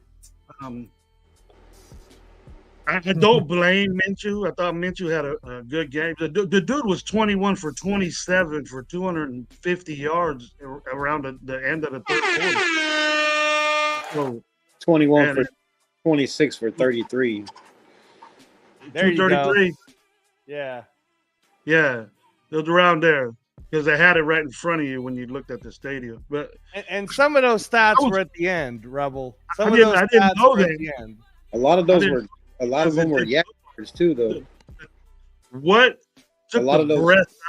What I think took the breath out of the Raiders, and what took the breath out of me, and Lowe and Gabe that were there was that fumble. The fumble that they were on a good drive. Right after that, you started hearing the negativity, it's Getsy. It was a great run that Zamir had going right there on the outside. Everything was blocked well, and then right after that, he just started. His vision just went gone. It got to his head, and you could see it. You could see that he was running different. He was bouncing around. He wasn't patient. He was running very well before he fumbled the ball. And Yep. and then that's AP's job to get that out of his head. He looked like he ran with it. And Madison came in and took over pretty well. The defense, what I think about the defense is that we got a damn good defense, and they keep us in games. And I don't think those dudes are in shade. They just are out there too long. And then, it's just the way that day was. If you guys could be there, that day sucked, man. And I can imagine being down on that field and hot. feeling that shit. It was nasty. Gabe said, I've been living in LA my whole life, and it's never been like this. I mean, you were just wet, bro, everywhere. Everything just wet. People taking everything off. There's some degrees. Crazy. Yeah, it was like 100 and something with humidity, and then you got 70,000 people in there. Yeah. They're hot. Are you feeling all that? I got big old Low right next to me, so it's like sitting next to a heat lamp, like Demon on one side of me. It was just miserable. I went home. I barely got over that shit. I was telling Turf, I barely got over my dehydration from that game. But if we would have won, I would have forgot all about it. Right. You and me both, man. It was like a game to me where nobody wanted to take control of it. We had it, and then we lost it with the fumble.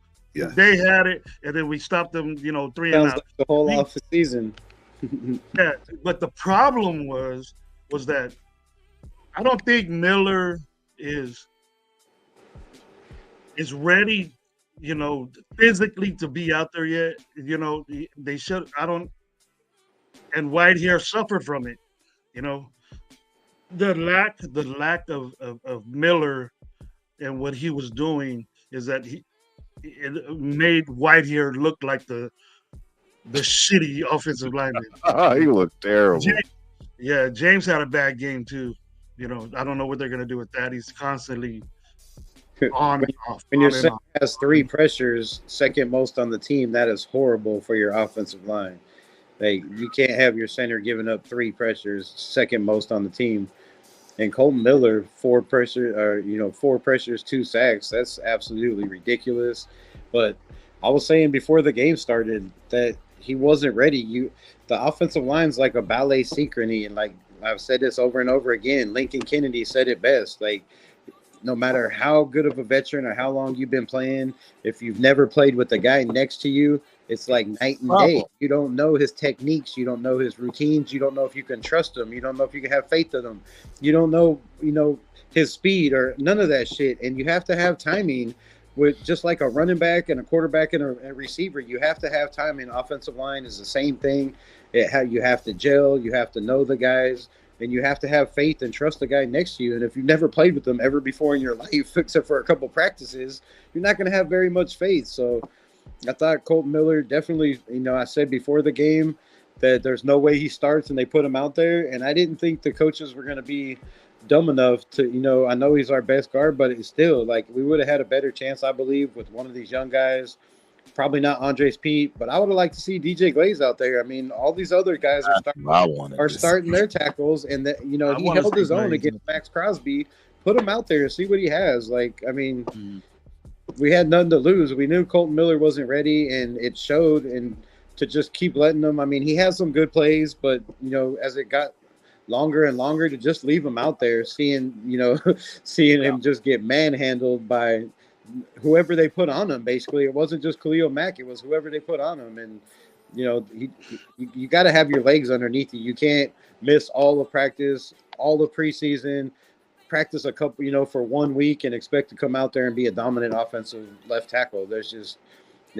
I guess one guy did it, in San Francisco. He had so now they think everybody can, but not everybody's that man. So but if you got the tackle that they got, anybody looks good next to him. Yeah, Trent Williams, shout out to Trent.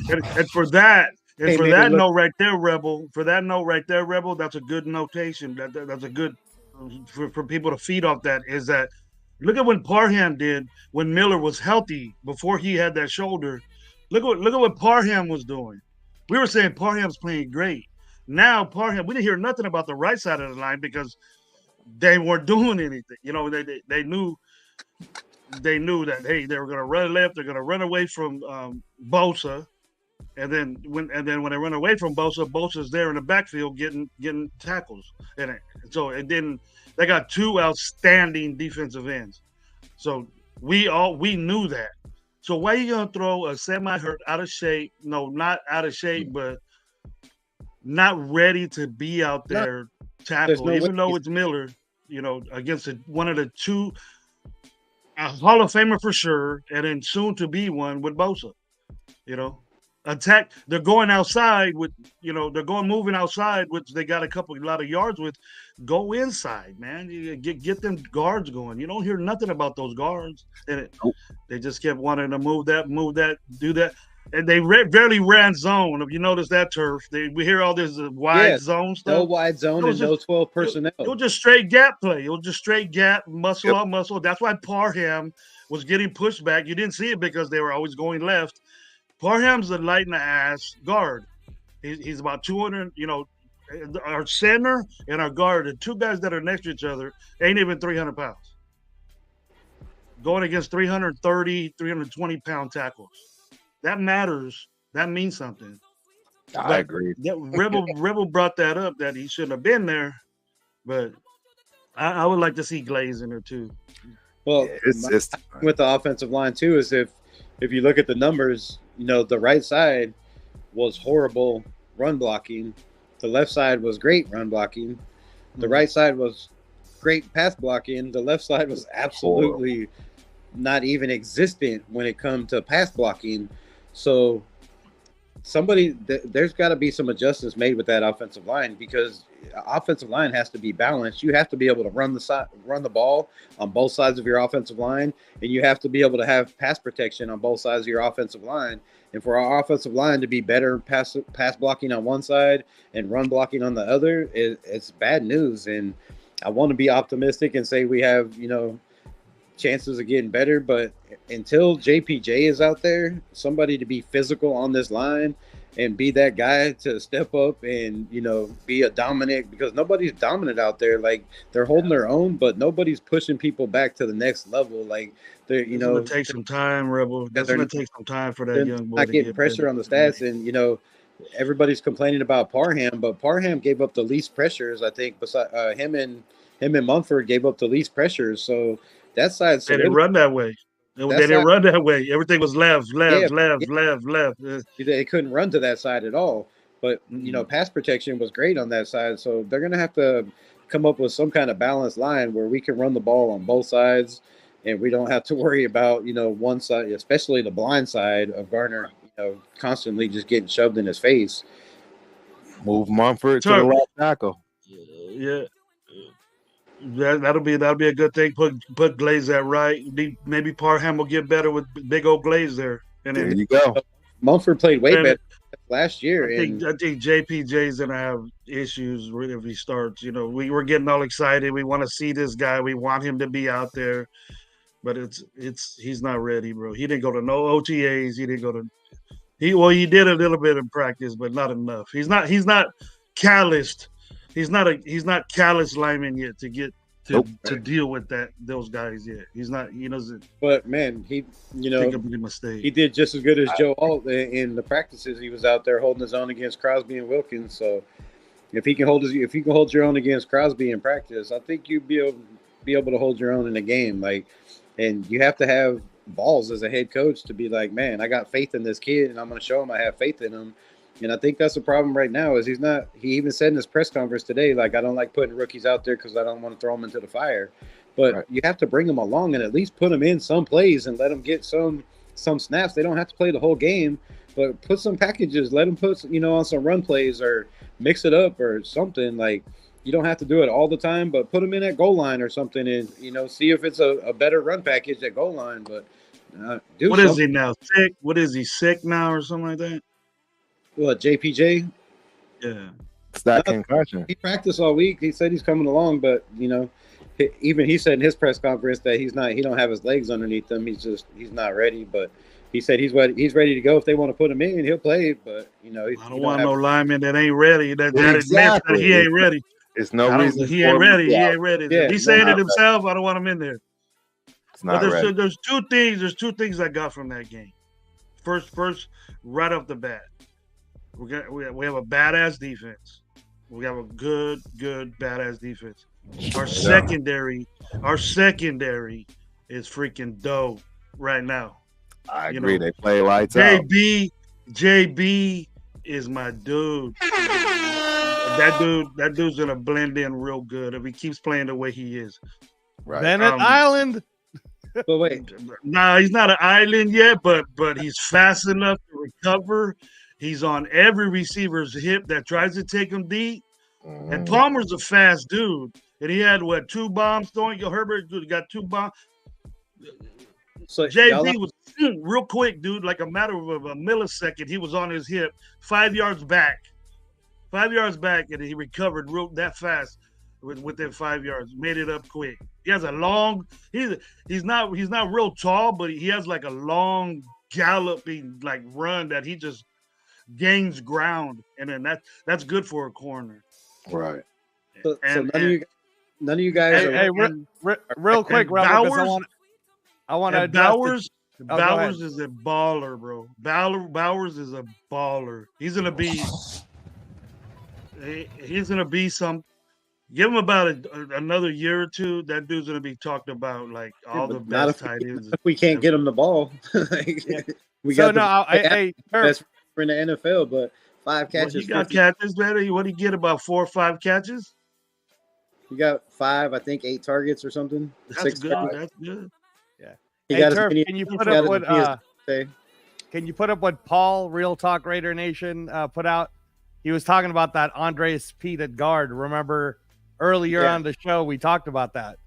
I was saying how on that left side to help Colton Miller, it might be a good idea if we just put a senior person in there who knows what he's doing. You put Andres Pete in on the left. Well, that's Colton Miller too. Transplant. I know. I'm just trying to get him help, though. You know what I'm saying? You're just putting an older guy out there. But Cody Whitehair was pretty trash, though. That's like Turf being out there at tackle and throwing my ass in for him. You know what I mean?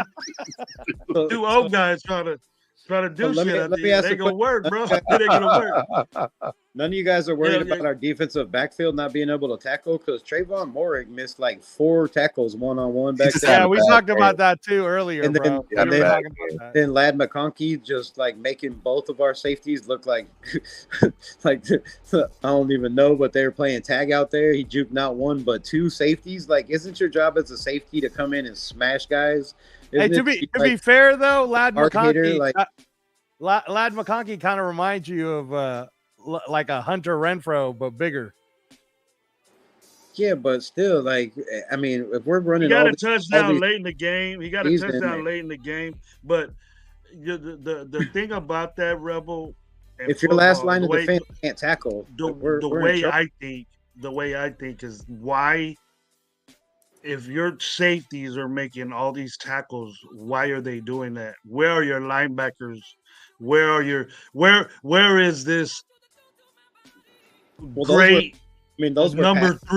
number three ever defensive line at that's supposed to put pressure on Herbert? 1 sack to 4. 1 sack to 4. Is that a top 3-5 defense? Nah, man. I expected us to unload on this dude. That team wasn't good that we lost to, bro. No, it wasn't good. Not at all. Not even a little bit. It wasn't good. It was like I don't know what you guys were watching, but I was up there. I was up there pretty close to seeing everything, but it was. I was saying, what are we? We dominated This on team. games. This team is not good, and they're not executing the plays that they're just getting lucky, and we're just standing around. You know, I seen Epps standing around, you know, not helping out, and then over defensive, when throwing his body, doing like running, cross body presses like it's WWE. That's not tackling. Like I've been, building these coaches up and saying, with Mike Caldwell out there and these coaches coming in, like these guys are going to be better tacklers.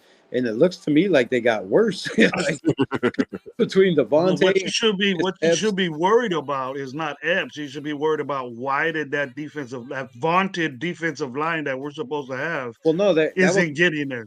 I mean, that was on a pass play, and it was only, they were on the 10-yard line, so 15-yard line. So, it was in the red zone. But still, when you got two safeties going over to tackle somebody, and he just stops and sidesteps one, stops and sidesteps the other, that looks horrible. Like, that is just bad and twice on the big run play, the last line of defense was Trayvon Moehrig, and he just stopped and broke down and never even moved. Like he never even did shit. Like he just ain't standing around. That's a play I'm talking about. He was just standing around. That Lavakaki was. I think once he didn't go for it on 4th down, I knew this game was over. Yeah, we all knew it was over. It was like the missed tackle scared me. Like I know this defense is going to be top 10 defense, but not if we can't tackle and we give up 4 plays for 112 yards. Like if we didn't give up those 4 plays, we held them to 2.7 yards a carry on 20-something attempts, which would have been a great average, right? But then there was 4 plays. One went for 40-something. The other one went for 20-something. And, those 4 plays, it was 110 yards rushing. So I'll tell you what happened. We turned over the ball. We fumbled the ball. We punted the ball. We went 3 and out several times. There was a lot of bad calls, but still those are drive killers. Backup running back. Change of possession plays. Hurt the team, and they didn't execute. Those plays. And earlier there was no flow, but when we came back. We got a 3 and out. Instead has 120 yards rushing by himself. You know how much we had? 9 yards. You know how much we had? You know how much we had going into the 3rd quarter? -7. If that's bad, if that's bad, we had -7 yards at the beginning of the 3rd quarter. No, I know. Oh, Jesus. I kept telling Low, look how we lost to a team that we had that over 3rd. Like, there's another thing I wanted to bring up. Do you guys think, because our defense was 0 for 7 on 3rd down, stopping the run and the pass, which that 3rd down defense is not with Jenkins. It has Adam Butler in there. And I thought from Adam Butler getting pressure and stopping the run, and from his interview saying he's tired of being a 3rd down back, he wants to be on the field. Did he show enough to be on the field more, in your guys' opinion? Because in my opinion, I think he should be on the field a lot more than 3rd downs. Because on 3rd downs, we dominated and stopped. And that defense, whatever that package is on 3rd down, needs to be on the field a lot more, in my opinion. I believe Adam Butler was there when Dobbins got that 67-yard touchdown. He was in. That ain't pressure to me. And that's one play. We're talking about one play. Right. But that was the decisive factor. That play, too, Max Max Crosby got pushed 15 yards out of the play, and they went right to that side. They ran right at Max. He does that. He over pursues. Max Crosby over pursues. Picked up and shoved out the way. Like Slater just kind of manhandled him and moved him right out of the way, and then Epps tripped over the defensive lineman's foot. So like both teams were tripping over everybody, bro. And then he just juked everybody after that. Like they were standing still because they were. But I'm hearing it's Getsy's fault. I think Getsy Manshew's fault, except for some of the run calls. It ain't Getsy's fault that he had a good drive going, and then Zeus fumbled. It ain't his fault. It ain't his fault. Minshew, I thought Minshew threw the ball good. He got it to Devontae. He got it to Myers.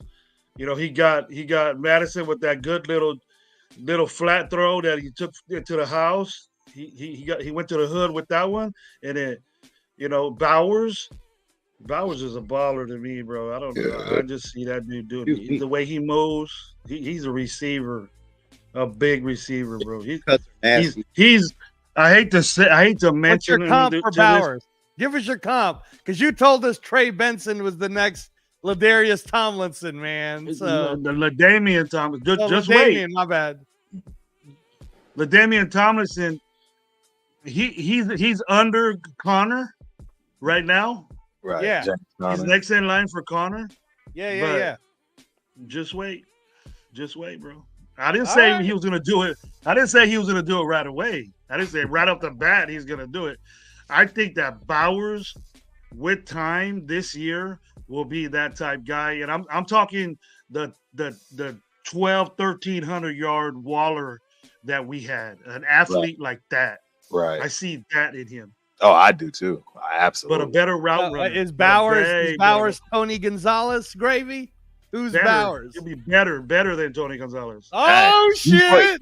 Hey, that's a whole lot.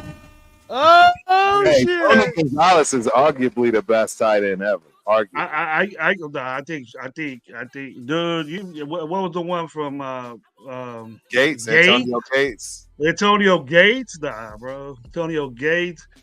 I remember better ones than what's his name? Winslow. I remember Winslow was a good one. Yeah, but people probably don't remember him, but I do. Shannon Sharp, obviously. Shannon Sharp was dope. Yeah.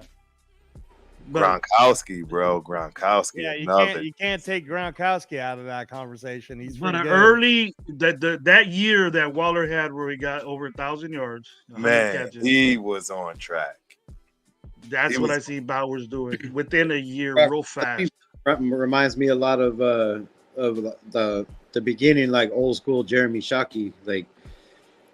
Jeremy Shockey, that's a good one too. I remember Shockey. You're saying that because he's white. You're saying that because he's white. He plays football like he's a brother, bro. He's tearing some bros up. He was good at high pointing the ball. He was physical, and he was good at route running. Like he was very sharp on his crisp on his route running. My bad. Hey, hold on though. Hey, Turf, can you put up Paul's comment about wanting to do more RPOs? Real Talk Raider Nation. Yeah, that's great. All right. RPOs. So check this out. Check this out. This is where I think like the RPOs aren't really going to work, because I don't think people are scared of Gardner Minshew running. Am I wrong, Gravy? Yeah. I don't think teams are scared. You're right. But the thing is, with the RPO game, you got to establish a running game. RPO consists of three things: a movement in the offensive line. First of all, you're running zone, and your quarterback and the ball. They call it the mesh. When he takes the ball out, he keeps it, and the receiver and the running back keeps going, and then you have a pitch with that also. So there's actually four concepts of an RPO. You got to have a Kyler Murray, Josh Allen-ish type speed guy. Minshew could get out of there, and that's all you need. But to run the RPO game, it's I knew it would never work with Minshew, but if we got somebody that's fast, then that's when it works. Look at college, man. All those quarterbacks are fast that run it. They run a So- pretty good RPO in San Francisco with Brock Purdy, though. Well, Brock Purdy's faster than Gardner He is. Minshew. Is he? Yeah, he's Yeah. got more. He's got more. Athleticism, He- I would say. And Gardner he has Minshew, and he has a good offensive line, bro. His offensive line is one of the best. Trent Williams. That's enough said. They move. But we didn't move. I think I seen when I really concentrated on the line. I was just stuck on Bowers for a minute there, and then I started looking at the offensive line and see if they were moving, and then they weren't doing zone blocking. They were moving backwards on skates. Yeah. You don't move backwards when you're playing zone, bro. You got to move side to side and keep your guy with you at the line of They scrimmage. didn't run hardly any wide zone or 12 personnel, really. Like, that was, I don't know. We No, were you talking didn't need to. earlier, They started out with it, Rebel. They started out with it with Myers in there. They had Myers going in motion a lot and playing fullback, and they didn't really execute a play with that. You know, they threw out of it. But when you do something like that, just get a fullback, man. You know, Myers never done that. So, That's what I was saying earlier. It's like, we need a fullback for Zeus back there, I think. Like, slow him down, help his timing, give him a lead blocker. that's not his problem. His problem is his vision. His I've already said it.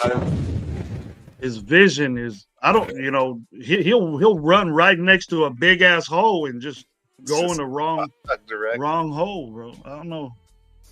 Hey, what do you think about this, Turf?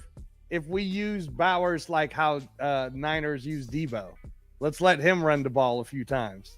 Well, they have. They showed a little bit of those wrinkles during preseason. They had him lined up as a running back, and I think they handed Saving him that. forward. They're probably saving that. Of course, it's levels. I'm gonna bring it to levels. Maybe If you put this that is on good- film, if you put that on film, transplant, that some good defense is gonna really see that, and I'll practice it every day. Hey, we play the Raiders in 2 weeks. Let's work on that end around with Bowers. There you go. Stop it. Those guys are smart. Would you say then that, like, I think Rebel's the one that brought this up, that we played the plays that we played against the Chargers in some ways, not giving it all to them, but to beat the Ravens, I think we got to throw everything at them. So do you think that we'll actually see some crazy shit that we didn't see against the Ravens this Sunday, which will make everybody get pumped because we might have a chance? It's up to AP, man. If he wants to. AP looks like he's a ball control. He takes the air out of the ball. That's what he wants to do. Right. He wants to take the air out of the ball, take time off the clock, go into play action, and then pop a big one. That's what he wants to do. It's staring right at you. This is what I'm going to do. Sounds about right. And you sit there and you got -7 yards rushing. Hell, where's the play action at? How could you run play action when your running game's not successful? Doesn't work. That's what play action is based on. If you got a good running back that people like, and there are teams that are scared of running backs. Okay, we don't want, like Saquon, like Philly got Saquon. We don't want Saquon or Mixon or even Henry to or like Jonathan Taylor, like to get on a groove, and then the linebackers, they don't know to drop back or go, to hit the hole, or you confuse the defense, and that's the challenge of the defensive coordinator, saying, hey, he has to decide or guess what is he going to stop. Is he going to stop the run, or is he going to stop the pass? Yeah, but you have to establish a run first, and we didn't establish a run to run any play action versus. You can't run those without giving them something to think about. Like, they were 8 in the box the whole entire game, and we never took a shot.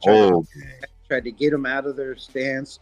We never did anything to try to change that. Like, the only time we did is we ran I think we ran 1 bootleg or 2 bootlegs, and both times they were passes or gains over 20 yards. It was a bootleg, and Brock Bowers was wide open for a 26-yard play, and the other bootleg was Devontae Adams was wide open. So why aren't we running more bootlegs when we're gaining over 20 yards on the only 2 times we did it? I want to see more bootlegs.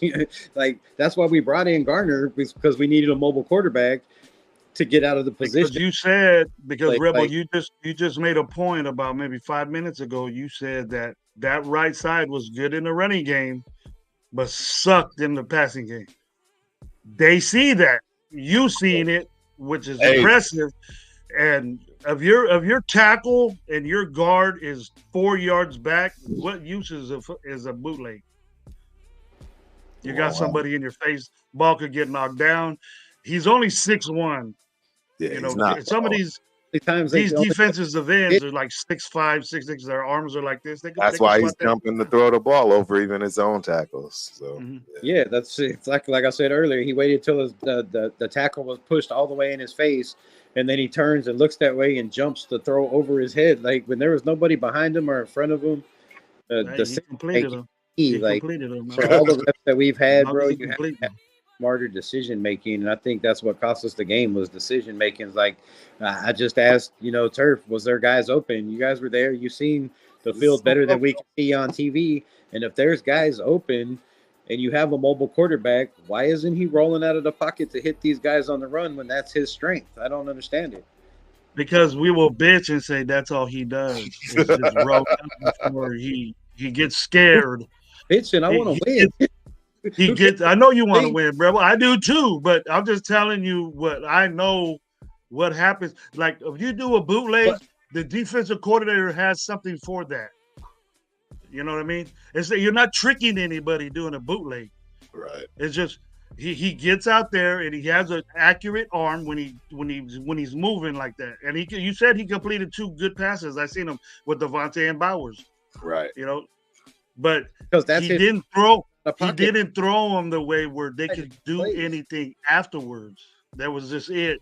He threw it, got 25 yards, and stopped. And then went 3 and out. Yeah, that's what we did. That was what we did on every big play. Like, every time there was a big play, we'd go 3 and out, or we'd have a fumble, or we'd punt on 4th and 1 inside our fucking on 40, like, down 7.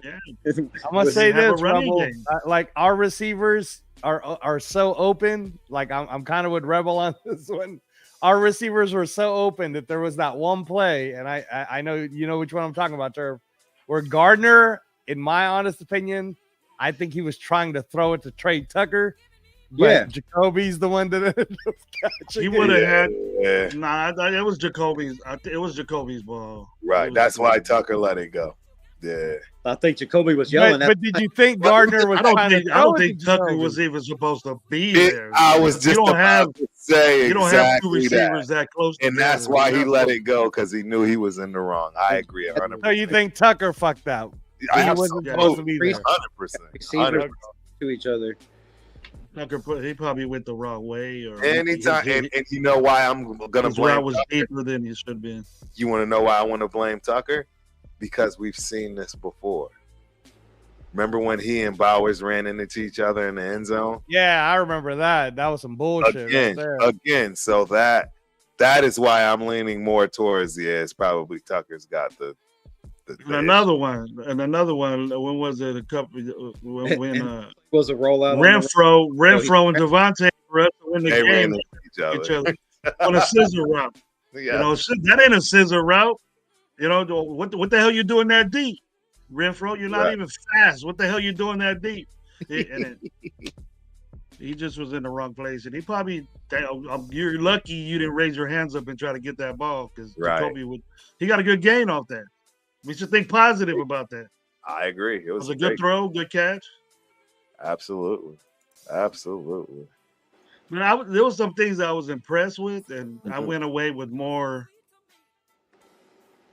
I just, this attitude that we're supposed to have, this violence and I don't see ill intent. I agree.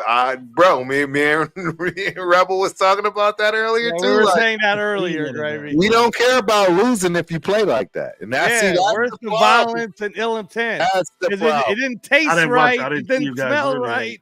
It didn't look right. We all are saying the same thing, man. I got 8 words for that.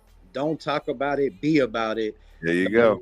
And say we're gonna run bully ball, we're gonna start fast, we're gonna do this, we're gonna do that, and then none of that happens. Just don't say it. Don't tell people what we're gonna do and give us expectations and false hope if you can't fucking follow through with what you say is gonna happen. Like the whole nation was ready for bully ball. We think like this offense is gonna come in, we're unstoppable, we're running 12 personnel, we got 2 tight ends, they can't cover us, and that wasn't the case. It was no 12 personnel, no running game, and a quarterback that looked like a deer in the headlights. Hey, Turf, let me ask you this question. When you went to the game this time around, are the SoFi tickets so much cheaper that it was that much easier to get that many Raider fans there? Because, is that what it cheaper? is? I paid a fourth of what I paid the first time I went to SoFi. Yep. Okay. Well, I got my cheap too. Yep. It can be cheaper. It can be. It was a lot of Raider fans, man. It was way more Raider. I heard it was hella hot too, Turf. Talk about that. Worse than that. Worse than you said hell, you're close to that. Exactly right. We all got a taste of it. So what's up with SoFi? They just don't like to use the air conditioning? They don't have any. They don't have air conditioning. It's California. Y'all got that greenhouse effect happening, basically. It's the worst. It was the worst. Wow. Fellas, it is 203, man. It is walking up down 203 for me. It's a shitty stadium. Sorry, Turf. It's a shitty. Turf, you're the one that kept egging everybody on. You're like, we're staying on. We are. Right, we stayed on. Now you got Gravy coming in, Rebel coming in. You got Paul, Real Talk Raider Nation in the chat. It was 100 degrees. It was hotter outside. It was cooler outside, 101 or 102 than it was in SoFi. Yeah, no breeze, no ocean, whatever they got breeze in LA, whatever. None of that shit. That wasn't inside that stadium. It wasn't nowhere close. We was dying in there. I was cooler outside. I said I might as well just watch the game outside. I seen a bunch of people with their trucks open watching TVs over there too. I just should have kicked it with them. They were smoking cigars and all that. Right. Exactly. I said, hey man, let me join you, man. Forget this. That made me walk all that ways, man, and then play like that, and then it was all terrible. them steps. All those escalators, all those steps. Yeah, it's no fun. All right, Yeah. Turf got to go. Yeah, I know he's got to go. Gotta get in the bed, man. Y'all bet on Berlanga, I guess. It's only Canelo 3 o'clock, Berlanga man. tomorrow. It's only 3 in the morning. UFC What's up, Noche tomorrow night. And then you got Ravens, Raiders. We're all going to think positive. We're all going to believe that we can pull it off. We'll just do like well. Berlanga. We'll do well. I think live. we'll see what we want to see. I'm not saying we're going to win, but I think we'll see what we want to see. Join me live. Do a victory celebration. Say that again. What's up? I said, join me. Do a Stogies with gravy too for the victory celebration. I hope we do, man. But I'll tell you, the key to that game is stopping their RPO game. Yes. Yeah. They're going to show you what an RPO game looks like. Because they got a damn good quarterback. That quarterback, Lamar Jackson, is going to be the best athlete on that field. He's going to be the fastest guy on that field. Yep. And we sold him up before, but that was years ago. And what scares me more than Lamar Jackson is the fact that they held Pacheco to 54 yards rushing last week. He's way better than all of our backs put together. I think you think too highly of Pacheco. So, hey, but maybe we can get one of them Trey Tucker end arounds like Xavier Worthy. Bro, I just think we got to give this offense. It's the first time, man. It's the first time they play. To break it all out, we need some end arounds. We need some double reverses. We need some triple pitches. We need to run all the 12 personnel slants and fucking run the pass in the middle of the field. Because I watched the tape on Kansas City, and that's how they beat them. They picked apart the middle of the field. They didn't, they couldn't run the ball, so they ran quick 5, 7, 10-yard slants. and they picked them apart and they ran a bunch of reverses and pitches to the outside. And we need to do the exact same thing, or because we're not going to be able to run the ball with, Robo-Quan Smith over there. Like, that dude's a monster. So if Pacheco, Quan Smith is just one dude, Rebel. He's just one guy. But that's the one dude that stops everybody from running. Like, you can't get past that one guy. Like, he's all over the field. That dude's a monster. They run zone. They're going to pull somebody, and that dude will get sold up. Well, I sure hope so. I hope they put. I think we have this. I know Turf needs to go, but they have. I think the Raider Nation has this big misconception about what the 12 personnel is. You know, we're so pumped up and hyped about it. I know. I ran 12 personnel in high school, so I know what it's all about. And if you have 2 tight ends and you have a good running back and you have 2 good receivers, it's really unstoppable, because if you have 2 tight ends that can catch, you have 4 guys going for a ball, and then you don't know if your tight end is going to run, if they're running reverse. There's so many different options you can run out of it. So we have the personnel and the weapons, and it's going to be hard to stop. We just got to get it. But what do you need to do first for 12 personnel? You got to run the ball, Gravy. You got to run the football. You got to run the football. So Bowers and Myers don't mean shit unless we can run the football. So that's the thing. We just gotta say, oh, Bowers gonna run a route, and then Mayer's gonna run a wide motion, and then end up in the flat somewhere. It's not. We think it's that easy. But look, it is that easy. It's not. It's not easy. You have Devontae Adams that's gonna get double teamed. Jacoby Myers. Like, when you can't, you got to double one. You got to double DA, and if not, you're gonna have to double Brock Bowers. We have a good zone. Play zone. Zone covers it all. Exactly. Even in a zone, like, it's still. That's why we didn't run a lot of 12 personnel, because they were in a zone. They didn't run man at all last week. But you can still pick apart a zone with 12 personnel. You just got to the middle. I'm going to reiterate what Paul Raider Nation is saying. He's saying our biggest concern is the O-line. If our O-line is trash, then 12 personnel is going to work anyway. Yeah, personnel work. None of it. Nope. You can have 2 badass tight ends blocking who? Yeah, but you want them to go on routes. Your offensive line, your quarterback's going to get smashed by the time he gets a look at anybody.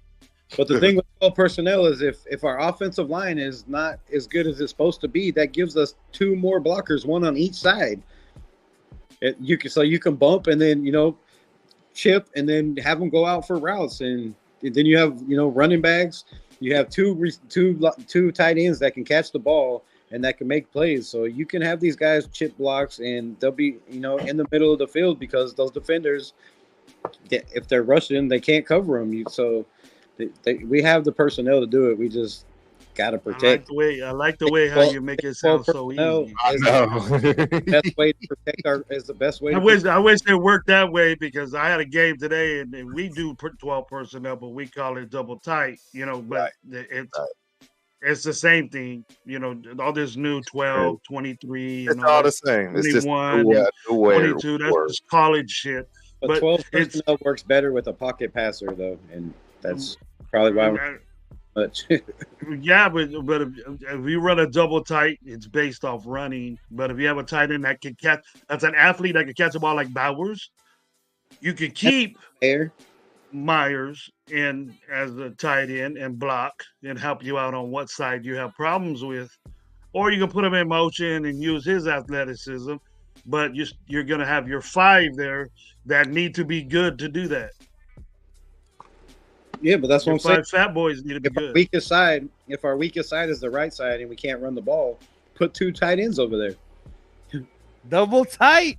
They'll figure it out. No, double tight is on both sides. You probably would put another tackle there and then a tight end. We ran 3 tight ends on one side, I think twice last week. You can put 2 on one side if you're having problems running the ball. Rebel making up his own formations and stuff. We call it the Rebel formation over here. Hell yeah. You just got to set one back. 3 tight ends. They both can't be on the line. One's just got to be offset. MC Raider got to go on the chat now. Turf and Clown. I got to get out of here. We about to get smashed. I see him. MC Raider in the building. He must be calling the show, bro. bro. He's getting all into this comedy. He's Hollywood now. See, that's why he's Hollywood. Hollywood MC Raider, bro. Yeah, he is. Yeah, he is. Yeah, MC I Raider. met MC Raider a couple of times at functions for Raiders, and, Yeah. and it was like, "Hey, Gravy, what's up?" This and that. All he did was just give me a little dab and didn't say nothing to me. Just I thought to myself, "It's Hollywood, man. MC Raider in the Man, building. Hollywood, In the bro." building. Hey, I definitely got to go to sleep, man. Hey, we got a show tomorrow. We got a show tomorrow, man. Yeah, we got a show tomorrow. TRS. Thank you, bro. I'm glad you pulled up. Hey, thanks for pulling up, Gravy. Yeah. Pulling up, man. Hey, fellas, real talk. We connected real tight, man, at the tailgate. Yes, So I agree. I told her anytime you need me. I told that to Leo and Chris. I didn't get to meet Rundown. I didn't even see him. Yeah, he came with the whole family, so you know what happens when that happens. Y'all couldn't find there or what? Huh? Y'all couldn't find Rundown? I found him. I got a picture with him. Yeah, he was way up. Man, I was just meeting people. It was dope, man. You got to meet a lot of people that you didn't come. Hey, I'm this. Hey, I know D Menace, and D Menace is always chilling with this great That's dude. my dude right there. Shout out to D Menace, man. He always taking care of us. But hey, fellas, this is gonna be the format every Friday for Turf and Rundown. We're gonna have about a half hour, 40 minutes of our little monologue, and then it's gonna be whoever want to hop up, bro. This is every Friday. Man, you 5 hours in, Turf. Turf is the marathon, bro. Yeah, we're going to go until people go to sleep, man. Real talk. Just leave it on, bro. Just leave it on. Me, Rebel, and yeah, just let it run. It'll close itself. Me and Gravy will close us out with another 5 hours. We'll open. I've done that before. I did that with Chris. 6 hour show with Chris. You know how I'm gonna have an admin up in here. Y'all gonna be up in here doing it for real. Don't play with me. You'll get you a grip of views, bro. You get a grip of views on this. Hell yeah. Hey, all right. Tomorrow, 12 o'clock Eastern, 11 Central, 9 Pacific Standard Time. The Raider Syndicate is Syndicate Saturdays. That's our new time, our new day. Yeah, obviously the game's on Sunday. But this is every Friday, ladies and gentlemen. We're going to drop that link. Come in, pull up, talk your talk. That's how it's going to be. Check your guillotine league, Turf. Check your guillotine league. I'm gonna. Hey, Turf, you got 1 second. I'm gonna. Yeah. I think Raider Nation Live is gonna have a pregame show at 9, maybe. Okay. But I might do a play-by-play, and then after that, have a reaction coming up, and then that Sunday night we'll do the Raider Nation Live. Okay, that's dope. I like that. Yeah, we'll hop on for that for sure. Yeah, I'll send it together. Raider Nation Live Sunday night. That sound like a plan. You do Transplant Rebel. You know what's up, man. Just get at me when you got time, bro. You keep saying you're working, so I don't want to interrupt. I don't want to interrupt money, man. You say you betting all the time, so I let you make your money, bro. I don't want to. Turf about to get 10 grand for that Berlanga. Unless you want to share it, bro. You don't have it. I got 500. I'll throw that on with you. I'm telling y'all, I'm making this bread tomorrow. I'm letting y'all know it's coming. Berlanga's y'all are gonna be some sad motherfuckers if Berlanga's knocked out. I want to trade. I want to trade, Turf. And then I can't do that. Come on, man. Well, Gibbs, you know what? You've been saying since we drafted that dude. What's the trade, Gravy? It was war. It was war. It was I'm out, y'all. I got to piss. I gotta go. See you, Rebel. Right. Rebel. It was. Y'all stay blessed. What's the trade, Gravy?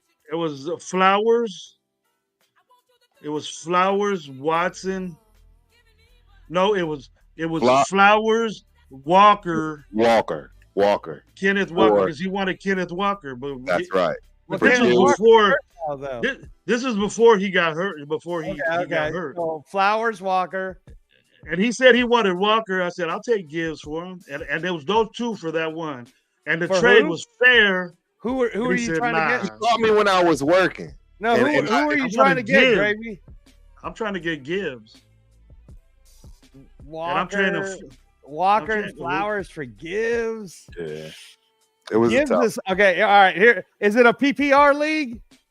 Nah, it's just a straight up. Straight Oh, up. standard. It's now PPR. Oh.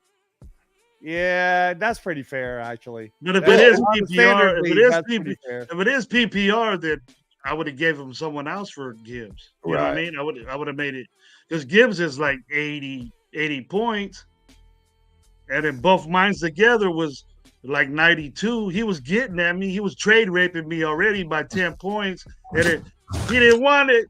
He denied me twice. I even gave him, instead of Flowers, I gave him Olave, and he still said no. Oh, Olave's whack, dude. Don't be trying to sell Olave Well, it's because up in this podcast. Come on, bro.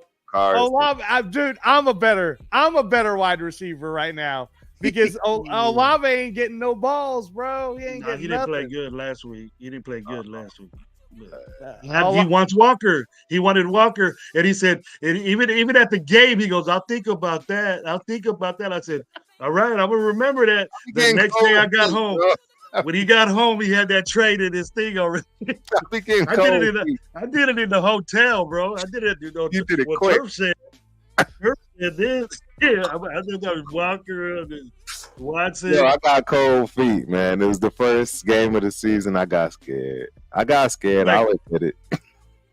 You like Chris too, man. Chris, I want to get rid of Nico Collins. As soon as he gets 19 points, he's off the table. He's off the table. He's like, what's up with that? What's up with that, Chris? I go, you crazy, dude. Now you got Gravy. You got to try. You guys got to try maybe next season playing the guillotine style. Yes, sir. The guillotine style makes you say fuck it to all of that. I've been on those before. Those are nasty. All right, gentlemen. All right. This was a great show, man. I can't wait for the next one. I can't wait for the weekend, man. It's a Raider weekend, baby. I want y'all to be ready and excited. Like we're gonna do well, regardless of the win-loss column. We're going to do well at least. That's my thoughts. So. Yeah, I'm with you, Turf. Positive energy and get that 10 G's, Turf. Get that 10 G's, baby, and dinner's on you. Exactly. Hey, don't get the see. You get to see firsthand that Zay Flowers is tight, and then you might make that trade for Gibbs for me. Yeah, we'll do it. We'll think about it. But I don't want him to catch any balls because he's playing by Raiders. You know what I mean? We want him to do boo-boo tomorrow. Yeah. All right, gentlemen, we are out of here. Peace. Take care, guys.